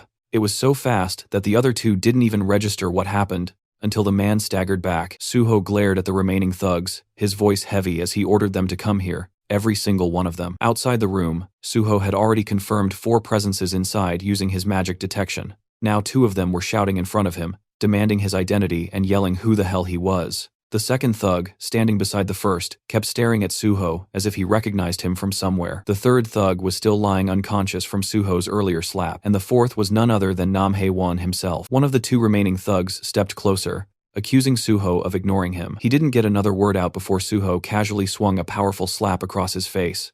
The guy's expression twisted into something both hilarious and tragic as he flew backward and collapsed onto the floor. The last conscious thug witnessed everything, the first slap, the second, and now his second friend, dropping like a broken puppet. He barely had time to react before Suho turned his head and delivered another brutal slap. This one sent him spinning in a full circular motion, crashing far across the room and landing in the most dramatic fall of the three. Suho walked over and checked one of the men's breathing, wondering if he had hit him hard enough to actually kill him. Satisfied that they were still alive, he shifted his attention to Nam Haewon. He lifted Haewon by the shoulder and told him to get up if he was fine. But the moment he got a clear look at the man's face, Suho froze. Haewon's hand was limp and drugged, his expression twisted unnaturally. A syringe lay discarded beside him, and Suho realized what had happened. Those thugs had injected him with something and tormented him afterward. Judging by how stiff his body felt, almost petrified, the injection had been done a while ago. Checking his breathing and physical state, Suho understood quickly that the poison symptoms were serious. He needed to act fast.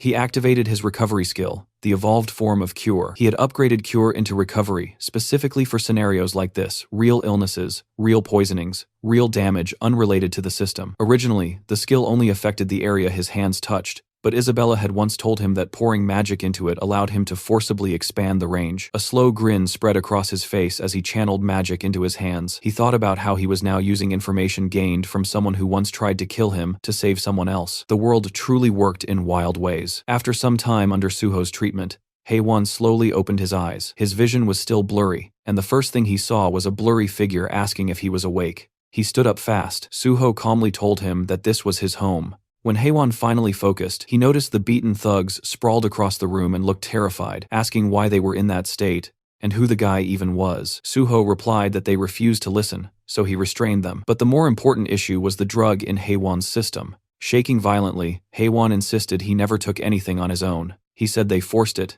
they injected him, and he begged Suho to believe him. Trembling, he repeated that it was the truth. Suho watched him and realized the guy was too agitated to talk properly like this.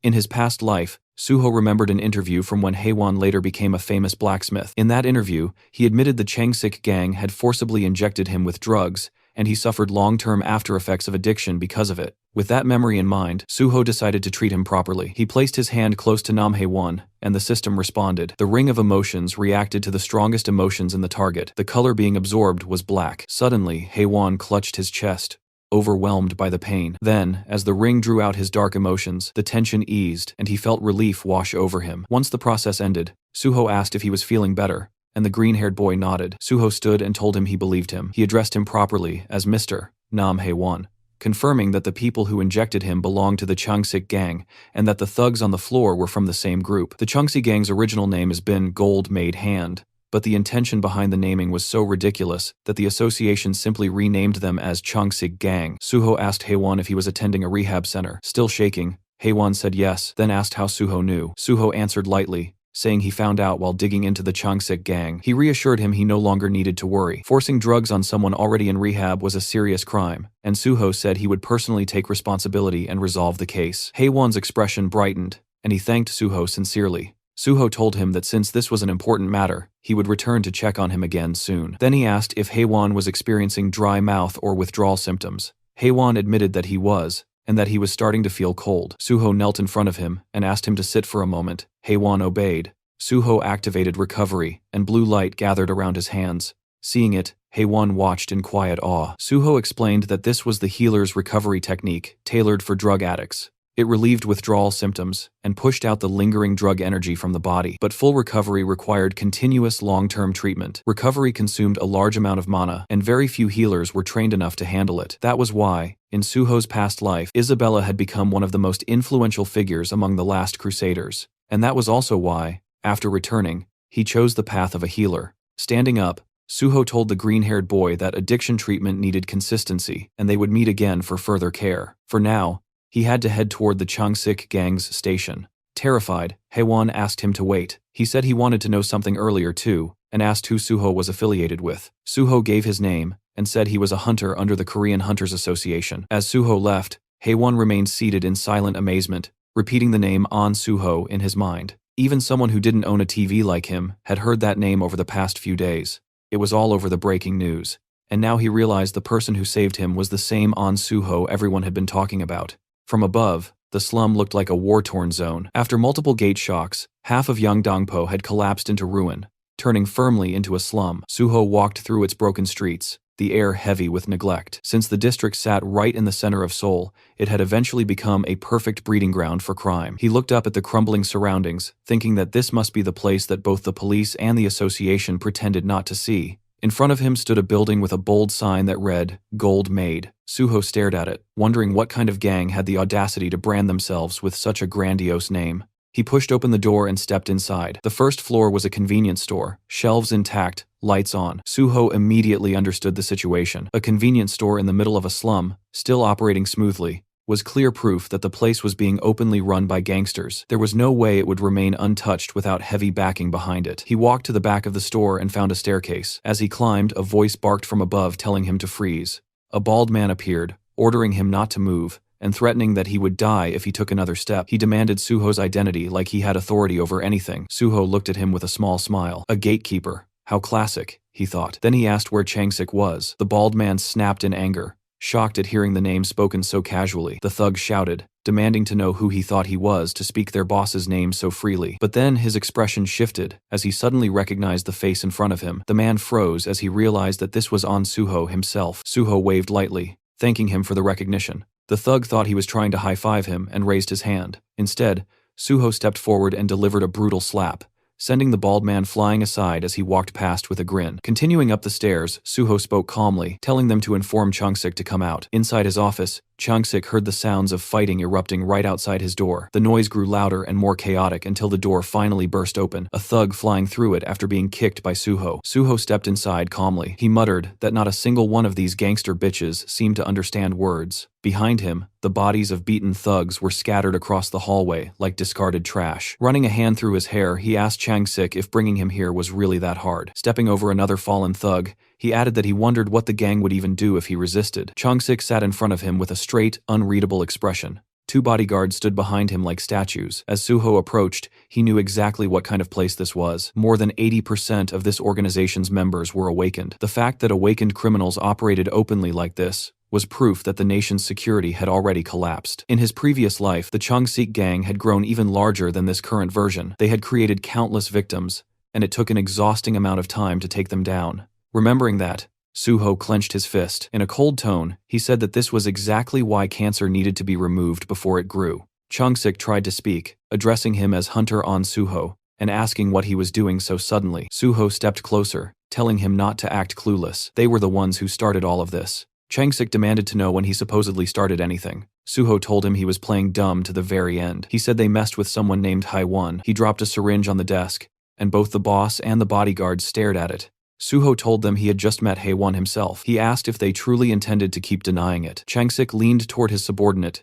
and quietly asked who Haiwon was. The underling whispered the explanation into his ear. Suho raised his leg and slammed it down on the table, breaking the surface clean in half. He said they had turned his closest friend into that state. His eyes glowed red as he asked why they did it. The two bodyguards froze. Changsik kept his expression firm, trying not to show fear. The boss rolled his hand across his face and told the bodyguards to step outside. They hesitated and asked why. He then barked at them to get out. The rest of the guards immediately rushed out of the room, leaving only Suho and Changsik inside. Changsik swallowed and said he believed there was some misunderstanding, suggesting they talk calmly. Suho walked over the broken table with slow steps. He said that every word they spoke only earned them another beating. Changsik, now trembling, warned him that if he touched him, he would call the police. Suho punched him across the face, calling it nonsense. The blow sent Changsik sliding across the floor along with his chair like his ass glued to it. Suho said that hearing the word police come from a gangster boss was hilarious.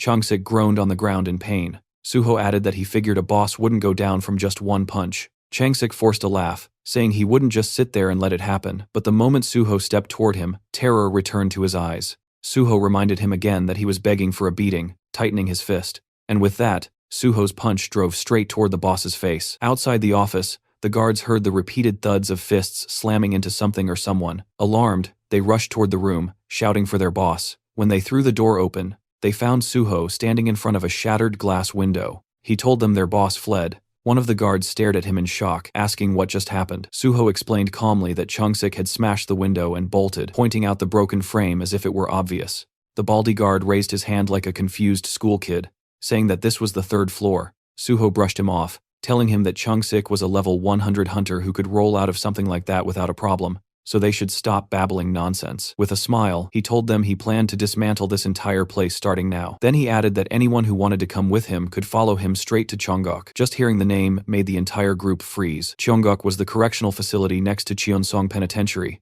While Cheonsong held regular criminals, Cheongok held awakened offenders. Since the whole place was filled with violent awakened criminals, it was practically a hell within hell. A pro version of hell. Only the strong survived there. Its reputation alone was enough to make half-baked punks bitches tremble, exactly like the situation unfolding now. Sweat poured down their faces. Suho reminded them that he had connections to the Great Hunter Association. He told them to run before he tossed them all inside. Otherwise, he would drag them along with Changsik straight to Cheongok. The thugs gritted their teeth in terror, then the next second they bolted at full speed, shouting that they don't know any boss. Watching them scatter, Suho said he expected about that much loyalty from gangsters, calling them vermin, cockroach bastards. He warned them that if even one document disappeared, he would carve them up slowly. He ordered them to leave empty-handed. Once the building was clear, Suho activated his magic detection. A blue magic circle formed beneath his feet. After a moment, it detected something special radiating mana on the 3rd floor, in the corner of the room. Suho approached the spot and uncovered a hidden safe. He called it obvious, saying the bastard must have thought hiding it here would keep it protected. It was a top-tier safe from a famous brand, the kind that only unlocked with the registrant's mana signature. He placed his hand on the reinforced steel. Blue light pulsed across it. With toughness like this, cutting the steel would destroy the contents, so he needed to slice the door off cleanly. Suho summoned Bulgasari. The tiny elephant monster popped out from subspace, standing at attention like a soldier. Suho told him he only wanted the door removed. Bulgasari obeyed instantly, gripping the door with its tiny trunk and ripping it free. As the creature started the safe, Suho praised it, telling it to eat well. Inside the safe, he found cash and gold bars, but none of that mattered to him. What he actually came for was the dark ledger filled with the names of countless victims. The Changsik gang had begun with loan sharking, preying on ordinary people to build power. Later, they recruited hunters and deliberately addicted them to Avasaner 1 drugs to control and extort them. This addiction operation was the backbone of their entire influence. The drug was far more potent than ordinary narcotics, and in the end, no one could resist it. Holding the documents, Suho thought of Nam Haewon. He realized Haewon was one of the rare cases who managed to escape. Without his personal strength, even he would have fallen completely. Suho thought they deserved the Cheongok prison for crimes like this. He promised himself he would make every last one of them feel exactly what their victims felt down to the bone. After the wild fight, Suho brought Nam Haewon back to his small apartment and finished healing him. Haewon kept thanking him over and over, finally able to breathe normally again. Suho told him he would still need time before a full recovery, but at least for now, he was out of danger. Then Suho handed him a folder. Haewon asked what it was, and Suho explained that these were bond documents from the Changsik gang, proof that he had taken down the entire criminal group. Haewon could barely believe what he was hearing. The gold-made hand gang, with all their terrifying influence, was really gone. Suho went on to explain the gang's real method. They kept people trapped in debt with outrageous interest rates, turning their victims into insects caught inside an anthill. Even though Haewon had done everything right and never missed a payment, they forced drugs onto him to ensure he could never escape. Still trembling, Haewon said he had survived only because of his special ability. He explained how he tried to fight addiction, made his own antidotes, and begged for help, but no one, not the police, not the association, cared about what happened to people in these slums. He said everyone on the outside felt like another version of the enemy. Suho understood him. He told Haewon that the reason he joined the Great Hunter Association was not for prestige, but to fix the broken system for people like him. Suho placed a reassuring hand on his shoulder and praised his courage. Overwhelmed, Haewon broke down and thanked him again and again. Then Suho shifted the conversation to something important. It was time for a new proposal and potentially a new ally. He asked if Haewon was ready, and Haewon said he was. Suho explained that he had learned about Haewon's special power, synthesis. With synthesis, Haewon could combine any materials and create a brand new result. The outcome always matched what he intended. That was the core of his extremely overpowered ability. Suho said that while reading the gang's files, he discovered how huge the number of drug victims really was. There were far too many for him to treat alone. But Haewon had already made secret antidotes before, so Suho offered him a real job to create a proper neutralizer to help even more people. He promised top pay, a luxury safe house, and full medical support for Haewon's own addiction recovery. Haewon looked stunned. He thought being healed was already far more than he ever deserved. Now he was being given a chance to help others, live safely, and get paid for it. To him, this felt like something a hero would do. He thought that if a godlike hero existed, Suho must be that person. Haewon said he would do it.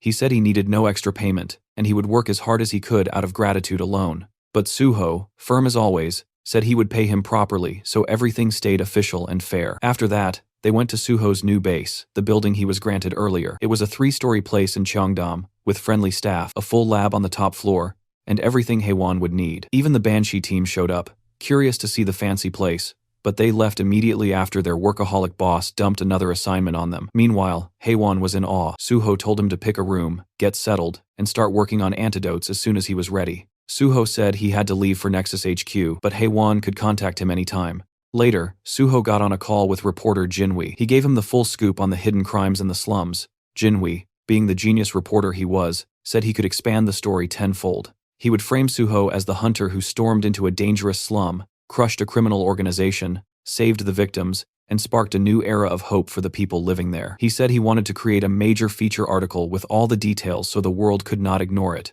Suho believed him completely. Public influence was exactly that reporter's specialty. Afterward, Suho met with guild leader Bai Dong-yuk at Nexus Guild and laid out the plan. Nexus would buy every neutralizer Haewon produced, helping victims all across Korea. The uplifting story would shift Nexus's reputation, turning them into a guild with a genuine hero presence, the kind the world would finally take seriously.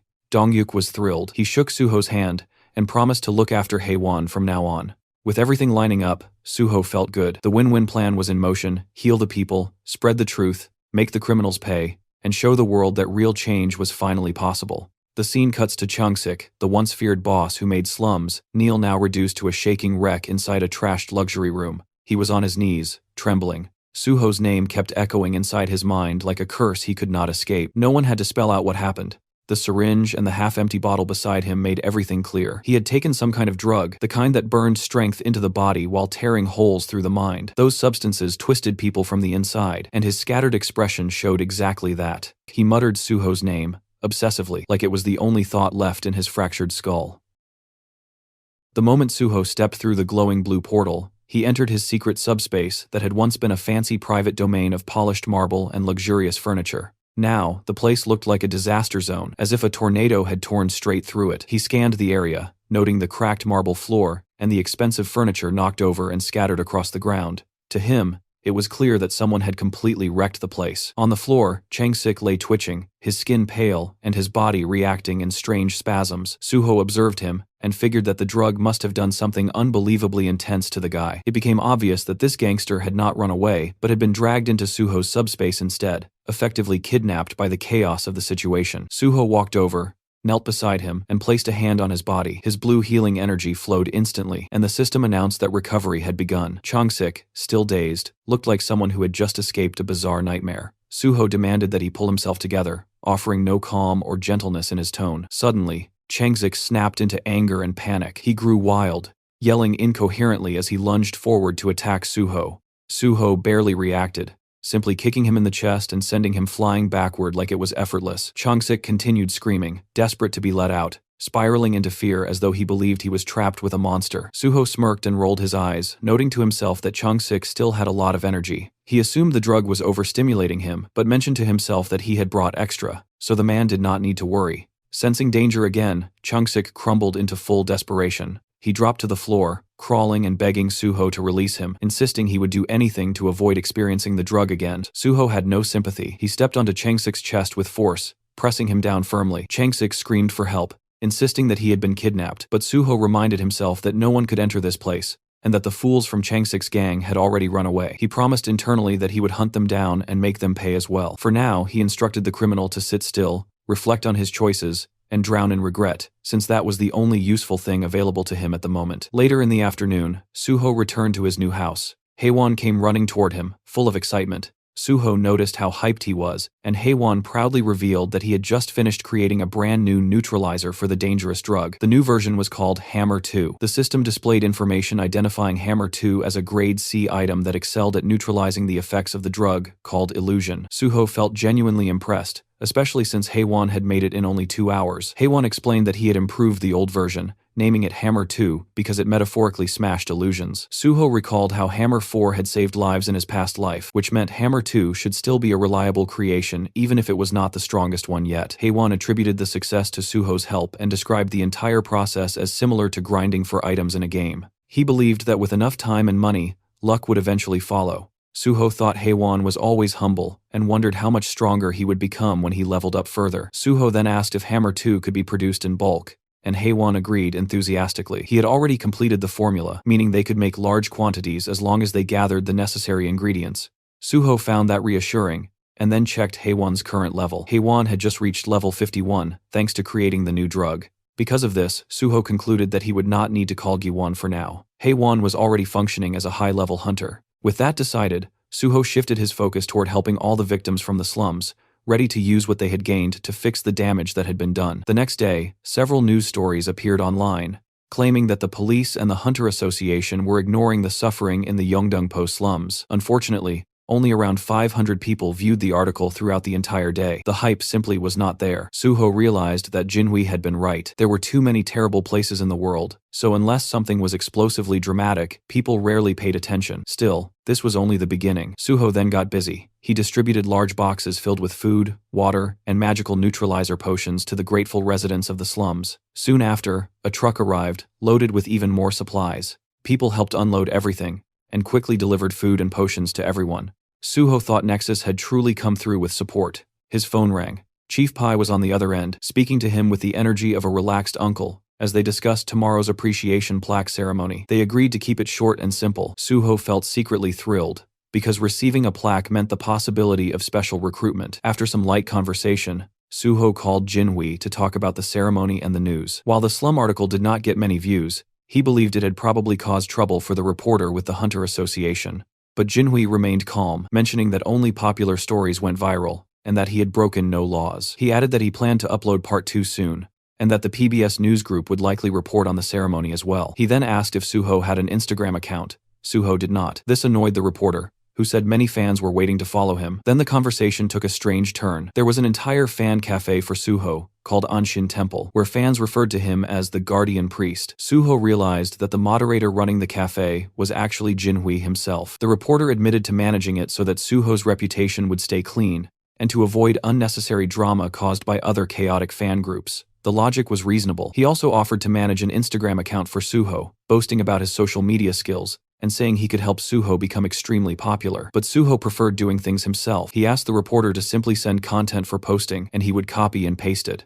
That simple approach made the reporter ridiculously excited. He even suggested that Suho upload selfies and photos for fans, but Suho was not confident about pictures. The reporter advised him to relax and at least make the account. Soon enough, Suho would become an influencer. After the call, Suho made the Instagram account, and immediately his phone began vibrating non-stop with notifications. A huge number of users started following him. Inside the house, Haewon noticed the phone buzzing constantly, but Suho said it was fine. He figured that Jinhui had already started promoting the new account aggressively, so he muted all notifications. Finally, the big day arrived. The appreciation plaque ceremony at the Hunter Association headquarters began. A massive crowd had gathered inside. Reporters, fans, and people holding signs shouted Suho's name, and the title Guardian Priest. Suho had expected a simple ceremony, but the screaming fans and swarming reporters told a very different story. The number of people was overwhelming, forming a sea of excitement. Security guards struggled to control the crowd, begging them to stop pushing and asking them to wait outside. 2 association workers stared in shock, completely stunned by the turnout.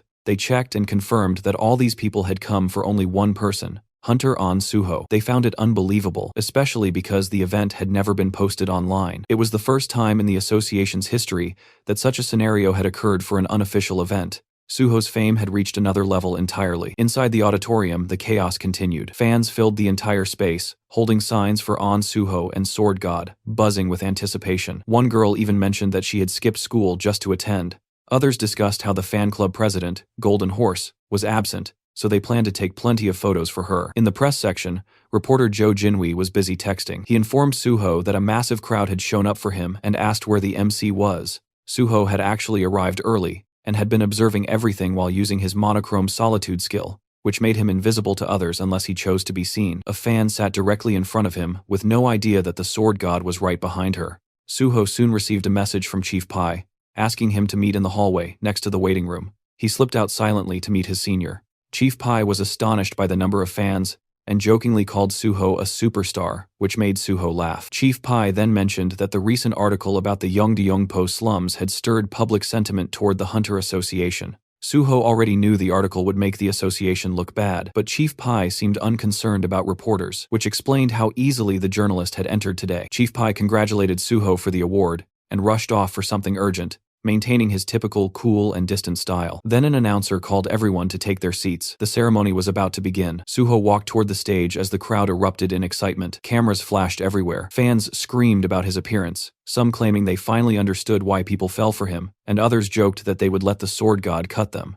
Suho stepped forward and received his appreciation plaque from Association President Young Kyung-won. They posed for photos. The president teased him about being good at posing, and Suho responded politely, giving credit back to the president. Keeping the atmosphere smooth, the president praised Suho's work in Yeongdeungpo and hinted that good news, likely a job offer, was on the way. Suho assumed this meant special recruitment. The president then asked him to speak a few words. Suho thanked everyone and said he had only done what he believed he was supposed to do. He admitted feeling strange about receiving a reward for helping people, but promised to work hard. Fans screamed that they loved him, and he could only laugh and thank them. A short Q&A followed.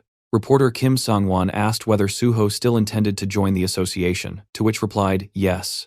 Another reporter mentioned the new Instagram account, and Suho explained that a friend recommended it, so he decided to try it. Someone else noted that he had gained 50,000 followers in a single day, and asked how it felt. Suho said he had turned off notifications and did not know, but he could tell people were interested. Someone asked what his first post would be. Suho said he would probably upload the plaque he received today. Then Jinwi stood up and the room instantly tensed. Staff whispered among themselves, realizing that he was the same reporter who had written the article criticizing the association. President Kyung-hwan grew irritated, believing his staff had made a mistake by letting him in. But the reporter ignored their reactions. He was there to ask real questions. He asked if Suho had seen his article on the Yeongdeungpo slums. Suho had. The reporter then mentioned the criticism that the police and the association were ignoring people who needed help, and asked if Suho was aware of the issue. Suho calmly stated that he was fully aware of it. It was a risky moment, because the room was filled with powerful association members, but the reporter pressed on. He asked if Suho's joining the association would help improve things.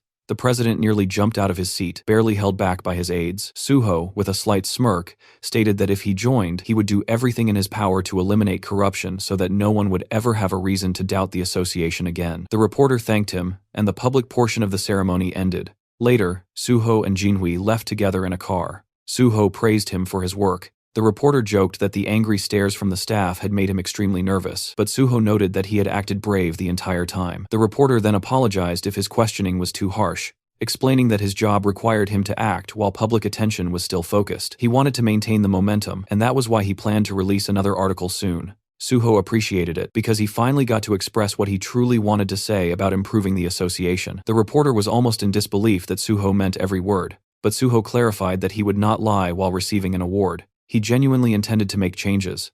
A few days passed, and Suho received his new civil servant ID. He had been officially appointed as a level 5 official, far faster than anyone had expected. At the same time, the entire internet exploded with discussions about Suho's past achievements, especially the incident where he beat violent criminals in the Yeongdeungpo slums. Dozens of online articles appeared, gathering millions of views. People everywhere could not stop talking about him. Some users claimed that Suho was the only cool person in Yeongdeungpo, while others called him a genuine hero. Still, some were jealous and complained that the police or the Hunter Association should have handled the situation instead. A few wondered if Suho was simply doing what Nexus ordered or if he was seeking too much attention. Some online troublemakers jokingly suggested that he might get sued by the criminals he defeated. But the majority agreed that the real losers were the criminals, not the man who stopped them. People argued a lot, but everyone agreed that something massive was happening. Then major headlines appeared everywhere. The news declared that An Suho was joining the Great Hunter Association. Broadcasts repeated it constantly, referring to him as the hero of Yeongdeungpo, and announcing that Swordmaster An Suho had earned a special Grade 5 position. Crowds of fans and reporters waited at the entrance of the association building, screaming his name like he was a celebrity attending a concert rather than a civil servant arriving for work. The shouting did not stop. People wondered what would happen to Nexus now that Suho had moved to the association. Questions came up online about whether he still had a contract with them and whether Nexus would be upset. Inside the Nexus office, the boss, Bae Dong-yuk, remained calm. He mentioned that everyone was talking about them now and that it was time to release an official statement. Nexus sent out multiple news articles wishing An Suho good luck, clarifying that there was no contract issue and explaining that they had never paid Suho any signing bonus. The message was clear. Nexus wanted everyone to know they supported Suho's decision. Elsewhere, two men watched the news and read newspapers, They seemed like hunters. They commented that Nexus was the best guild, while others like Hexagon and Prime cared only about money. They brought up how Hexagon had done terrible things, such as letting a weak hunter die because he did not receive a potion in time, and forcing mages to work until they collapsed. A TV report showed Nexus's guild leader Bae Dong-yuk in an interview. The reporter asked whether Nexus had kicked Suho out due to public pressure, and Bae Dong-yuk denied it. He explained that Suho wanted real field experience before taking his civil service exam, and that joining Nexus had simply been a step along the way. He admitted he was sad to see Suho leave, but said Suho belonged in a role where he could save people, not in a private company. Suho and Nexus were clearly reinforcing each other's public image. Back at the Hunter Association, Suho tried not to sweat under all the attention. The crowd continued screaming while cameras flashed non-stop. He thought about the weight of being watched by so many people. He remembered the advice from Jinhui, who told him to show his face to the fans because they would be disappointed otherwise. Suho admitted to himself that the advice made sense, even though he wanted to maintain a cool, mysterious vibe. This time he wanted control of his own story, instead of letting others direct it. Suho walked into the Hunter Association lobby. Inside, President Kyung-won and Vice President Kyumon were waiting for him. Cameras flashed everywhere, as the president welcomed him with extreme friendliness, calling the day historic, and congratulating him before inviting him inside. They entered the elevator. As soon as the doors closed, the president dropped the formal tone and became more casual. He asked if Suho was doing well and if he knew his schedule. Suho said he was fine but had not been informed of the details yet. The president said that the vice president would explain everything. When the elevator reached the correct floor, the president left, and Suho remained with Vice President Kyumon. Suho found it slightly unusual that the vice president himself would be giving the briefing, but Kyumon simply led him through the hallway to an office where Chief Pai waited alongside Chulman. Kyumon explained that these two would guide him and wished him luck. Chief Pai greeted Suho with a big smile, telling him to sit down. He acted extremely friendly and even asked Chulman to get Suho a drink. Suho found it amusing that two people from different departments would both be training him. Chief Pai told Suho to call him senior in private and only use the title chief in official situations. Suho nodded, recognizing how significant that request was, because Chief Pai was known for being strict about titles and reputation. Then, Chief Pai began testing Suho's knowledge about his new job. Suho explained that he knew about the probation period. Normally, a grade 5 officer would train at the HR center before being assigned to a branch office, but because the Hunter Association was unique, Suho would rotate through all departments for 2 or 3 months each. Every department was eager to take in a superstar like him. Chief Pai assured him that after the training, Suho could join the Special Forces Division. Suho remembered the true promise, which was that he would go to the Special Forces instead of the Gate Management Department. He also understood that with so many eyes on him, he had to follow the official process. Chief Pai then introduced Chulman as Suho's overall supervisor. Each department had its own boss, but Chulman would oversee the bigger picture and answer Suho's questions. After Chief Pai left, Suho realized that the man had only come to issue a silent warning to Chulman, not to steal Suho for his own department. Suho found it a bit petty, but let it go. Chulman then explained the training plan. There were 5 departments: Special Forces, Administration, Awakening, Gate, and Resources. Suho already knew and recited what each department handled. Chulman was impressed but believed Suho had probably memorized it from a document. He informed Suho that his first rotation would be in the Awakening department. As they walked toward the department, Suho noted that this meant he would meet Director Lee Wanek, a member of the president's faction, and someone Suho planned to remove later. Chulman continued explaining that every department would have people monitoring Suho and giving him tests, which meant he had to pass everything thrown his way. Still, Chulman remained confidently positive, insisting Suho would do just fine, keeping the cheerful, supportive attitude he always carried. When they arrived at the Awakening department, Suho immediately thought to himself that he would not need his memory abilities for this part. There was one person here no one could ever forget. Inside the office stood Lee Wanek, looking authoritative behind his desk. He stood up immediately to greet them, calling it an honor to have a national superstar like Suho start his first rotation in the department. He also said he would be the one grading Suho's work, and acted overly friendly. Suho's thoughts drifted to what he knew about this man. Wanek was famous inside the association, and had close ties with the chairman. After leaving for another company, rumors circulated that he was involved in human trafficking, but nothing came to light because Kyung-hwan had covered it up. Suho believed things might turn out differently this time since he now knew the truth about the past. This place needed to be cleaned from top to bottom. Someone knocked on the door, and Wanek identified the visitor as Jun-sung before calling him in. He introduced him as the officer who would help Suho in the Awakening department. The two shook hands politely, and Jun-sung said he had heard a lot about Suho, and felt amazed to work with someone so popular. Suho behaved humbly, but internally he admitted he had no memory of this man. Everyone below team leader was simply called officer, so it made sense. Junsong tried light-hearted joking, even mentioning that he wanted Suho's autograph later. He then encouraged Suho not to stress about the job, pointing out that Suho already had a clear future destination. Suho pretended not to understand, but Junsong clarified that everyone knew he was headed to the Special Forces Division. Suho realized that Chief Pai had not kept anything secret at all, but he did not mind. Having a powerful person supporting him only made life easier, even if it felt a little awkward to be treated like royalty. Then Junsong handed him a thin folder that he described as the department's quick manual. Normally the manual was massive, but they had created a special, simplified version just for Suho. Connections truly changed everything. He explained that the Awakening Department was divided into two major sections, Awakened Affairs and Non-Awakened Affairs, each with its own teams. Suho would first take a theory test, then complete one field training session with each division. He reassured Suho not to worry, since everything had been prepared in advance. He handed him a business card and said to call if anything unusual happened. After he left, Suho sat down and began reading the manual. Even as a summary, it felt like a lot, but Suho did not feel burdened. He had the library of memories, which worked like a cheat system for his brain. The system activated, and all the information flowed into his mind effortlessly. For him, any memory test was trivial. Around 40 minutes later, Junsong returned and said it was time to begin. He expected the test to take at least 30 minutes, because the questions were designed to be difficult and tricky. But once Suho began, his pen flew across the paper like a machine. Junsong stared in disbelief. Suho finished in 10 minutes and handed in the paper calmly. It was the first time anyone had completed the test that fast. While Suho prepared to leave, Junsong tried showing him the cafeteria, but Suho declined, saying he already had lunch plans. Then Suho made a secret phone call to Chulman. He asked if Chulman was busy, and since he was not, Suho suggested they eat lunch together and asked him not to tell anyone. Chulman agreed enthusiastically. Back in Chulman's office, Junsong entered while the supervisor was ending his phone call. He informed him that Suho had finished the theory test. Chulman was surprised it was already over, but Junsong insisted it was true. They examined the test together and put it into the grading machine with nervous anticipation. The machine displayed a perfect score of 100. Thinking it might be a malfunction,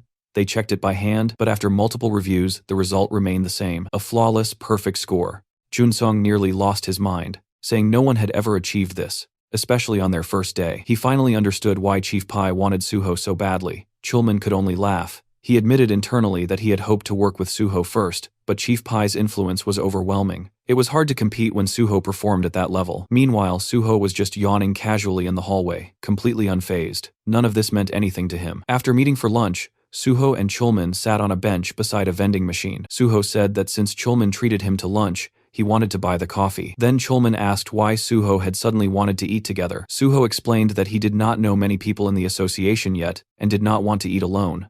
Chulman was the only person he knew well. Chulman joked that if Chief Pai heard that, he would feel a bit hurt, but Suho said he simply wanted a comfortable place to eat, so it could not be helped. After a quiet, comfortable pause, Chulman congratulated him on his perfect score from the morning. He explained that he had graded it immediately, because Junsong kept pestering him. He joked that Suho was insane. He could fight. He entered the association as a special grade 5, and now he turned out to be extremely smart as well. To him, Suho felt like the main character of a story. Suho said it was thanks to the people around him and that he had seen similar tests before. Chulman teased him that too much modesty annoyed others, so Suho laughed and admitted openly that he was amazing. For the first time in a long while, he smiled sincerely. It felt refreshing. Since restarting his life, it felt like he was constantly doing homework, but sitting here drinking coffee with someone he used to be close to brought back memories of simpler days. He remembered when he had almost died from poisoning and thought it was over, but now he promised himself never to fall like that again. He intended to overcome every disaster and reclaim a peaceful life. Suho then asked if Chulman had any tips about working in both the Awakening and Non-Awakening divisions. Chulman began explaining. He asked if Suho knew what the Awakening division did. Suho said, yes, they manage both awakened and non-awakened individuals.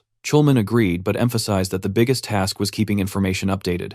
No one could see an awakened person's status window except the person themselves. They had to personally come in and update their information. If they ignored the deadline, they received fines and eventually jail time after repeated warnings. There was even a specific term for these cases: malignant non-updaters. Managing those troublemakers was their primary job. He continued, explaining that awakened individuals were like superheroes. Some were so durable that bullets could not harm them. Others could disappear as if they had never existed. Every country needed their data updated regularly. It might sound like the association treated them as potential walking disasters, but there was currently no better method.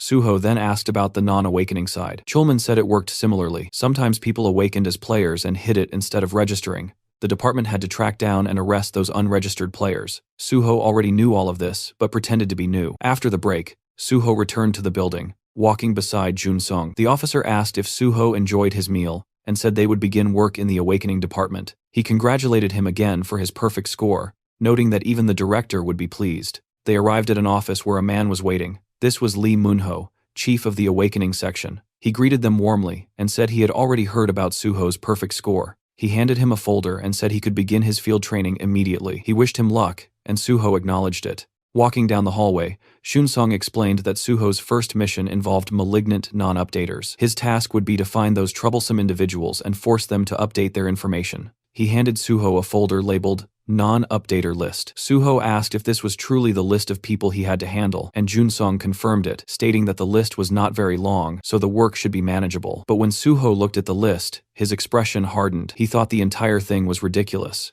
Every name belonged to someone notoriously dangerous, individuals known for giving even the awakening section a difficult time. He wondered if this was another hidden test from Chief Pai, who loved testing his subordinates endlessly. Still, Suho decided he was ready for whatever came next. He would take down every person on the list either way. Since Jun-sung worked at a desk and not in the field, he introduced Suho to a new mentor, Han Ho-sung, a grade 7 field officer, who Jun-sung introduced as a veteran at catching non-updaters. Then Jun-sung slipped out of the room, leaving the two alone. Suho introduced himself while Ho-sung leaned back casually against a desk, looking relaxed. He suggested that they check the list first. When he saw the names, he let out a deep sigh. The association had told him to treat Suho like a VIP, yet they handed him this insane list. It was filled with legendary troublemakers who had vanished or were considered impossible to catch. Ho-sung guessed that the association wanted Suho to look like a hero because everyone was watching. He asked if Suho already knew how to use the stat scanner and the necessary tools. Suho did, so Ho-sung said no extra training was needed.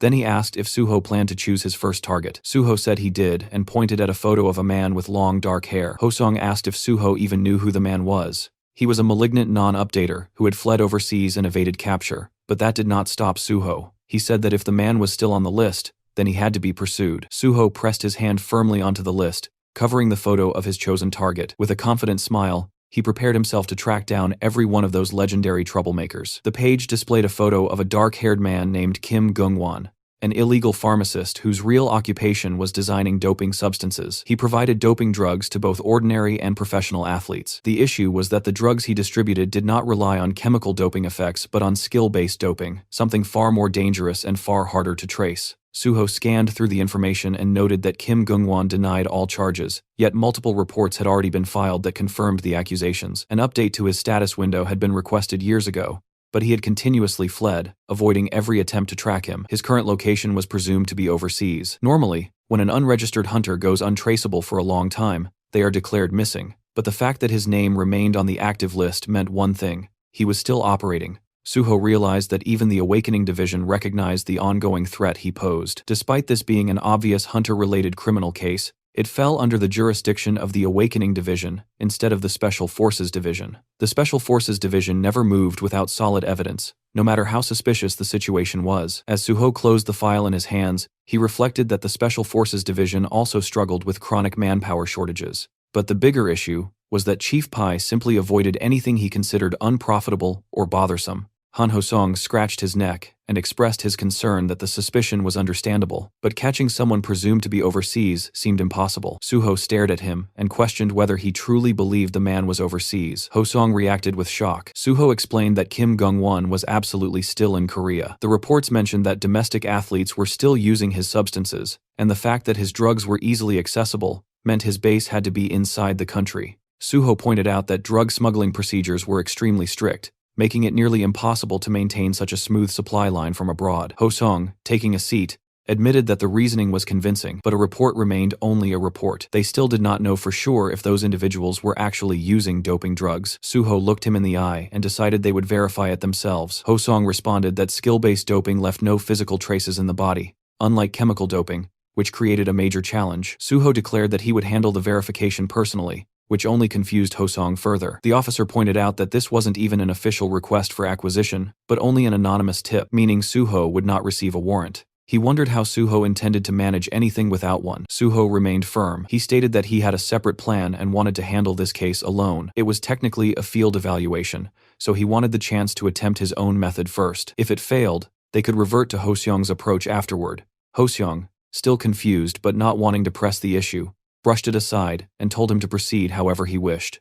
Suho bowed slightly, thanking him for trusting him. Ho-seong added that he could contact him any time if he needed help. With that, Suho left the office, ready to execute his plan. Ho-seong, leaning on his chair, thought to himself that he had no idea what kind of plan Suho was relying on, but he assumed Suho would learn the hard way. Tracking a fugitive, unregistered hunter was nothing like what Suho had done before, and the reality of it would hit him soon enough. As Suho stepped outside, he pulled out his phone and contacted Nexus Academy. He informed them that he was heading there immediately, and that he needed something done. After some time, Ji-won appeared, laughing and commenting that the request seemed easy enough. Inside the Nexus Academy lounge, Suho and Ji-won sat together while Ji-won confirmed that all he had to do was locate Kim Gung-won. Suho verified it. Ji-won studied the file and concluded that if they followed the numbers listed in the reports, they would eventually trace Kim Gung-won's phone. Once they found the phone, they would have his location, and Suho could take him down from there. Suho watched him and felt certain he had made the right decision by coming to him.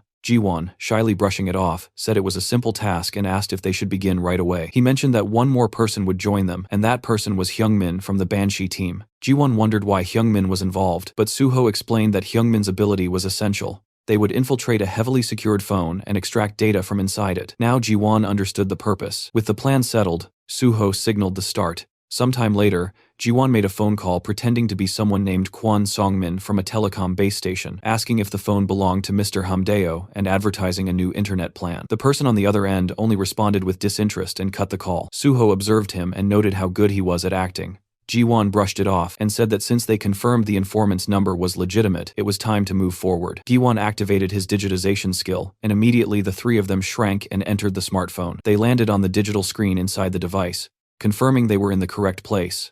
Ji-won explained that all they needed to do was find traces of contact or trade records with a drug dealer, and searching text messages or messenger apps would make it quick. They spotted a Telegram icon, recalling that Telegram was commonly used for such illegal trades, so they started there. When Ji-won approached the icon and tried to access it, he realized it was locked, which made him tense. Suho looked at Hyungmin and indicated that he would handle it. Ji-won grew confused and warned that firewalls like this were not easy to break. Suho explained that Ji-won did not know Hyungmin's personal skill. Hyungmin had the ability to create a special doorway capable of bypassing any barrier. His skill was called portal creation. Hyungmin raised his hands as a blue orb formed, and suddenly a door appeared in front of him. Suho understood in that moment that apps like Telegram would normally alert users of hacking attempts, but Hyungmin's ability did not attack the firewall. It created an entrance through it, leaving no trace. It reminded Suho how the Banshee team had carried out terror strikes with precision thanks to Hyungmin. Meanwhile, Ji-won thought about his past struggles, remembering the time he dealt with firewalls through manual labor and sheer effort. Suho,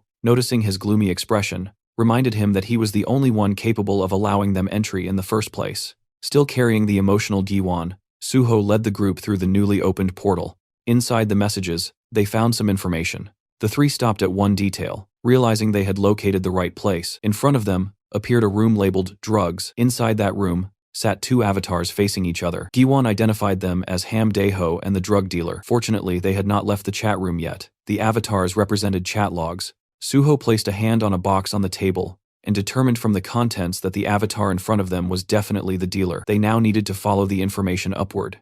Ji-won confirmed that the door behind the dealer's avatar led into the dealer's own Telegram account. Once they went through it, they found multiple doors, each representing different transactions the dealer had completed. Ji-won was amazed that the chat rooms visualized as an entire building showed how many people had communicated with the dealer. Suho studied it and said it was time to send every one of them back to prison. They then began tracking the top of the chain. Suho instructed them to search every chat and collect phone numbers and call records. Eventually, Suho and Ji-won found a particular number. Ji-won identified it as the supplier. If they followed it, they would reach the source. The trio repeated the same process for a while, searching for more intels. After hours of searching, they walked out of another digital doorway, feeling exhausted. Suho wondered aloud how many layers of subcontracting existed. Hyungmin, drained, guessed they were being extra cautious given the nature of their business.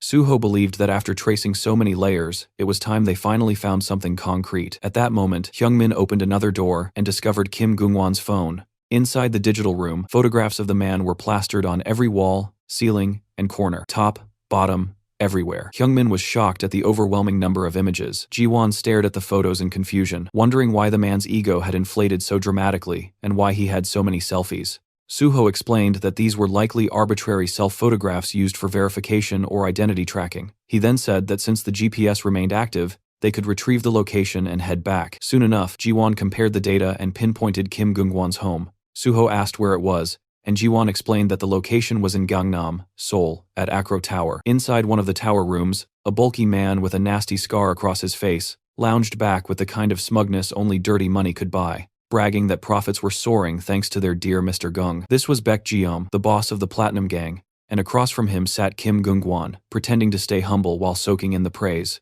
He claimed his results were always great because of Baek, then casually brought up whether the police were fully handled. Baek confirmed without hesitation, saying every layer of law enforcement, from cops to prosecutors to even the Hunter Association, had already been bribed, and none of them could be touched. Right then, the lights flickered out and the whole room dipped into darkness. Everyone automatically glanced upward. Gungwon muttered about a power outage while Baek Jeom quietly assumed the same. Gungwon complained that this wasn't some cheap building, and there was no gate rupture happening, so the power cutting out made no sense.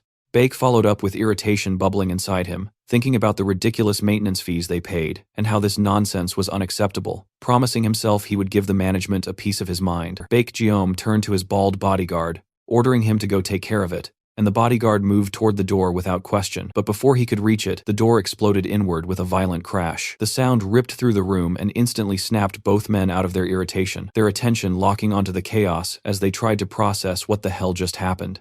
The answer walked in on its own. Suho stepped through the broken entrance, gripping the bald bodyguard's head like a piece of trash, slammed it into the floor so hard the skull cracked. With a cold smirk aimed straight at Gungwon, letting the bastard know he had been found, Gungwon froze when he saw Suho, demanding to know who he was, while Baek stood beside him casually puffing on a cigar, commenting that Suho looked familiar. Suho rose to his feet and introduced himself, holding up his ID. He identified himself as An Suho, record updater of the Awakening Department of the Korean Hunter Association, and stated that Kim Gungan had intentionally refused record updates for years. That alone was enough reason for an on-site arrest. Kim Gungwon, terrified and shocked, recognized him as the sword god An Suho. Suho confirmed that identity, scratched his neck, and told him to cooperate obediently. Instead, the men took their fighting stances. Suho looked at their audacity and warned that, if they did not want to die, they should submit. Moments later, the two criminals knelt on the ground with beaten expressions while Suho stood tall in front of them, thanking them for their cooperation.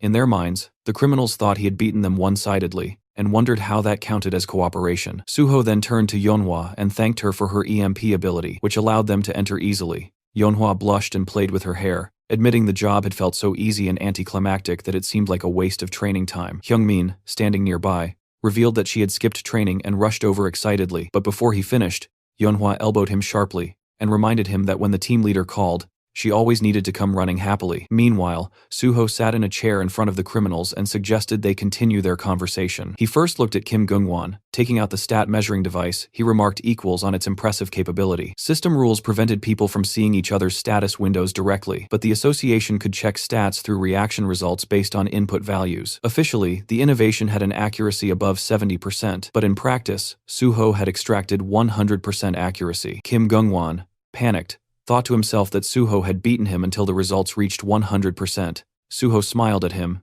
and reminded him that he had even healed him, so there was no reason to look so upset. He repeated that if the measured stats later failed to match what they recorded now, he would die. Faced with that statement, Kim Gungwon desperately agreed. Then Suho focused on Baek Jeom, who had recently risen as a big shot in Gangnam thanks to Kim Gungwon. Suho knew this man needed to be arrested someday, but since today was only an on-site assessment, it would be difficult. Still, he could not pretend he had not seen him standing right there. Suho looked at him and addressed him as Baek Jeom, pointing out that the man had said something unclear earlier. Baek Jeom asked what he meant. Suho continued, stating that Baek Jeom had bribed the police, prosecutors, and the Korean Hunter Association. The sudden accusation left Baek Jeong trembling, as Suho pressed for more details, specifically wanting to know who inside the Korean Hunter Association was involved. Suho placed a hand on Baek Jeong's shoulder and warned him to refrain from actions that caused misunderstandings, or he would die. The cold tone made Baek Jeong in fear and promise understanding. From the sidelines, Yeonhwa and Hyungmin watched the scene unfold. Yeonhwa commented that it brought back memories,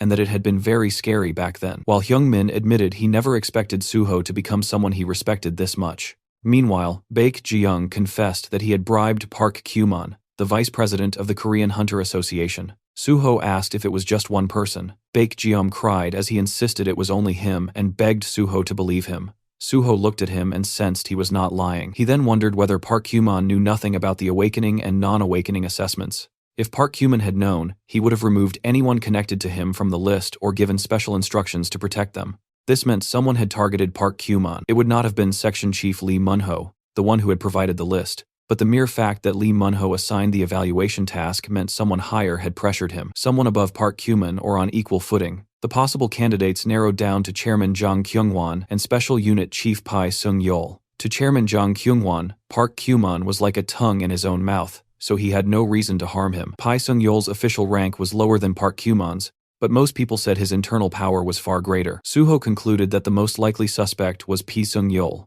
According to his memories, he didn't remember that the vice president and Chief P were on bad terms, and he decided he would have to watch carefully. If Kim Gungwon were captured, either Pai Sung-yeol or Park Kyuman would react.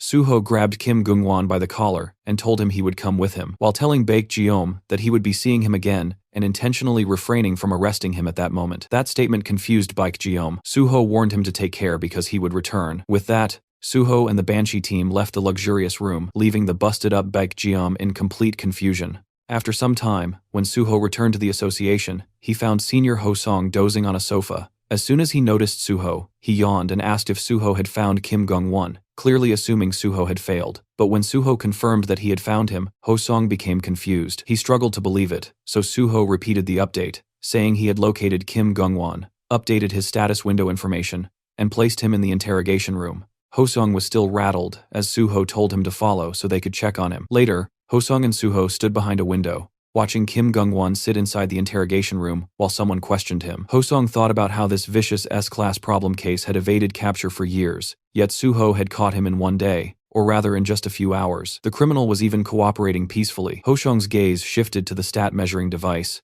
and he thought about how the machine normally produced only 70% accuracy, yet this time the results had come out nearly identical to the real stats. He looked at Suho and marveled that something so notoriously difficult had been handled so effortlessly, as if Suho had taken a simple stroll. Suho then said the charges were proven and that they could hand Kim Gungwon over to the Special Forces Department immediately. Ho-song nodded. Still confused, he asked how Suho managed to catch him. Suho, wearing a straight expression and not even looking at him, said he simply asked around here and there and got lucky. He then asked if he could bring in the remaining non-updaters too. Ho-song agreed and suggested they go together, but Suho suddenly turned, saying he wanted to catch all of them himself and earn the highest evaluation. The sudden declaration caught Ho-song off guard. Suho bowed slightly and said he would ask for help if needed, but asked Ho-song to focus on transferring Kim Gungwon to the Special Forces Department. As Suho walked away, the sloppy 7th grade officer remained standing alone and simply responded with an okay in confusion. A few days later, chatter filled the office. Someone mentioned intern An Suho and said stories about him catching all the vicious non-updaters were spreading everywhere. People wondered how he managed to complete in 2 days what even pro-awakeners could not. They said the real sword god was also the real squad god, and the work class difference was overwhelming. But they also wondered if the awakening department would now receive all the blame. Someone said the department might start hating intern An Suho for this. Inside the awakening department, everyone cheered Suho's name loudly, calling him sword god over and over. These workers had been scolded endlessly because of those S-class problem cases, but hearing praise even once felt 1,000 times better than constant criticism. They shouted their love for Suho. A woman in the office asked him not to leave and begged him to work there forever. She admitted she never said things like this, but had never seen talent like his. A senior employee with shining eyes declared he had even joined Suho's fan club and told others to call him Suho Priest, all while holding a poster with Suho's face on it. As Suho is leaving with documents in his hands, his colleagues cried out for him not to go. Suho thanked them, but reminded them he needed to finish his work with the awakening department first. Soon after, he received a call. The name on the screen belonged to Pai Sung-yeol. Chief Pai, while looking at documents, asked Suho if he was busy and told him to come see him if he had a moment. Suho realized instantly that the bite he had been waiting for had finally arrived. Inside Chief Pai's office, Chief Pai handed a can of Coke to Suho and commented that Suho's performance in the awakening department had been impressive. Suho responded modestly, saying that it was nothing. Chief Pai sat down and questioned him, wondering how Suho could call it nothing when he always produced results far beyond expectations. Suho thanked him. Chief Pai then asked whether the first person he caught was Kim Gungwon. Suho confirmed it. Taking a sip of Coke with a smirk, Chief Pai pointed out that if Suho had only seen Kim Gungwon, Suho realized immediately that things were happening exactly as expected, and that Chief Pai already knew everything. That made everything simpler. Suho revealed that he had also seen Baek Jeom. Chief Pai then asked why he had let him go. Suho explained that he believed the man was too big for him to handle. Chief Pai asked why Suho spoke, as if he already understood what he was implying. Suho clarified that he assumed Chief Pai was referring to Baek Jeom's connections. Chief Pai confirmed it. He then asked Suho to explain why he had not reported back right away. Suho said he waited because he had no justification to report. Chief Pai wanted to know what kind of justification. Suho clarified that he planned to join the Special Forces unit, but since Chief Pai's name had not been mentioned yet, reporting prematurely would have looked like overstepping. Suho assumed that if he waited, either Chief Pai or the vice president of the association would call for him.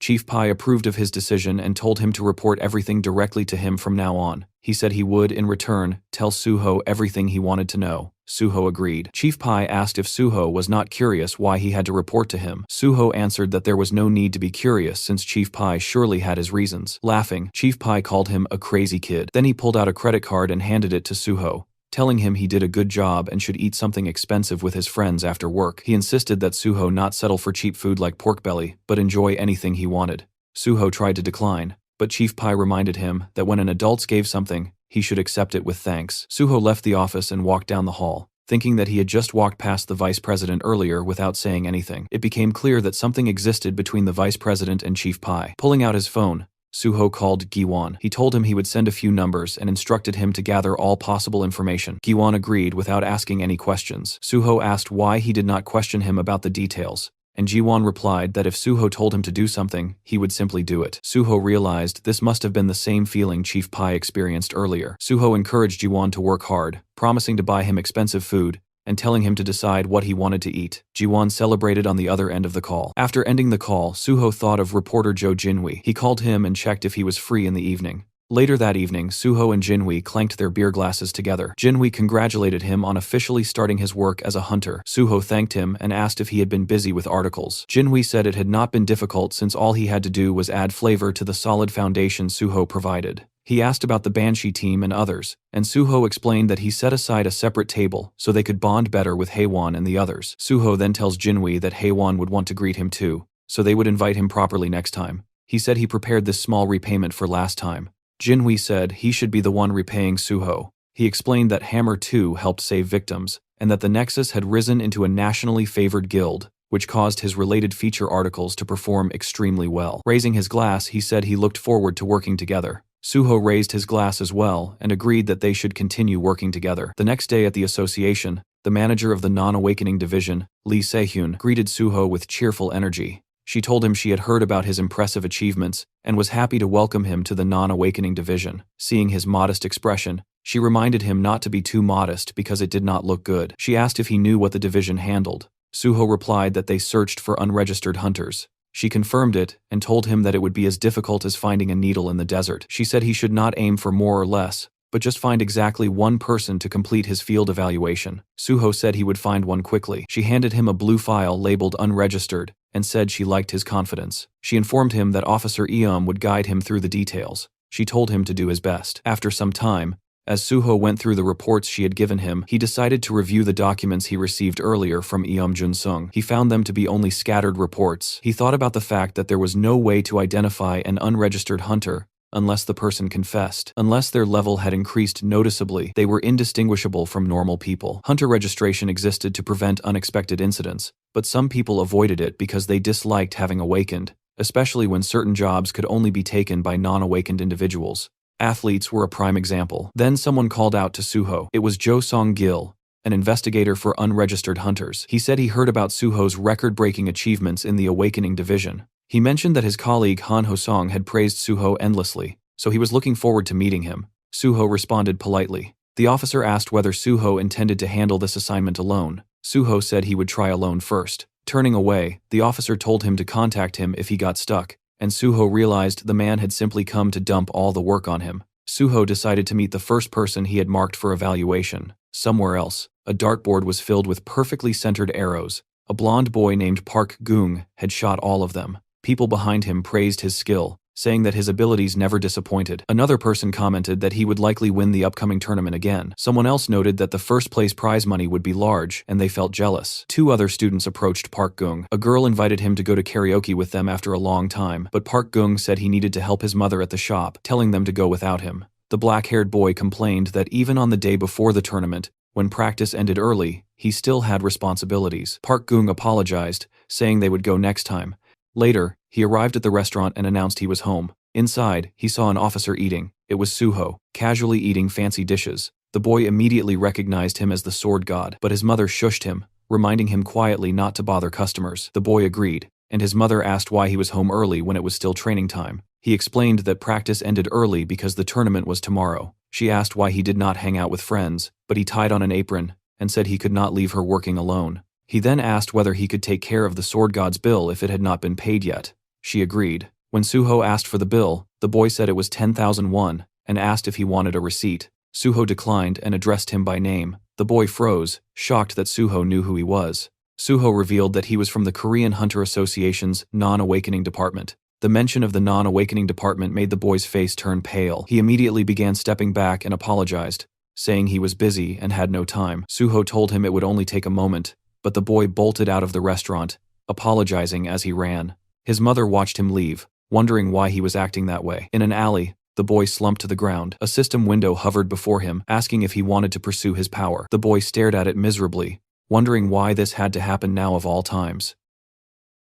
Still shaken, Gung remained crouched on the ground. He had told no one about the status window that had appeared days ago, yet somehow Association already seemed to know. If people discovered he was an awakener, even at level 1, it would be over for his archery career. An awakener was still an awakener, and revealing it now was not an option. He forced himself to stay low, convincing himself to endure a little longer. His phone suddenly rang. As he answered, he slowly stood up, steadying himself, and told her he was nearby. She mentioned that Hunter On Suho had already left, and Gung immediately pressed for more, wanting to know if he really left without saying anything. His mother explained that she had only spoken briefly with the sword god, and that nothing else had happened. Hearing this, Gung felt his tension ease for the first time. He told her he was fine, that he would return to the dorm to rest for the tournament the next day, and that she should eat dinner without worrying about him. She agreed, though she cautiously checked if everything was really all right. The question snapped something inside him, and he raised his voice, insisting that nothing was going on. The call ended shortly after. Gung exhaled slowly. His mother had not sounded anxious or suspicious,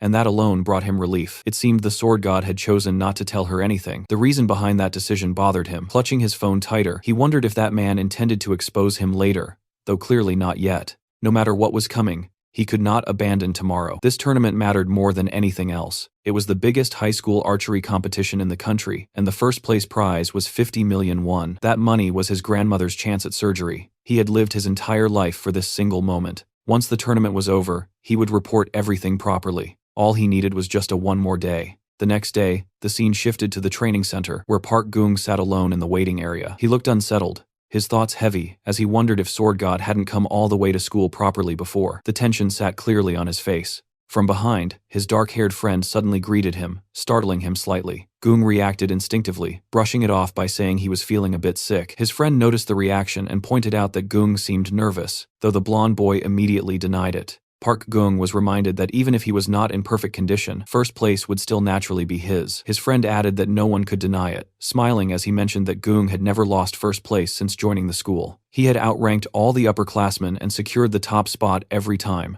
which was exactly what real talent looked like. Hearing this only made Gung more uneasy, as he pointed out that his friend beat upperclassmen every day as well. The response came with a shrug, admitting that despite that, he was still stuck as the eternal second place. In the end, the world only remembered whoever stood first. With a smirk, his friend added that considering how much money his family spent on him, failing to even secure second place would mean serious trouble at home, especially with the kind of father he had. His friend clenched his fist lightly and brushed it aside, telling Gung that regardless, he had a reason to win and needed to make sure he did. He promised to watch until the very end. Gung thanked him, admitting that the encouragement helped him relax a little. Just then, Gung's attention was pulled away by the coach calling for him. Meanwhile, Won-seok watching him from background with dark smile. As soon Gung entered an office, he noticed the coach speaking with a man dressed in black. One look was enough for him to recognize who it was.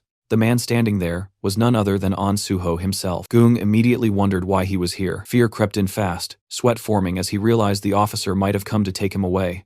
The coach excused himself, saying he would leave so the two could speak comfortably. Once alone, Suho addressed Park Gung and brought up where he had gone the previous day. The question made Gung stumble over himself, unable to respond properly. Suho then asked the boy if he is awakened, and the words hit Gung like a hammer. His fear intensified, his thoughts spiraling as he wondered whether he should tell the truth or lie. The tournament was right around the corner, and even just participating meant victory for him. He needed the prize money for his grandmother's surgery. There was no other way he could earn such a large amount outside of archery. Just this once, he wanted to hold on. Suho placed a firm hand on Boy's shoulder, emphasizing the seriousness of the matter and asking for honesty. Still trembling, Gung finally admitted the truth and confessed that he was awakened. Suho's expression softened into a smile as he thanked him for being honest. Then, without hesitation, he stated that they would report the awakening immediately and that Gung would have to withdraw from the tournament. He assured him that he could make sure the coach and others would not hear about it. The words left Gung completely stunned. Desperation overtook him as he pleaded, telling how he had not even chosen a class yet and was still only level 1. However, Suho's response was cold and firm.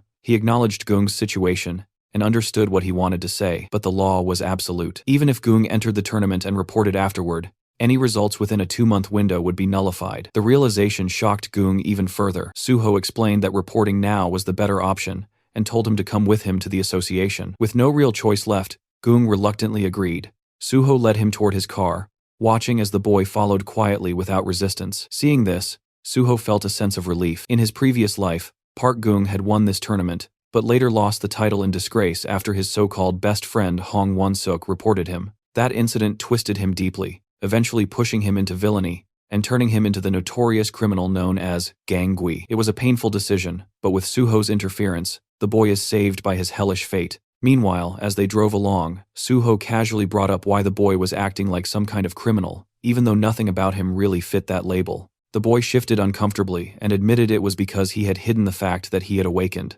Suho immediately shut that idea down, saying that he hadn't actually done anything wrong. At that moment, the boy snapped his neck to look at Suho so fast it was almost reflexive, clearly caught off guard and confused. Suho calmly told him to stop worrying because he wasn't a criminal in the first place. Still unsettled, Gung struggled to understand and tried to grasp what Suho meant. Suho explained it simply. He asked whether anyone had suffered damage because he delayed reporting his awakening. The boy admitted that no one had. Hearing that, Suho concluded that there was no problem. Without a victim, there was no crime, and there was no reason for him to carry guilt. He then instructed Gung that once they arrived, he should report his awakening at the first-floor registration desk. Suho continued, warning him that he likely would not be able to do archery for some time, and perhaps not ever again. Still, he acknowledged Gung's talent, reminding him that he was an excellent archer, and that another great future would eventually open up for him. Not long after, the car reached their destination. At the association's registration center, Suho dropped the boy off and prepared to leave. Just as he turned away, someone called out to him. It was Investigator Joe, standing nearby with a cigar in his hands. With a casual tone, Joe remarked that handling everything alone must be tough. Suho answered calmly that it was not that difficult. A faint smile crossed his face as he added that he had only just begun. Joe echoed the words, noting that if Suho was only beginning, then there was no need for his help. Suho responded with a polite bow, assuring him that he was fine, and then took his leave. As Suho walked away, he made a call to Jinhui and asked if he had some time to talk. Behind him, Investigator Joe let out a quiet sigh. Watching Suho's back, he muttered that the man was clearly having a hard time, though his pride kept it well hidden. Soon after, the boy reached the reception desk. The woman there informed him that his player registration card was ready, and he thanked her as he accepted it. Staring down at the card in his hand, a heavy thought settled in. He realized he could never return to being an ordinary person again. Closing his eyes, he reflected on the past few days and felt an unexpected sense of relief despite having lied during that time. He decided that the first thing he needed to do was tell his mother the truth. He tried calling her repeatedly, but even after 8 attempts, there was no answer. Worry crept in fast, and the fear that something might have happened to her. He rushed toward their small restaurant, his heart pounding, only to be met by a large crowd gathered outside. As he stepped inside, he saw people packed into nearly every corner. In awe, he wondered what on earth was going on. A dark-haired girl noticed him and complained that her group had been first in line. Another man looked at him closely and asked if he was Park Gung. The moment the crowd realized who he was, excitement erupted. People began cheering, recognizing him as Ansung High School's archery prospect, and several asked him to take pictures with them.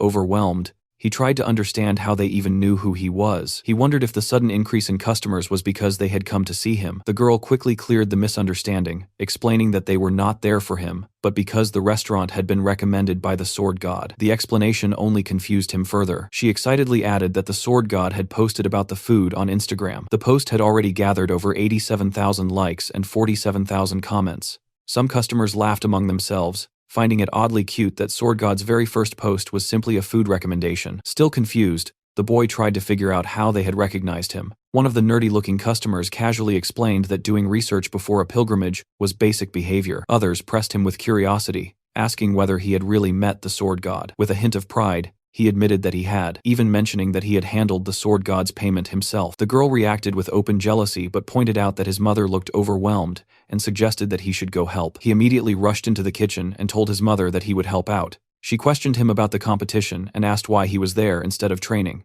Tying on an apron, he brushed it aside, saying they could talk later and that he should start cleaning first. Outside, customers excitedly stared at the special sword god menu, commenting on how humble and cute it felt to see the sword god eating simple snack food. The entire day passed with him serving customers non-stop. By evening, exhaustion finally caught up to him. He leaned against the counter, drained, and remarked that since the restaurant had opened, this had been the busiest day they had ever experienced. His mother, still bewildered, commented on the sudden chaos and then asked again why he was there instead of at the competition. Before he could answer, someone outside called out, asking if the restaurant was open. His mother turned and apologized, explaining that they were closed for the day because they had run out of ingredients. The man replied that he was not a customer. He introduced himself as Jo Jae-in-hui, a reporter from PBS, and said he would like to interview Park Gung if he had a moment. The boy stood there confused, wondering if the man truly wanted to meet him. The reporter confirmed it, explaining that they had received a tip. According to that information, Park Gung had withdrawn from a major competition after honestly reporting that he had become an awakened person. The words hit hard. His mother froze in shock, struggling to understand what an awakened person's honesty report even meant,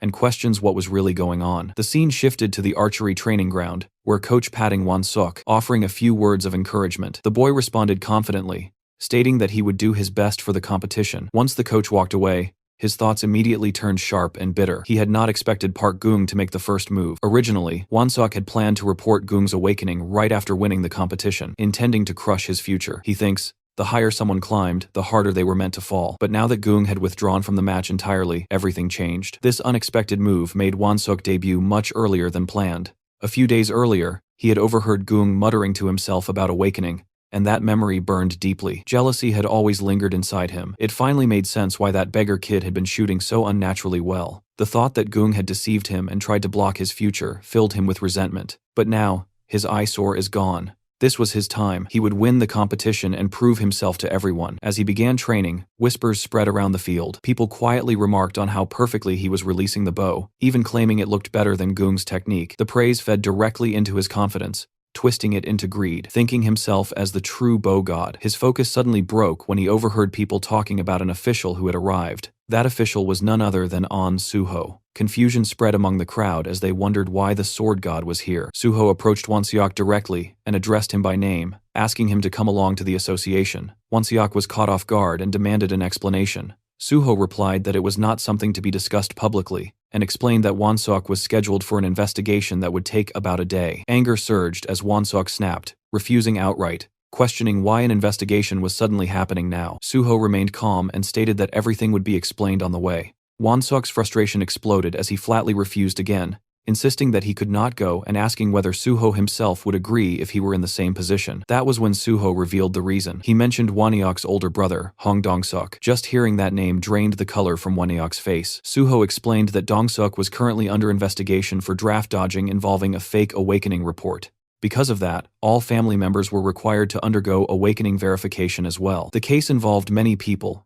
and was being treated as a serious matter. Suho looked directly into Won-seok's eyes and asked for his cooperation. Fear crept in fast as Won-seok struggled to process the words draft dodging and corruption. Behind him, other students whispered among themselves, remarking that the sword god was personally escorting him. A girl murmured that it looked like his family had committed a crime. At the association, a dark-haired boy shouted loudly, demanding to know who had reported him. Sitting across from an officer at a desk, he accused him of hypocrisy, pointing out that the same officer had issued his player license. The officer warned him that continued refusal to cooperate would only make things worse. At that moment, Suho arrived, bringing Wonseok along. Watching the situation unfold, Suho reflected that he had caught everyone he could remember being tied to the draft fraud, and now everything was exploding at once. The moment Wonseok saw his brother, his restraint shattered. He struck him instantly, knocking him to the ground, unleashing his rage as he blamed him for ruining his competition and spat insults at him. Observing the scene, Suho thought about how distorted they all seemed. Investigator Joe rushed over to Suho, asking for help. Suho replied calmly that interns were not allowed to perform official duties and that he was currently busy and undergoing field evaluation. Joe protested, but was suddenly called away by his superior and had to leave. Watching him go, Suho thought that he had already spoon-fed them more than enough and wondered how much more they expected from him. Not long after, he arrived at a PC cafe. Looking around, he noted how old it felt. The place still allowed indoor smoking, had no customers, and carried an atmosphere frozen in time. After the cataclysm and the rise of virtual reality, the online gaming industry had collapsed rapidly. PC games that relied only on monitors had no chance against VR games. It surprised Suho that this place was still operating at all. His attention shifted to a gray-haired man seated nearby. Instantly, Suho realized he had finally found him. He took the seat beside him and opened the game OPS. The gray-haired man noticed and commented on seeing someone play OPS after such a long time. Suho admitted that returning to the game after so long was not easy. The man found it amusing and remarked that Ops was practically a dead game, so having even one more player felt nice. He suggested playing together and asked Suho to add him as a friend under the name Railgun. Suho recognized the name immediately and realized he was sitting next to the #1 ranked OPS player. The man confirmed it casually. Suho expressed his respect and appreciation. Feeling generous, the man stood up and offered to buy Suho something to eat, explaining that he worked there and could give him plenty. As he browsed the shelves, he asked what Suho wanted. Before he could pick anything, Suho asked him if his name was Kim Gyum. The reaction was instant. The gray-haired man froze in shock, fear flashing across his face as he turned to face Suho and confirmed his name. Suho calmly removed his identification card and revealed his affiliation with the Korean Hunter Association's Non-Awakening Inspection Division. Fixing his gaze on the man, Suho asked him to show his ID. The gray-haired boy trembled as he stepped backward, finally confirming that he was Kim Gwon, his fear obvious the moment his identity was exposed. Suho stared straight into his eyes with an unshaken firmness, already aware of the truth, and demanded identification without hesitation. The boy tried to stay composed, claiming his ID was locked inside the staff room and insisting he would return shortly. As he moved toward the stairway, Suho followed closely, already anticipating what would happen next. The moment they reached the stairs, the boy bolted without warning, sprinting away exactly as Suho had predicted. Outside the building, the exhausted boy leaned against a wall, gasping for breath, his thoughts spiraling as he wondered how the association had managed to track him down. He did not realize that Suho was already standing behind him like a silent shadow. Before the boy could react, Suho casually remarked on his attempt to escape, and in the same instant struck him with a powerful flick to the forehead. The impact alone sent pain shooting through the boy's body, instantly dazing him. He dropped to his knees, trembling as the pain overwhelmed his senses. Suho reminded him coldly that any refusal to cooperate or another attempt to flee would result in immediate arrest. Kneeling beside him, Suho listened as the frightened boy protested, insisting he had done nothing wrong.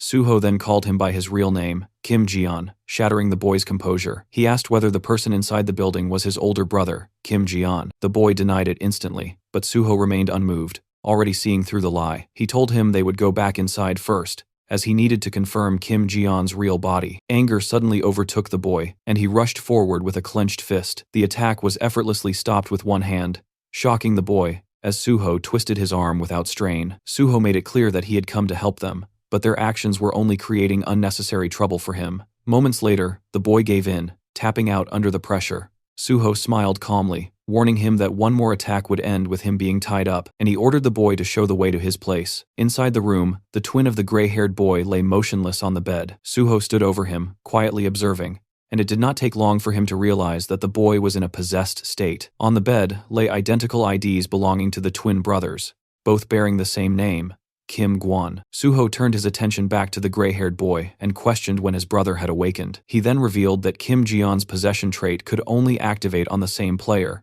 and hearing this made the boy visibly tense. Suho warned him not to lie, stating that their work dates at the PC cafe could easily be checked. Realizing there was no escape from the truth, the boy broke down and desperately asked what Suho was planning to do next. With his eyes shut tight, he explained everything in a rush, revealing that he was paralyzed from the waist down due to an accident. while his brother had ended up in a vegetative state. They had no parents, no money, and no support, and this was the only way they could survive. Suho calmly responded that he would not do anything, a statement that completely confused the boy. For clarity, the hooded boy was Kim Gwon, the younger brother, while the disabled one was Kim Jian, now possessing his own younger brother because of his vegetative condition. With that understood, the situation continued. Suho looked at the boy calmly and explained that he was there to help them, instructing him to sit down and listen properly. The boy, irritated and unwilling to trust him, resisted until Suho finally introduced himself as An Suho. The name struck a nerve, sounding familiar enough to spark panic. The boy quickly pulled out his phone to search the name,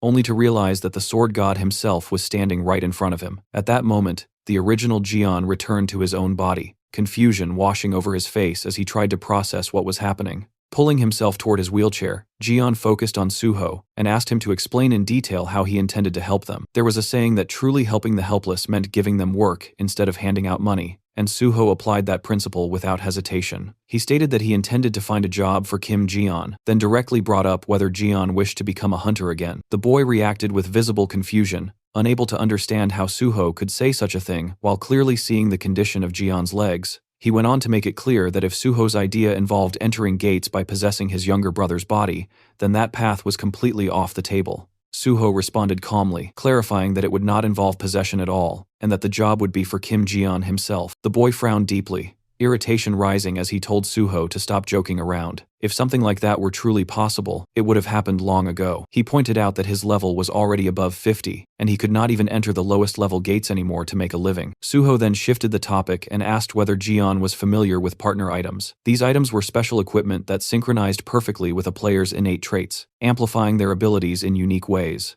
Jian was aware of them, but he also knew how unrealistic they were to obtain. Partner items were comparable to winning a lottery, with only a handful of players across the entire world ever finding one that truly matched them. Suho acknowledged that difficulty, knowing better than anyone that finding an item perfectly suited to a person was nearly impossible. Still, he knew that in his previous life, Kim Jian had become infamous because of a specific partner item. Suho assured the boy that he knew exactly which item resonated with Jian's possession trait, and through that item, he intended to give both brothers a completely new life. Hearing this, the boy clenched his fists tightly, his emotions boiling over. He demanded to know why Suho was doing all of this after they had been ignored by everyone for so long. He questioned whether there was something Suho wanted from them in return. All this time, Kim Jian had knocked on the doors of welfare centers, district offices, and countless organizations, yet not a single hand ever reached back to him. He had fallen from being a successful hunter to someone society quietly labeled as weak and disposable, and that slow abandonment carved deep scars into him. Because of that neglect,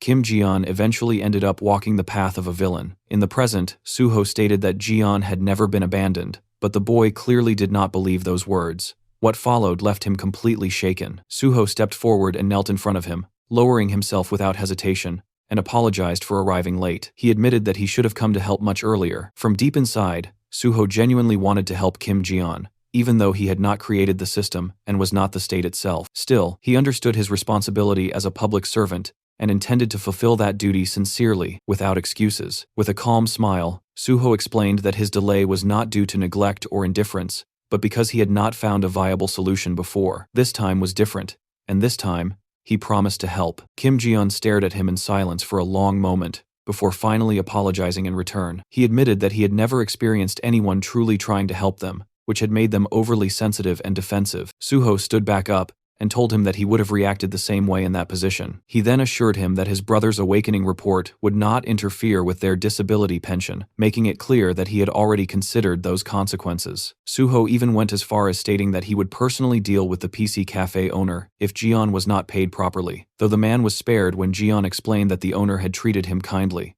Shifting the focus forward, Suho stated that he would soon introduce Jian to a guild for hunter-related activities. The boy wondered how any guild would accept someone like him, but Suho dismissed that concern entirely. All Jian needed to do was wait patiently until Suho returned with the partner item that would change everything for them. After some time, Suho returned to the Hunter Association. As he stepped out of his car, his thoughts lingered on why Chief Pai and the vice president had contacted him so suddenly. Before he could reflect any further, his attention was pulled away by Park Gung running straight toward him. Suho asked why the boy was here, and Park Gung quickly explained that his mother had packed food for him. This was because of Suho's Instagram post and the recent news coverage, both of which had been receiving a great response. The boy expressed his gratitude openly, clearly excited by how things were going. Suho brushed it off calmly, stating that he had not done anything special. He mentioned that he only posted the food because it genuinely tasted good, and regarding the news coverage, he casually denied having reported anything himself. Gung awkwardly agreed. Suho then asked whether the boy had changed his class.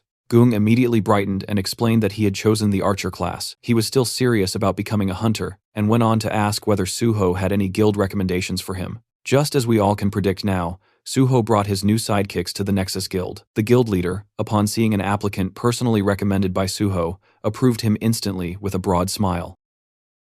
Sometime later, Suho was seen knocking outside the vice president's office, calmly announcing his arrival. From inside, he was told to come in. As he stepped through the doorway, Suho bowed respectfully and asked whether he had been summoned. The vice president confirmed it, saying he wanted to check on how Suho had been doing lately. After Suho took his seat, the vice president smiled and mentioned that he had heard Suho's recent achievements were quite impressive. Suho brushed it off casually, attributing everything to simple good luck. Vice President Kumon responded with a wide smile, pointing out how modest Suho was, especially considering he had been dealing with nothing but difficult assignments in the Awakening Department. He even mentioned that Suho had handled a military service corruption case that wasn't technically part of his evaluation. While looking straight at Suho, the vice president asked where he had managed to obtain that kind of information. At that moment, Suho clearly understood what was happening. The vice president was probing for his sources. Judging by how quickly the vice president reacted to issues tied to the Awakening Department, Suho's suspicion deepened. There was a strong chance that Director Lee Wanek and the vice president were connected to the corruption case. Realizing this, Suho decided to toss out some bait. Closing his eyes briefly, Suho explained that he had conducted field inquiries based on tips. The vice president immediately countered,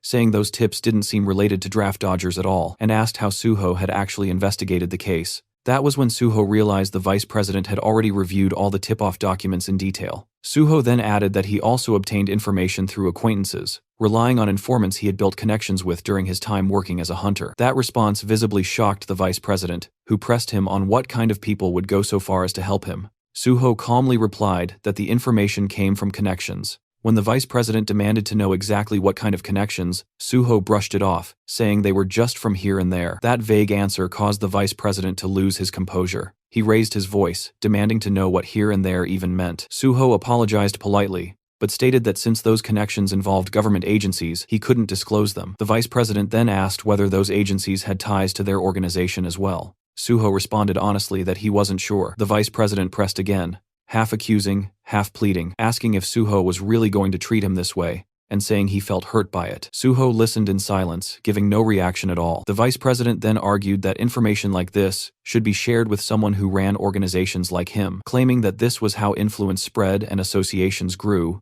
and questioning how such information could even be misused. With a faint smirk, Suho added that he had heard there were internal connections within the Daewon Association as well. Since the source was reliable, it was probably an insider. The vice president immediately latched onto that, expressing interest in meeting those informants. Suho replied cautiously that they were extremely wary of exposure, which would make such a meeting difficult. The vice president suggested meeting them under the guise of being a client, but Suho insisted that even then, it wouldn't be possible. Stepping closer, the vice president desperately asked if Suho was truly going to do this to him. After a brief pause, Suho finally said he would ask them once. That answer instantly pleased the vice president, who told Suho to give him a response by today. Suho agreed, saying he understood.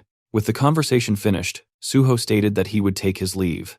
He thought to himself that he had hooked the vice president perfectly, exactly as planned. The scene then shifted to the non-awakened department, where Suho ran into Aom Jung-sung. Standing right in front of him, Suho calmly checked whether his evaluation had already been completed. Aom, however, was visibly sweating while juggling a stack of files. He awkwardly explained that the Awakening Department was completely swamped at the moment, and asked Suho to wait a little longer. The staff handling evaluations were buried in work, and it would likely take several more days to finish everything. Hearing that, Suho was genuinely taken aback, wondering what this sudden delay was even supposed to mean. Around them, chaos filled the department. Other officers were shouting behind his back, clutching their heads and complaining about how an absurd number of draft dodgers had appeared all at once. Just compiling the list alone was taking forever. Another officer muttered miserably about his mother, apologizing in his heart for being unable to go home from work. Suho then calmly asked where he was supposed to wait in the meantime. Aom hesitated before realizing that Suho hadn't even been assigned a seat yet. Suho simply stood there blankly, waiting for an answer. Not long after, the scene cut to him outside the building, holding a cup of coffee in his hand. Standing beside him was Chulman, laughing openly and pointing out that Suho had basically been kicked out. Suho admitted it with a frustrated tone. Chulman took a sip of his drink and casually mentioned that he had heard Suho caught a massive number of draft dodgers. Suho asked how that news had already spread. Chulman explained that even when people asked the Awakening Department, no one responded, so everyone just ended up watching the situation unfold from the sidelines. Suho thought to himself that this wasn't exactly good news. The department was clearly busy dealing with something ugly, and there was no reason to air its dirty laundry in front of others. He then asked Chulman if he knew much about internal politics. Chulman was surprised by the sudden question, and wondered why Suho was asking something like that out of nowhere. Suho explained that he thought it would be better to understand these things. He wasn't planning to pick sides, only trying to avoid danger by knowing what was coming in advance. Chulman immediately understood why Suho was asking. Watching him, Suho reflected that Chulman showed a lot through his expressions. Even though he looked dull on the surface, he was actually sharp and cautious, someone who had clearly suffered through internal power struggles before. In contrast, Suho realized that all he had ever done was swing his sword, staying so focused on survival that he never had time to look around. Chulman then began explaining the structure involving Vice President Kyuman and Chief Pai Seung-yeol. On the surface, there were two major factions within the association, the Vice President's line and the Special Unit Chief's line. Suho recalled that before the regression, those two hadn't appeared as faction leaders, and even seemed to be on the same side. Looking at it now, that clearly wasn't the case. They were never allies to begin with. Suho suspected that cases like the Sun Baekgeum incident were likely handled by slowly gathering information and tightening a leash from behind the scenes. Chulman continued, explaining that the factions themselves were easy to distinguish. The Awakening Department and the Management Department belonged to the Vice President's line, while the Gate Department and the Resource Department fell under Chief Pai's line. He then asked Suho why the president didn't seem to have a faction of his own. Suho answered simply that the president was the highest-ranking person in the association. Chulman agreed, adding that the president only needed to survive his term, so his focus leaned more toward external relations. Chulman asked if there was anything else Suho was curious about. Suho said no, stating that he would keep everything he had heard in mind. Chulman then offered to arrange a temporary seat for him in the Gate Department. Suho thanked him but expressed concern that doing so might cause unnecessary misunderstandings. Instead, he suggested studying for other department theory exams at a cafe. Chulman agreed and said he would provide the necessary study materials. Suho thanked him once more, thinking to himself that taking the rest of the day off might not be such a bad idea after all. Sometime later, Suho arrived at the Nexus Guild Villa in Paju. The moment he stepped inside, the Banshee team and Ji-won visibly lit up, genuinely happy to see him after such a long gap. Suho calmly guided everyone to their seats, setting the mood before anything else. Ji-won found it odd that Suho was here during work hours, but Suho brushed it off, explaining that it was a legal skip. What mattered more, he added, was that the timing was finally right. The group didn't immediately understand what he meant, so Suho reminded them of the promise he had made in the past. In the past, he acknowledged that the Banshee team all carried a deep grudge against the special unit. The revenge they wanted was something he intended to help them achieve in a concrete and irreversible way, and for that, preparation was necessary. That was the real reason he had gathered them before, because he needed people who could move in secret, acting as his hands and feet without drawing attention. Manhwa pointed out that they were still officially in a training period, and reminded him that he had once said the revenge would come after he entered the Special Forces unit. Suho admitted that had been the original plan. However, he had recently come across something interesting. If things went smoothly, they could stir chaos inside the organization even before he officially joined the Special Forces unit. He explained that the plan revolved around exploiting internal faction conflicts. With a faint, confident smile, Suho revealed the target they would take down first is Vice President Park Kyuman. As promised earlier, Suho brought the Vice President to a certain location that evening. After stepping out of the car, the Vice President glanced around and clearly found the meeting place unimpressive, even shabby. Suho calmly explained that the people involved were extremely sensitive about security and asked for his understanding. As the Vice President opened the door, he assumed they must have private rooms inside, reasoning that choosing such a place meant the informants were cautious and scheming. Inside the building, the Banshee members stood waiting, white masks covering their faces. The Vice President began sweating, his mind racing as he noticed no other signs of life. He wondered if something had gone wrong, or if someone had overheard them. Still, he reassured himself that Sword God Suho was right there, meaning nothing serious could possibly happen. Suho then turned slightly away from him and stated that this was indeed the right place. The Vice President grew uneasy, sensing something off about Suho's tone. Suho continued, saying that the timing was perfect for getting things done. In that instant, the Banshee members surged forward with overwhelming speed, subduing the Vice President before he could react. They pinned him to the ground in one smooth motion, completely cutting off any chance of resistance. Standing tall over him now, Suho coldly stated the reality of the situation. The vice president had been kidnapped, and Suho had no intention of explaining every detail. At his signal, Guok Duho stepped in and delivered a precise blow to the back of the vice president's neck. The man's body went limp instantly as he fell unconscious, marking the true beginning of Suho's plan in motion.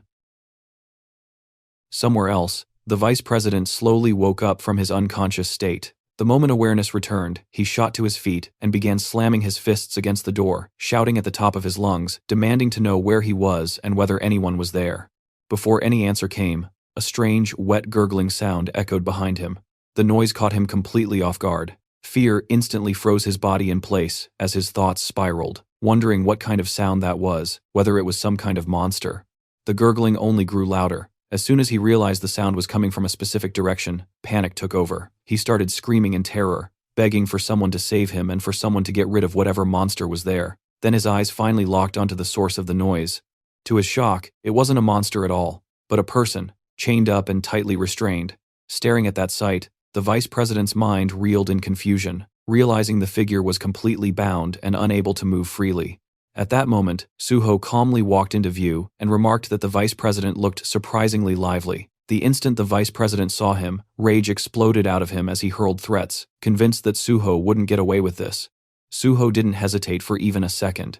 He summoned his blood weapon and brought it down on the vice president's hand in a single, ruthless strike. Bones cracked as fingers broke, and the vice president collapsed to the ground, screaming in agony. Suho coldly scolded him, questioning whether he was brave or simply stupid to act like that in this situation. Immediately after, Suho activated his healing ability and restored the very injury he had just inflicted, telling him to stop whining because he didn't want to hear it. Trembling, the vice president demanded to know what he had done to deserve this treatment. Watching him, Suho thought that the man still hadn't come to his senses. He raised his weapon again, commenting on how casually the vice president was still talking. That was enough to completely break him. Terror flooded the vice president's face as he begged for forgiveness, apologizing repeatedly and pleading not to be hit again. Suho straightened up and told him that was better. Cooperation would make things easier, and if they cooperated properly, their conversation wouldn't need to involve violence. He even added that he didn't enjoy hitting people. Then Suho moved toward the chained man, nudging him lightly with his foot before explaining who he was. The restrained man was Changsik, the boss of the Changsik gang, an organization involved in loan sharking and drug trafficking. His crimes were so severe that he was being kept here under constant supervision and education. Suho made it clear that from now on, everything depended on the vice president's choices. He could continue living as Park Kumon, or he could end up living as Changsik instead. With that final warning hanging in the air, Suho calmly told him to behave properly. Sometime later, the vice president was kneeling in front of Suho. Just as instructed, he had written down everything he had ever done in detail inside the notebook. Suho glanced through it briefly and told him he had done well. Then, almost casually, Suho remarked that the vice president had really done a lot over the years, so much that it was no surprise he ended up getting swallowed by Pi Seung-gyol. That single line hit Park Kumon like a shock. Before he could react properly, Suho told him not to pretend he didn't know what was going on. Suho calmly revealed that he had caught Kim Gung-won, and that alone was enough to make Park Kumon's position dangerously unstable. The vice president stared at him in disbelief and asked if it was really true. Suho sounded almost annoyed, asking if he seriously hadn't known. With a sigh, Suho mocked how slow he was, explaining that Kim Gung-won had been added to his investigation list early on as someone difficult to catch but clearly malicious. In the process of tracking him down, Suho had met Baek Jeon, and even learned that Son Baek Jeom had been bribing the vice president. Suho admitted he had deliberately let Baek Jeom go, just to see how Park Kumon would react. Then Suho showed him his phone, and pointed out who had contacted him first after all that. It was Pi Seung-gyol. Suho explained that Pi Seung-gyol was already busy moving behind the scenes to take Park Kumon down, while Park Kumon himself remained clueless about everything happening around him. Suho added that he had assumed all the Awakening Department executives were on Park Kumon's side, but it turned out none of them had reported anything to him. Grinding his teeth, the vice president cursed them in anger, furious after how well he believed he had treated them. Suho coldly pointed out that, given his situation, Park Kumon's life was already hanging by a thread. If Pi Seung-gyol decided to act, it could all be over at any moment. Completely shaken, the vice president begged him, asking if there was really no way for him to survive. Suho crouched down in front of him and said there was a way, but only if Park Kumon did exactly as he was told. If he complied, Suho would make sure he survived inside the association and could even fight P. Seung-jul on equal footing. Relief washed over the vice president's face as he desperately agreed, promising to do everything Suho said. Suho then took out a small black pill and handed it to him, ordering him to swallow it. Trembling, Park Kyuman asked what it was. Suho calmly explained that it was an item bomb, absorbed into the body once eaten and triggered only by his commands. It couldn't be detected by any search skills and was extremely expensive, so he told him to eat it quickly. Fear completely overtook the vice president as he refused at first, asking if he really had to eat something like that. Suho replied that he needed insurance in case of betrayal.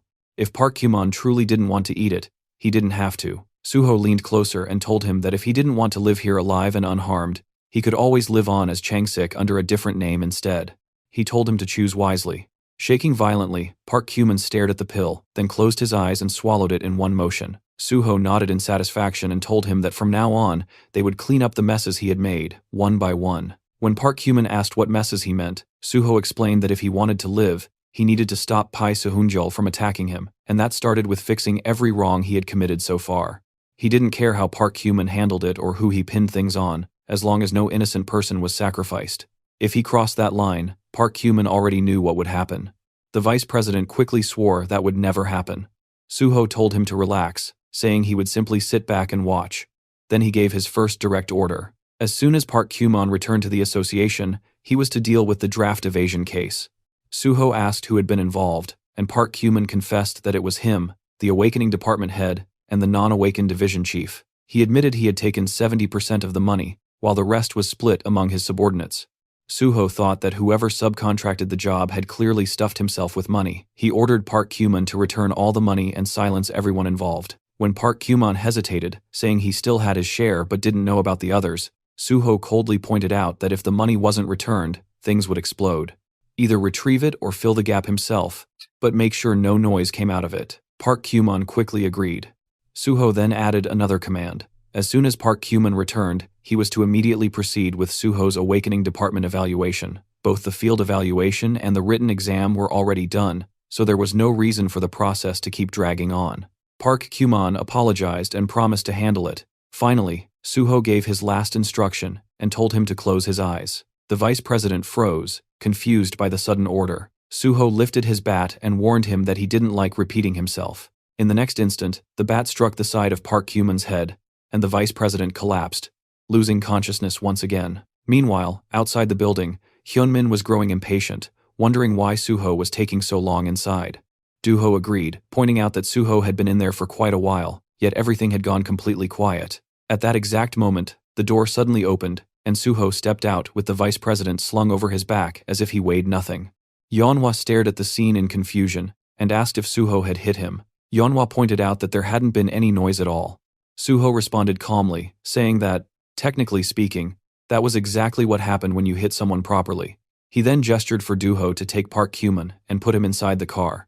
Suho told everyone that he would explain their future plans later and asked them to gather together first. He handed Yeonhwa a notebook and explained that they would now use Park Kyuman to carry out some internal maneuvering.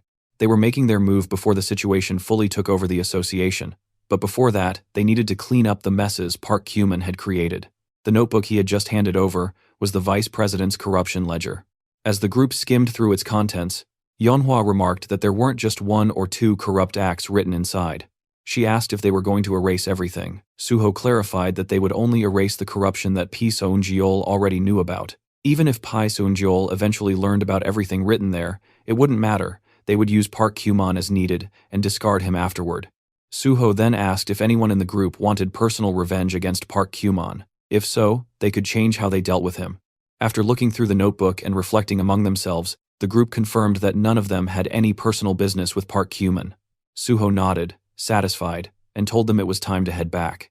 As they were about to leave, Ji-won spoke up, noting that the vice president didn't seem to have any major injuries.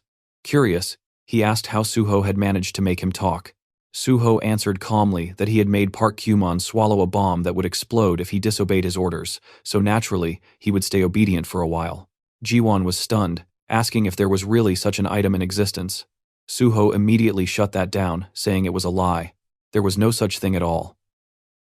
After knocking down Park Kyuman, the group finally split up and began heading their separate ways. Suho told the Banshee team that he and Jiwon would go home, while the rest should drop Park Kumon off and then return to Nexus. Yeonhwa nodded without hesitation, confirming she understood. Suho then turned to Jiwon and asked whether he had finished digging through the numbers Suho had given him earlier. Jiwon replied that he had checked them, but nothing came up for Pai Sungjol, Park Kumon, Lee Wanik, or Lee Munho.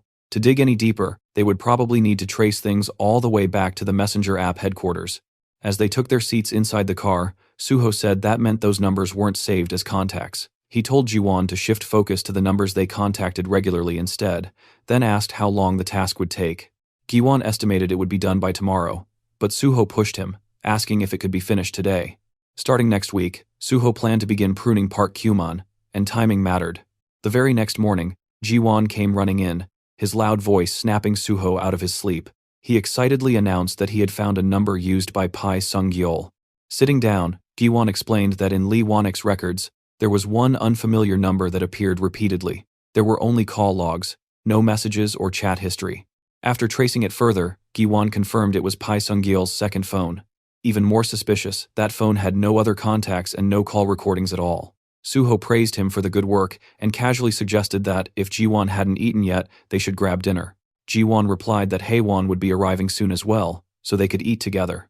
Suho paused, then asked if today was the day Haewon was coming back. Not long ago, Haewon had finished treatment for drug addiction and had been developing antidotes. After that, he had gone alone on a nationwide trip, finally living out a dream he had carried for a long time. After some time, Haewon finally arrived and casually greeted them as if he had just stepped out for a walk. Suho immediately noticed something off and pointed out that Haewon had gone traveling without even carrying a bag. Haewon simply pulled out a card and said that one card was more than enough. He even kissed it dramatically, explaining that he had made plenty of money from antidotes. He had lived miserably and painfully for so long that it was finally time to spend it properly.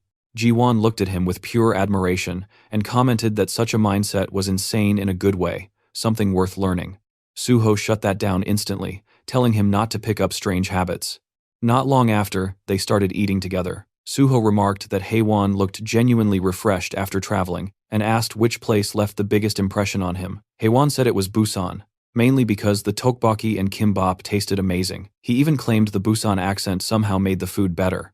Suho brushed that off, saying he had just finished drug treatment and questioning what kind of high he was talking about. Haewon got visibly annoyed and insisted he was being serious, not joking at all. Jiwon jumped in, saying that now Haewon was back, they could finally drag him online again. Looking straight at him, Jiwon promised to prepare a death, then corrected himself and said an amazing dungeon instead. Haewon immediately refused without hesitation. While Jiwon kept pushing Haewon, Suho stepped in and said Haewon was needed for something important. Suho told him there was work he had to do. When Haewon asked what it was, Suho answered simply that he would be making clothes and told him to follow him to the second-floor lab. Upstairs, Suho led him into a room stacked full of boxes and packages. Haewon stared at the piles and asked what all of it was supposed to be. Suho explained that these were the materials for the outfit he planned to make. Haewon was stunned and wondered how many outfits could possibly come out of that much material. Suho calmly replied that it was all for a single outfit. As Haewon opened one of the boxes, he found it filled with green slime stones, a low-grade material most people would not even take for free. These stones were formed when slime monster fragments hardened through magical reactions. Suho instructed Haewon to fuse all of them into a single mass and use it as fabric. Haewon could barely believe what he was hearing.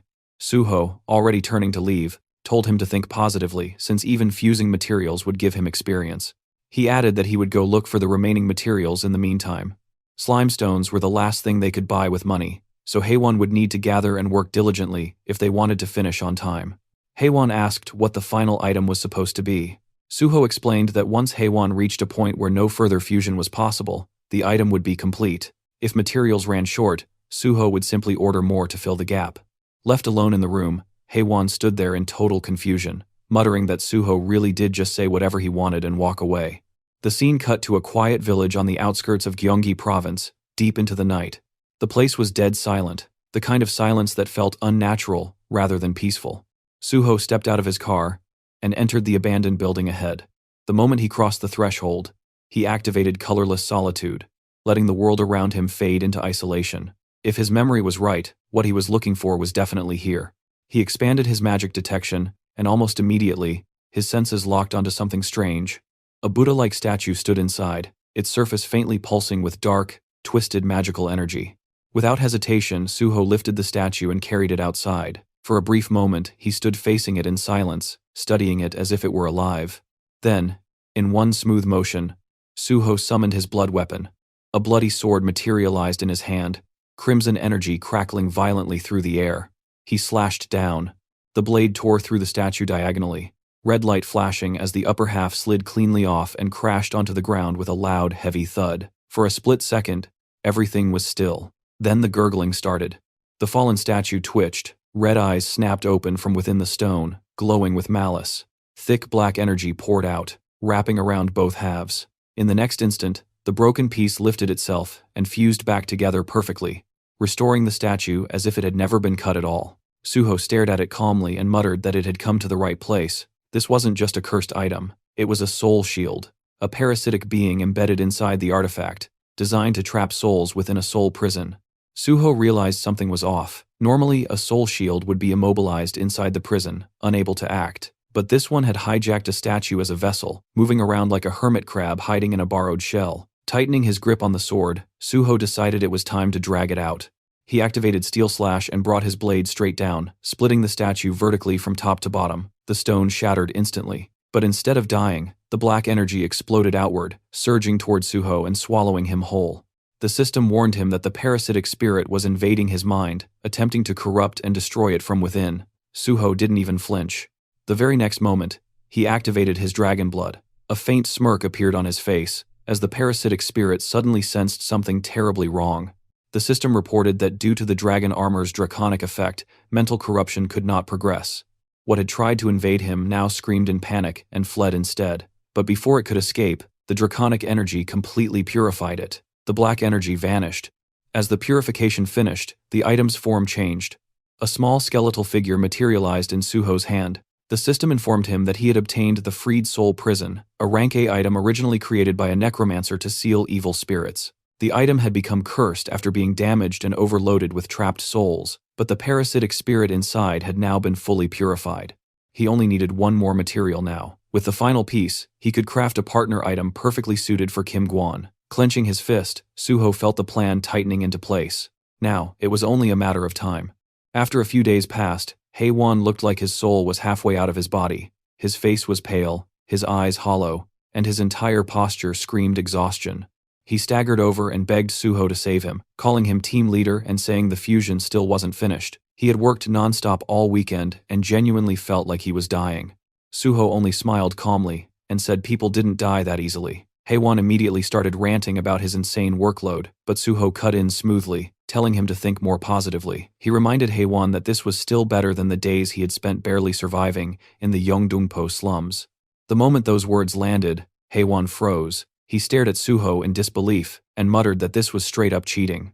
Suho didn't deny it. He simply smiled, turned around, and told Haewon to keep going. Left behind, Haewon grabbed his hair in pure frustration. As Suho stepped outside, he thought to himself that no matter how much Haewon complained, he would finish the job properly in the end. Right then, his phone rang. It was the vice president. He reported that all the money had been returned to the people listed in the notebook, and that everyone involved had been silenced. Suho told him to keep speaking normally unless they were alone together, since anything else would look suspicious. The vice president agreed. He added that everything had been handled cleanly, and that the draft evasion case was framed as being exposed through an anonymous tip-off, so the draft dodgers wouldn't dare say anything. Sitting down in his car, Suho asked about Director Lee Wanek and manager Lee Se-hyun. The vice president replied that he would summon them separately later that day and deal with both immediately. Suho acknowledged it and reminded him to also take care of his evaluation case. Then he gave another instruction. He wanted to be transferred to the resources department. As the call ended, Suho's thoughts sharpened. Other departments only had people worth targeting, but the resources department was different. That place held items and skills that truly became flesh and blood, including things that weren't even registered in the official database. Suho knew there were hidden, extremely important items buried in those resources, and his next move was simple. He was going to take them.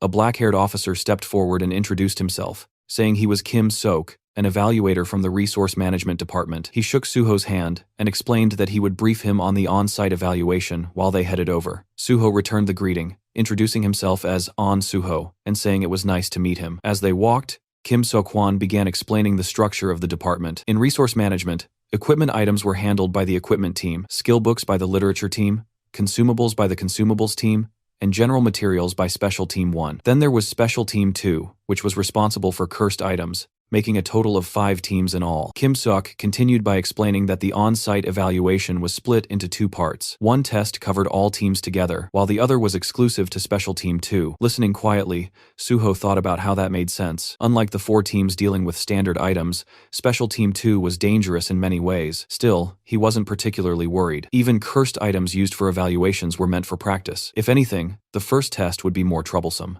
That one focused purely on logistics, meaning nothing but manual labor. Before long, they arrived at the warehouse. Kim Seok explained that this was the external resources warehouse managed by the department. Inside, workers were busy organizing items, moving around efficiently, and calling out instructions to one another. Kim Seok told Suho that from here on, he would need to learn where each team's items were stored, how to locate them quickly, and how to properly sort and store them. This knowledge was part of the written exam, but the field itself was full of unpredictable variables. Suho asked whether he should begin the evaluation immediately, without any prior training. Kim Seok looked at him carefully, and remarked that he seemed extremely confident. Just as Suho confirmed that he was, an item suddenly slipped from a high shelf, and dropped straight onto a staff member's head. Nearby, workers rushed over, checking on him and shouting for a stretcher. Kim Seok handed Suho a safety helmet, and explained that this was exactly the kind of variable he had mentioned earlier. Due to magical reactions, items could shift, move, or fall at any time. He asked whether Suho still thought demonstration training was unnecessary. Suho calmly put on the helmet and said yes, they should start the evaluation immediately. Clearly taken aback, Kim Seok warned him that falling objects weren't the only possible accidents and strongly suggested training first. Suho brushed it off,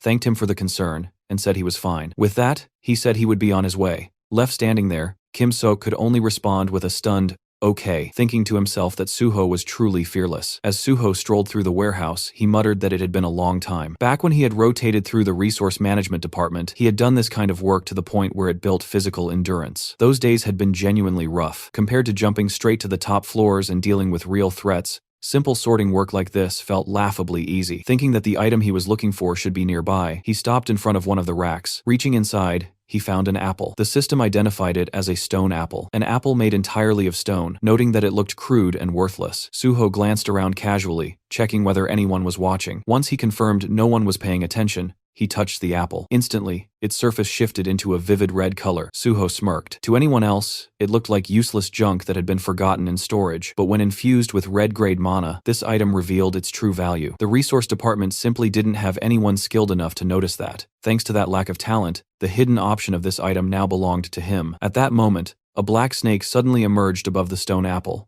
Suho recognized it instantly as the poison-eating snake. The snake opened its jaws and lunged straight at him. Instead of dodging, Suho deliberately let it bite into his neck. The system immediately responded, informing him that the poison-eating snake had seeped into his body, and that the trial of the snake quest had been triggered. Watching the system window, Suho thought that he had obtained the cornerstone of the poison dragon path. In his previous life, among all monsters that specialized in poison, the strongest were the poison dragon, the poison demon, and the poison king. They possessed overwhelming toxicity and near unmatched resistance to poison. Back then, Suho had eventually gained complete poison immunity by consuming the heart of the Venom Lord, but that was something only obtainable in the later stages. This time, he needed to start preparing early and steadily raise his poison resistance. Only then could he properly deal with the damned poison witch who had betrayed him, Suzuki Endo. Among her countless spells, poison magic was her specialty. He didn't care about anyone else, but against her, he would answer poison with poison. In Suho's mind, there was no greater humiliation than being crushed in your own field of expertise. Inside his office, Kim Seok leaned back casually in his chair,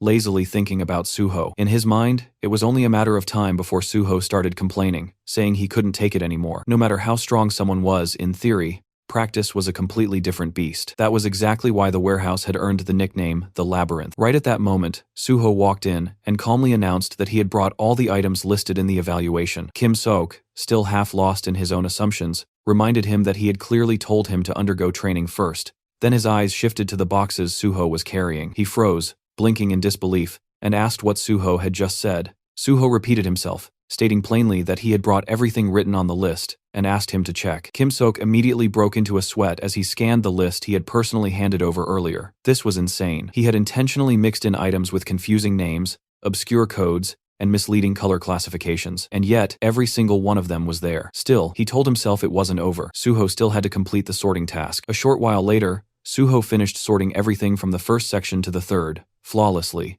without a single mistake. Watching this, Kim Suk felt his thoughts unravel. He had always believed combat talent and administrative work were completely different domains, yet here stood someone who excelled at both. A truly well-rounded genius actually existed. Unable to hide his shock, he admitted that it was amazing. Suho brushed it off casually, saying it wasn't anything special. Kim Suk shook his head and explained that this wasn't just departmental pride. Objectively speaking, the resource department was the hardest among all departments, and trainees consistently received the lowest on-site evaluation scores here. Suho thought back to his past life. The only reason it seemed easy now was because this was his second life. During his first run, this place had been pure hell as well. More importantly, since no one had mentioned the stone apple, it meant no one had noticed it. Even if someone had, they probably dismissed it as junk, reacting to mana. Suho then asked whether they would proceed straight to the Special Team 2 test. Kim Sok explained that they had originally expected the first test to last until today or tomorrow, so the schedule for the next phase had already been set. When Suho asked what he should do next, Kim Sok replied that they wouldn't know the exact schedule until at least tomorrow afternoon,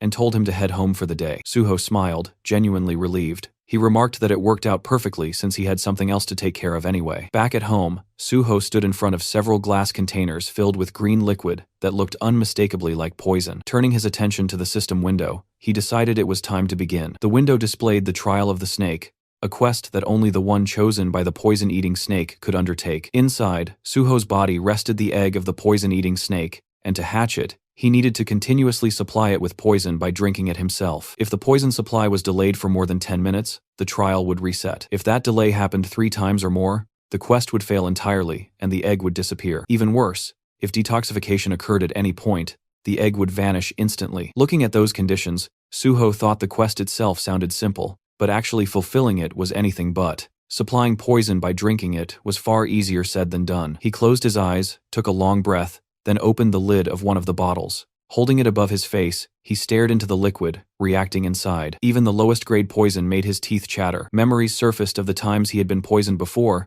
that deeply unpleasant sensation still vivid in his mind. Even so, he steeled himself. Gritting through it, he began drinking. A few seconds later, he finished the entire bottle in one go. His face turned pale, sweat breaking out across his skin. Clearly he is hating every second of it. The system message appeared immediately, informing Suho that he had entered a low-grade poisoning state. Hours passed, and Suho was still emptying bottle after bottle of poison. His movements had slowed, his breathing uneven, his entire body looking completely drained. He thought to himself that the inside of his body was starting to sting little by little, but for now, it was still bearable. Then, something changed. From deep inside his body, the egg suddenly began absorbing the poison he had just consumed. Suho placed a hand over his chest, right around his solar plexus, and frowned slightly as he felt something wriggling inside him. So you're here after all, he thought. At that exact moment, a system notification popped up, informing him that the low-grade poisoning state had been removed. Just like that, his body felt completely normal again, and the pain from the poison he had drunk earlier vanished without a trace. Suho immediately understood what was happening. The egg inside his body was absorbing the poison directly. Looking at the remaining boxes of poison bottles, he finally understood why the quest had used the word supply. A slow grin formed on his face. Good, then I'll supply it properly. With that, he started drinking another batch. He chugged the bottles desperately, emptying one after another without pause. Dozens went down. Eventually, he stopped and exhaled sharply. As expected, there was a limit to how much effect poisons of the same level could have. Now that he had built up some resistance, he needed something stronger. His gaze dropped to the bottle in his hand. This was a stronger poison than anything he had taken so far. The moment he drank it, Suho felt like he was going to die before the egg ever hatched. It's painful, but he had no choice if he wanted to hatch it. Time blurred as hours slipped by, and night fell. Suho was now kneeling in the dark room, surrounded by scattered, empty poison bottles. His body trembled uncontrollably, and suddenly blood dripped from the corner of his mouth. The system notification appeared, informing him that he had entered a top-grade poisoning state. His breathing turned ragged as his hands shook and clenched into fists. He had to endure. It wasn't over yet. The egg, it was shaking a little more. Gritting his teeth, he grabbed his own shoulder hard enough to leave marks, and activated his healing skill, thinking he needed at least some healing. But the pain was far beyond what his body could handle. Poison kept tearing him apart from the inside, and at the same time his healing skills kept barely stitching him back together. Damage and heal, again and again. He had to endure, no matter what. Then, all at once, the egg cracked. A surge of pain even worse than before slammed into him, and in the next instant, the egg finally broke. The system chimed that the top-grade poisoning state had been removed. Suho collapsed forward, gasping for breath. Slowly, he lifted his trembling hands and saw a tiny snake hatchling coiled gently in his palms. More system messages flooded in, announcing that the poison-eating snake egg had hatched successfully. The quest was completed, and the poison-eating snake recognized him as its master and coiled itself around him. It congratulated him on acquiring the poison-eating snake, ranked S+, and granted him 5 bonus points for achieving a great accomplishment. Suho stared at the little snake, half laughing, half exhausted. With a weak smirk, he muttered jokingly that he had almost died because of that little bastard. Suho looked down at the small snake resting in his palms, thinking that even the poison dragon must have started out this tiny once. It felt closer to the manifestation of a skill than a true summon, but since its evolution path changed based on the type of poison it consumed, calling it a summon wasn't exactly wrong either. He gently wiggled the snake's head with his thumb, silently counting on it, and the little creature happily bowed back as if it understood. His gaze shifted to the few remaining poison bottles scattered nearby. He had already consumed almost all of them. If the egg had needed that much just to hatch, he couldn't even imagine how much this thing would devour later. For now, though, he decided to feed it the rest. The snake perked up the moment it saw its food, opening its mouth and eagerly chugging down the poison bottle on its own. The system notified him that the poison dragon was very satisfied with its meal. Suho smirked slightly, thinking that the snake clearly knew what was expensive. Raising it was going to cost a ridiculous amount and materials. Still, since he had money to spare now, it didn't really matter. The whole process felt similar to blood jade. He could only use as much as it digested and converted, and while it digested all poison types, the time required varied, depending on their strength. After it finished, Suho ordered his new pet to go back, and the snake instantly vanished into his body. He thought to himself that he would have to raise it diligently before meeting Suzuki again. Then his attention shifted to his surroundings. The room was a complete disaster, with bloodstains and empty bottles scattered across the floor. He glanced at the clock and froze. He had started the quest before 6 p.m. the previous day. Just how many hours had he been locked in this room? At least Kim Seok had said it was fine if he came in late. When Suho stepped out, Haewon nearly dropped his cup, spitting out the coffee he had just taken a sip of. He stared in shock at Suho's bloodied clothes and ragged condition. Suho casually greeted him with a simple good morning. Haewon, trembling slightly, asked why he looked like that. Suho glanced at his own hand and brushed it off, saying he had just been doing something. Haewon's face went pale as another thought hit him. He nervously asked if there had been someone else in the room with him, something not human anymore, maybe even a monster. Suho explained that he ended up like this because he was clearing a quest. Then, just as casually, he changed the topic and asked why Haewon still hadn't reported on the task he had been given, saying it was taking longer than he expected. Haewon immediately snapped back, insisting he wasn't slacking at all. Except for eating, sleeping, and going to poop, he had been doing nothing but non-stop synthesis. He even questioned whether the work had an actual end. Suho, completely unfazed, told him he was still far from done, waved at him, and told him to work a bit harder. Left behind, Haewon could only scream internally in despair, crushed once again under his never-ending workload. Sometime later, the scene shifted back to the Hunter Association, where Kim Seok guided Suho toward his second test, just as planned earlier. He explained that the second test would take place in the special warehouse. Suho asked if it was called the special warehouse because it only stored cursed items. Kim Seok confirmed that was correct, and added that the theme of the second test was purification and destruction. He continued explaining that Suho had already learned this in theory. Items classified as cursed items were usually handled in 3 ways: purification, destruction, and sealing. Sealing simply meant locking away cursed items with no known solution into storage, while purification and destruction were the main practical methods. Suho thought to himself that, in reality, destruction was chosen most of the time. Purification conditions were hard to discover, and sealing everything wasted too much space. In a way, the place where the most item destruction happened nationwide was right here, in Special Team 2 of the Korean Hunter Association's Resource Management Department.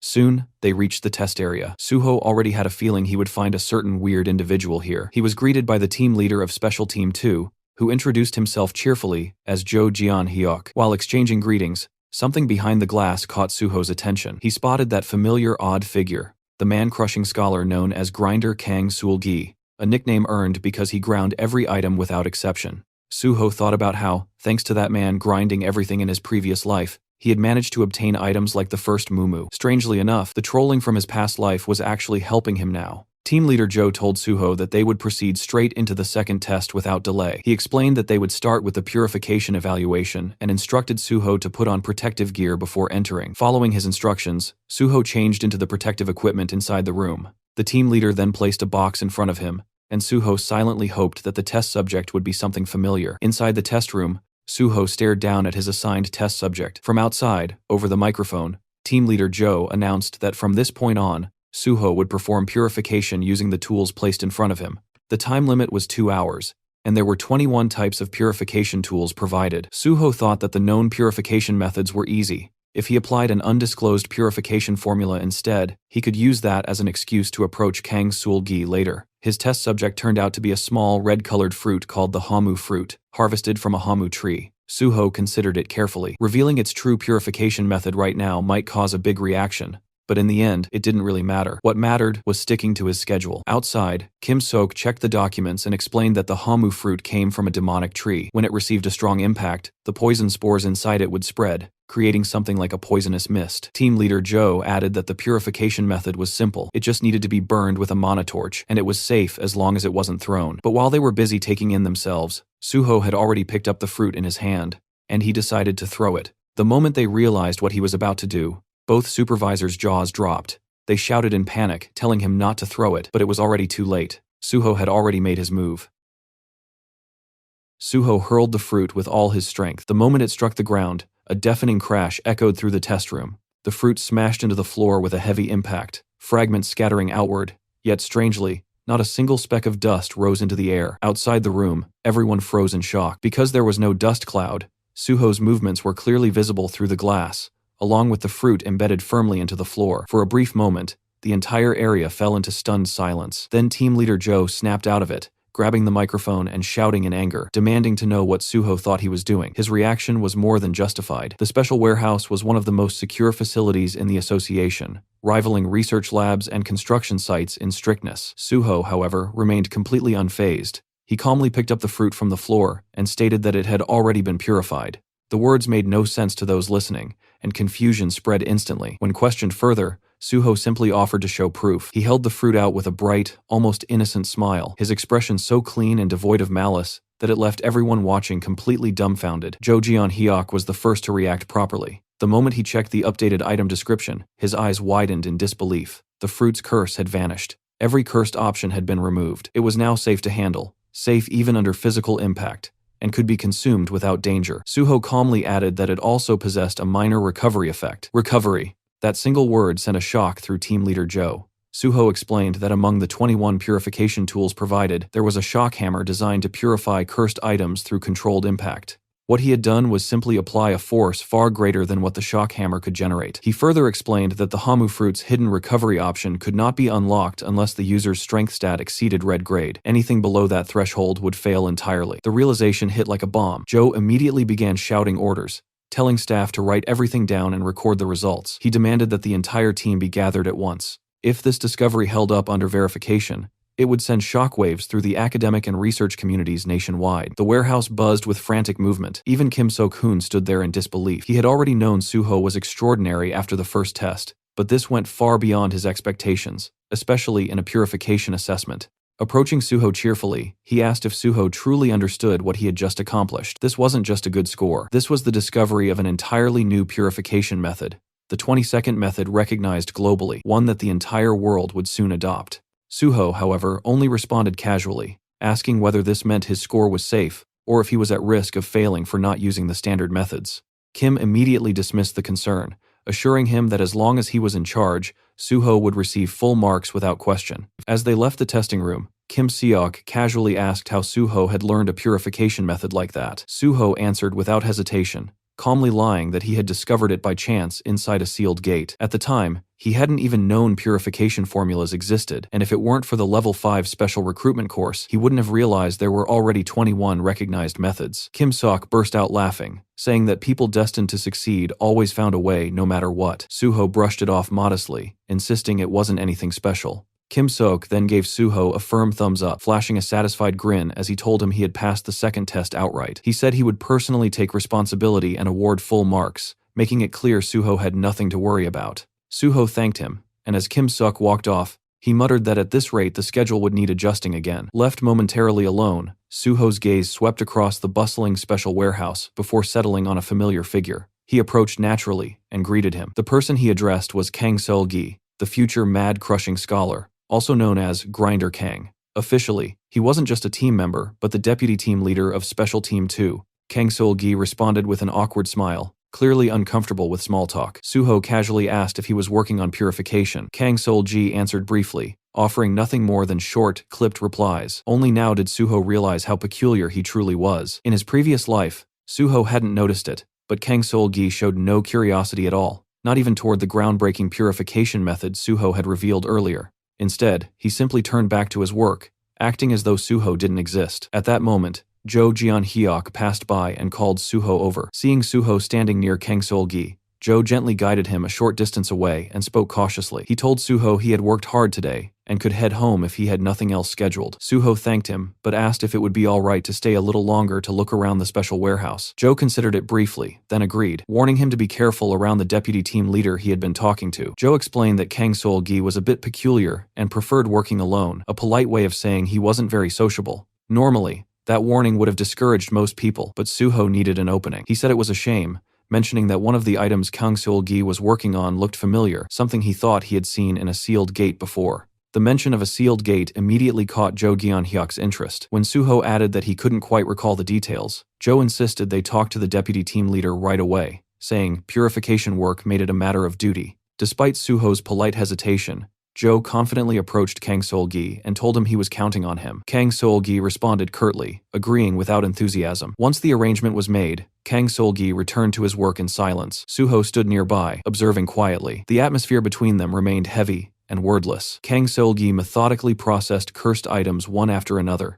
purifying what he could and discarding the rest into the destruction bin. His movements were precise, efficient, and almost mechanical. Then Suho spoke. He calmly pointed out that Kang Sol-gi had missed a step in the purification process. Kang Sol-gi paused, stared at the item, then nodded in acknowledgement and thanked him. Suho simply smiled and continued watching. From that point on, Suho's presence clearly began to bother Kang Sol-gi, though he said nothing and kept working. Before long, Suho pointed out another skipped step, then another, and then another. Each time, Kang Sol-gi corrected himself in silence. After a while, Suho spoke again, suggesting they take a break and grab some coffee. Kang Sol-gi immediately declined, saying he didn't like coffee. Suho replied that was fine and asked him to just listen for a moment. Then Suho casually asked whether Kang Sol-gi had been stealing items like this all along. For the first time, Kang Sol-gi's composure shattered. His eyes widened, his heart pounding violently in his chest. He stammered, asking what Suho was talking about. Suho stepped closer, his tone calm but sharp, saying he knew Kang Sol-gi had been deliberately throwing usable items into the destruction bin to smuggle them out later. He added that if this continued, he would expose everything Kang Sol-gi had been hiding, including what was inside his stomach.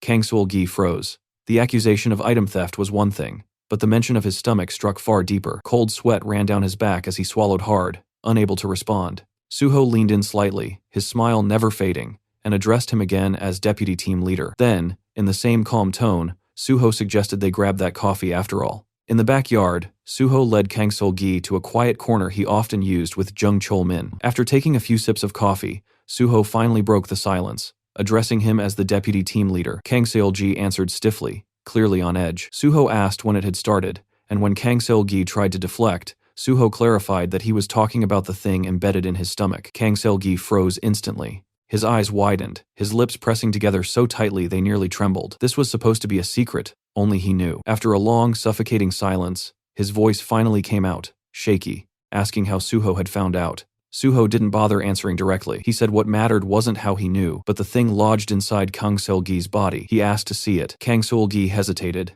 then slowly untucked his shirt and began unbuttoning it. Halfway down, a faint mechanical sound leaked out, a grinding noise that clearly didn't belong in a human body. When the armor covering his abdomen was fully removed, two interlocking shredders were revealed, spinning quietly where flesh should have been. Suho observed it calmly, noting that it still looked tame compared to what it would become later. The device was no mystery to him. It was the Mega Crusher, a cursed item from the High Technology series, an advanced artifact originating from another civilization. Among cursed items, it was infamous as a parasitic device. In simple terms, Kang Sol-gi was its host. Suho named it outright, asking if the thing in his stomach was the Mega Crusher. Kang Sol-gi reacted sharply, demanding to know how Suho could possibly know that. Suho brushed it off as a trade secret, then went straight to the point. He said Kang Sol-gi had been stealing items to satisfy its demands because he couldn't keep up with what the Mega Crusher required. Kang Sol-gi bit his lip, then slowly nodded, admitting it was true. Suho acknowledged how hard that must have been and told him to cover it back up. As Kang Sol-gi did, Suho watched silently, understanding the weight of the burden he had been carrying. Kang Sol-gi hadn't always been like this. His withdrawal and isolation began the moment the Mega Crusher entered his life. Years ago, during a solo night shift at Special Team 2's warehouse, the sealed cursed item had ambushed him. From that night on, he became its host. At first, he had considered reporting the incident. Surely someone could help, but the grotesque device embedded inside him made him hesitate. There were no known cases like his, not even internationally. What if reporting it meant being sealed away just like the item itself? The Mega Crusher was classified as a cursed item that could neither be purified nor destroyed. That was why it had been sealed in the first place. Kang Sol-gi feared that revealing the truth would only lead to the same fate for him. Unable to trust anyone, he kept the secret and deliberately distanced himself from others. He didn't quit his job, because only here could he access the items needed to keep the Mega Crusher satisfied. It was a choice made purely to survive. Despite everything, the Mega Crusher's existence would eventually be exposed. Years later, after Kang Sol-gi rose to the position of team leader, the cursed device would drive him to shred every artifact stored in the special warehouse. It wasn't just dangerous. Though it appeared dormant now, it would grow increasingly demanding, consuming more items and steadily eroding its host's sanity until madness took over. That was why, in the future, Kang Sol-gi would be known as the Mad Crushing Scholar. Breaking the heavy silence, Suho spoke again, addressing him once more as deputy team leader. Suho then asked the question that truly mattered. He asked whether Kang Sol-gi wanted to get rid of the Mega Crusher,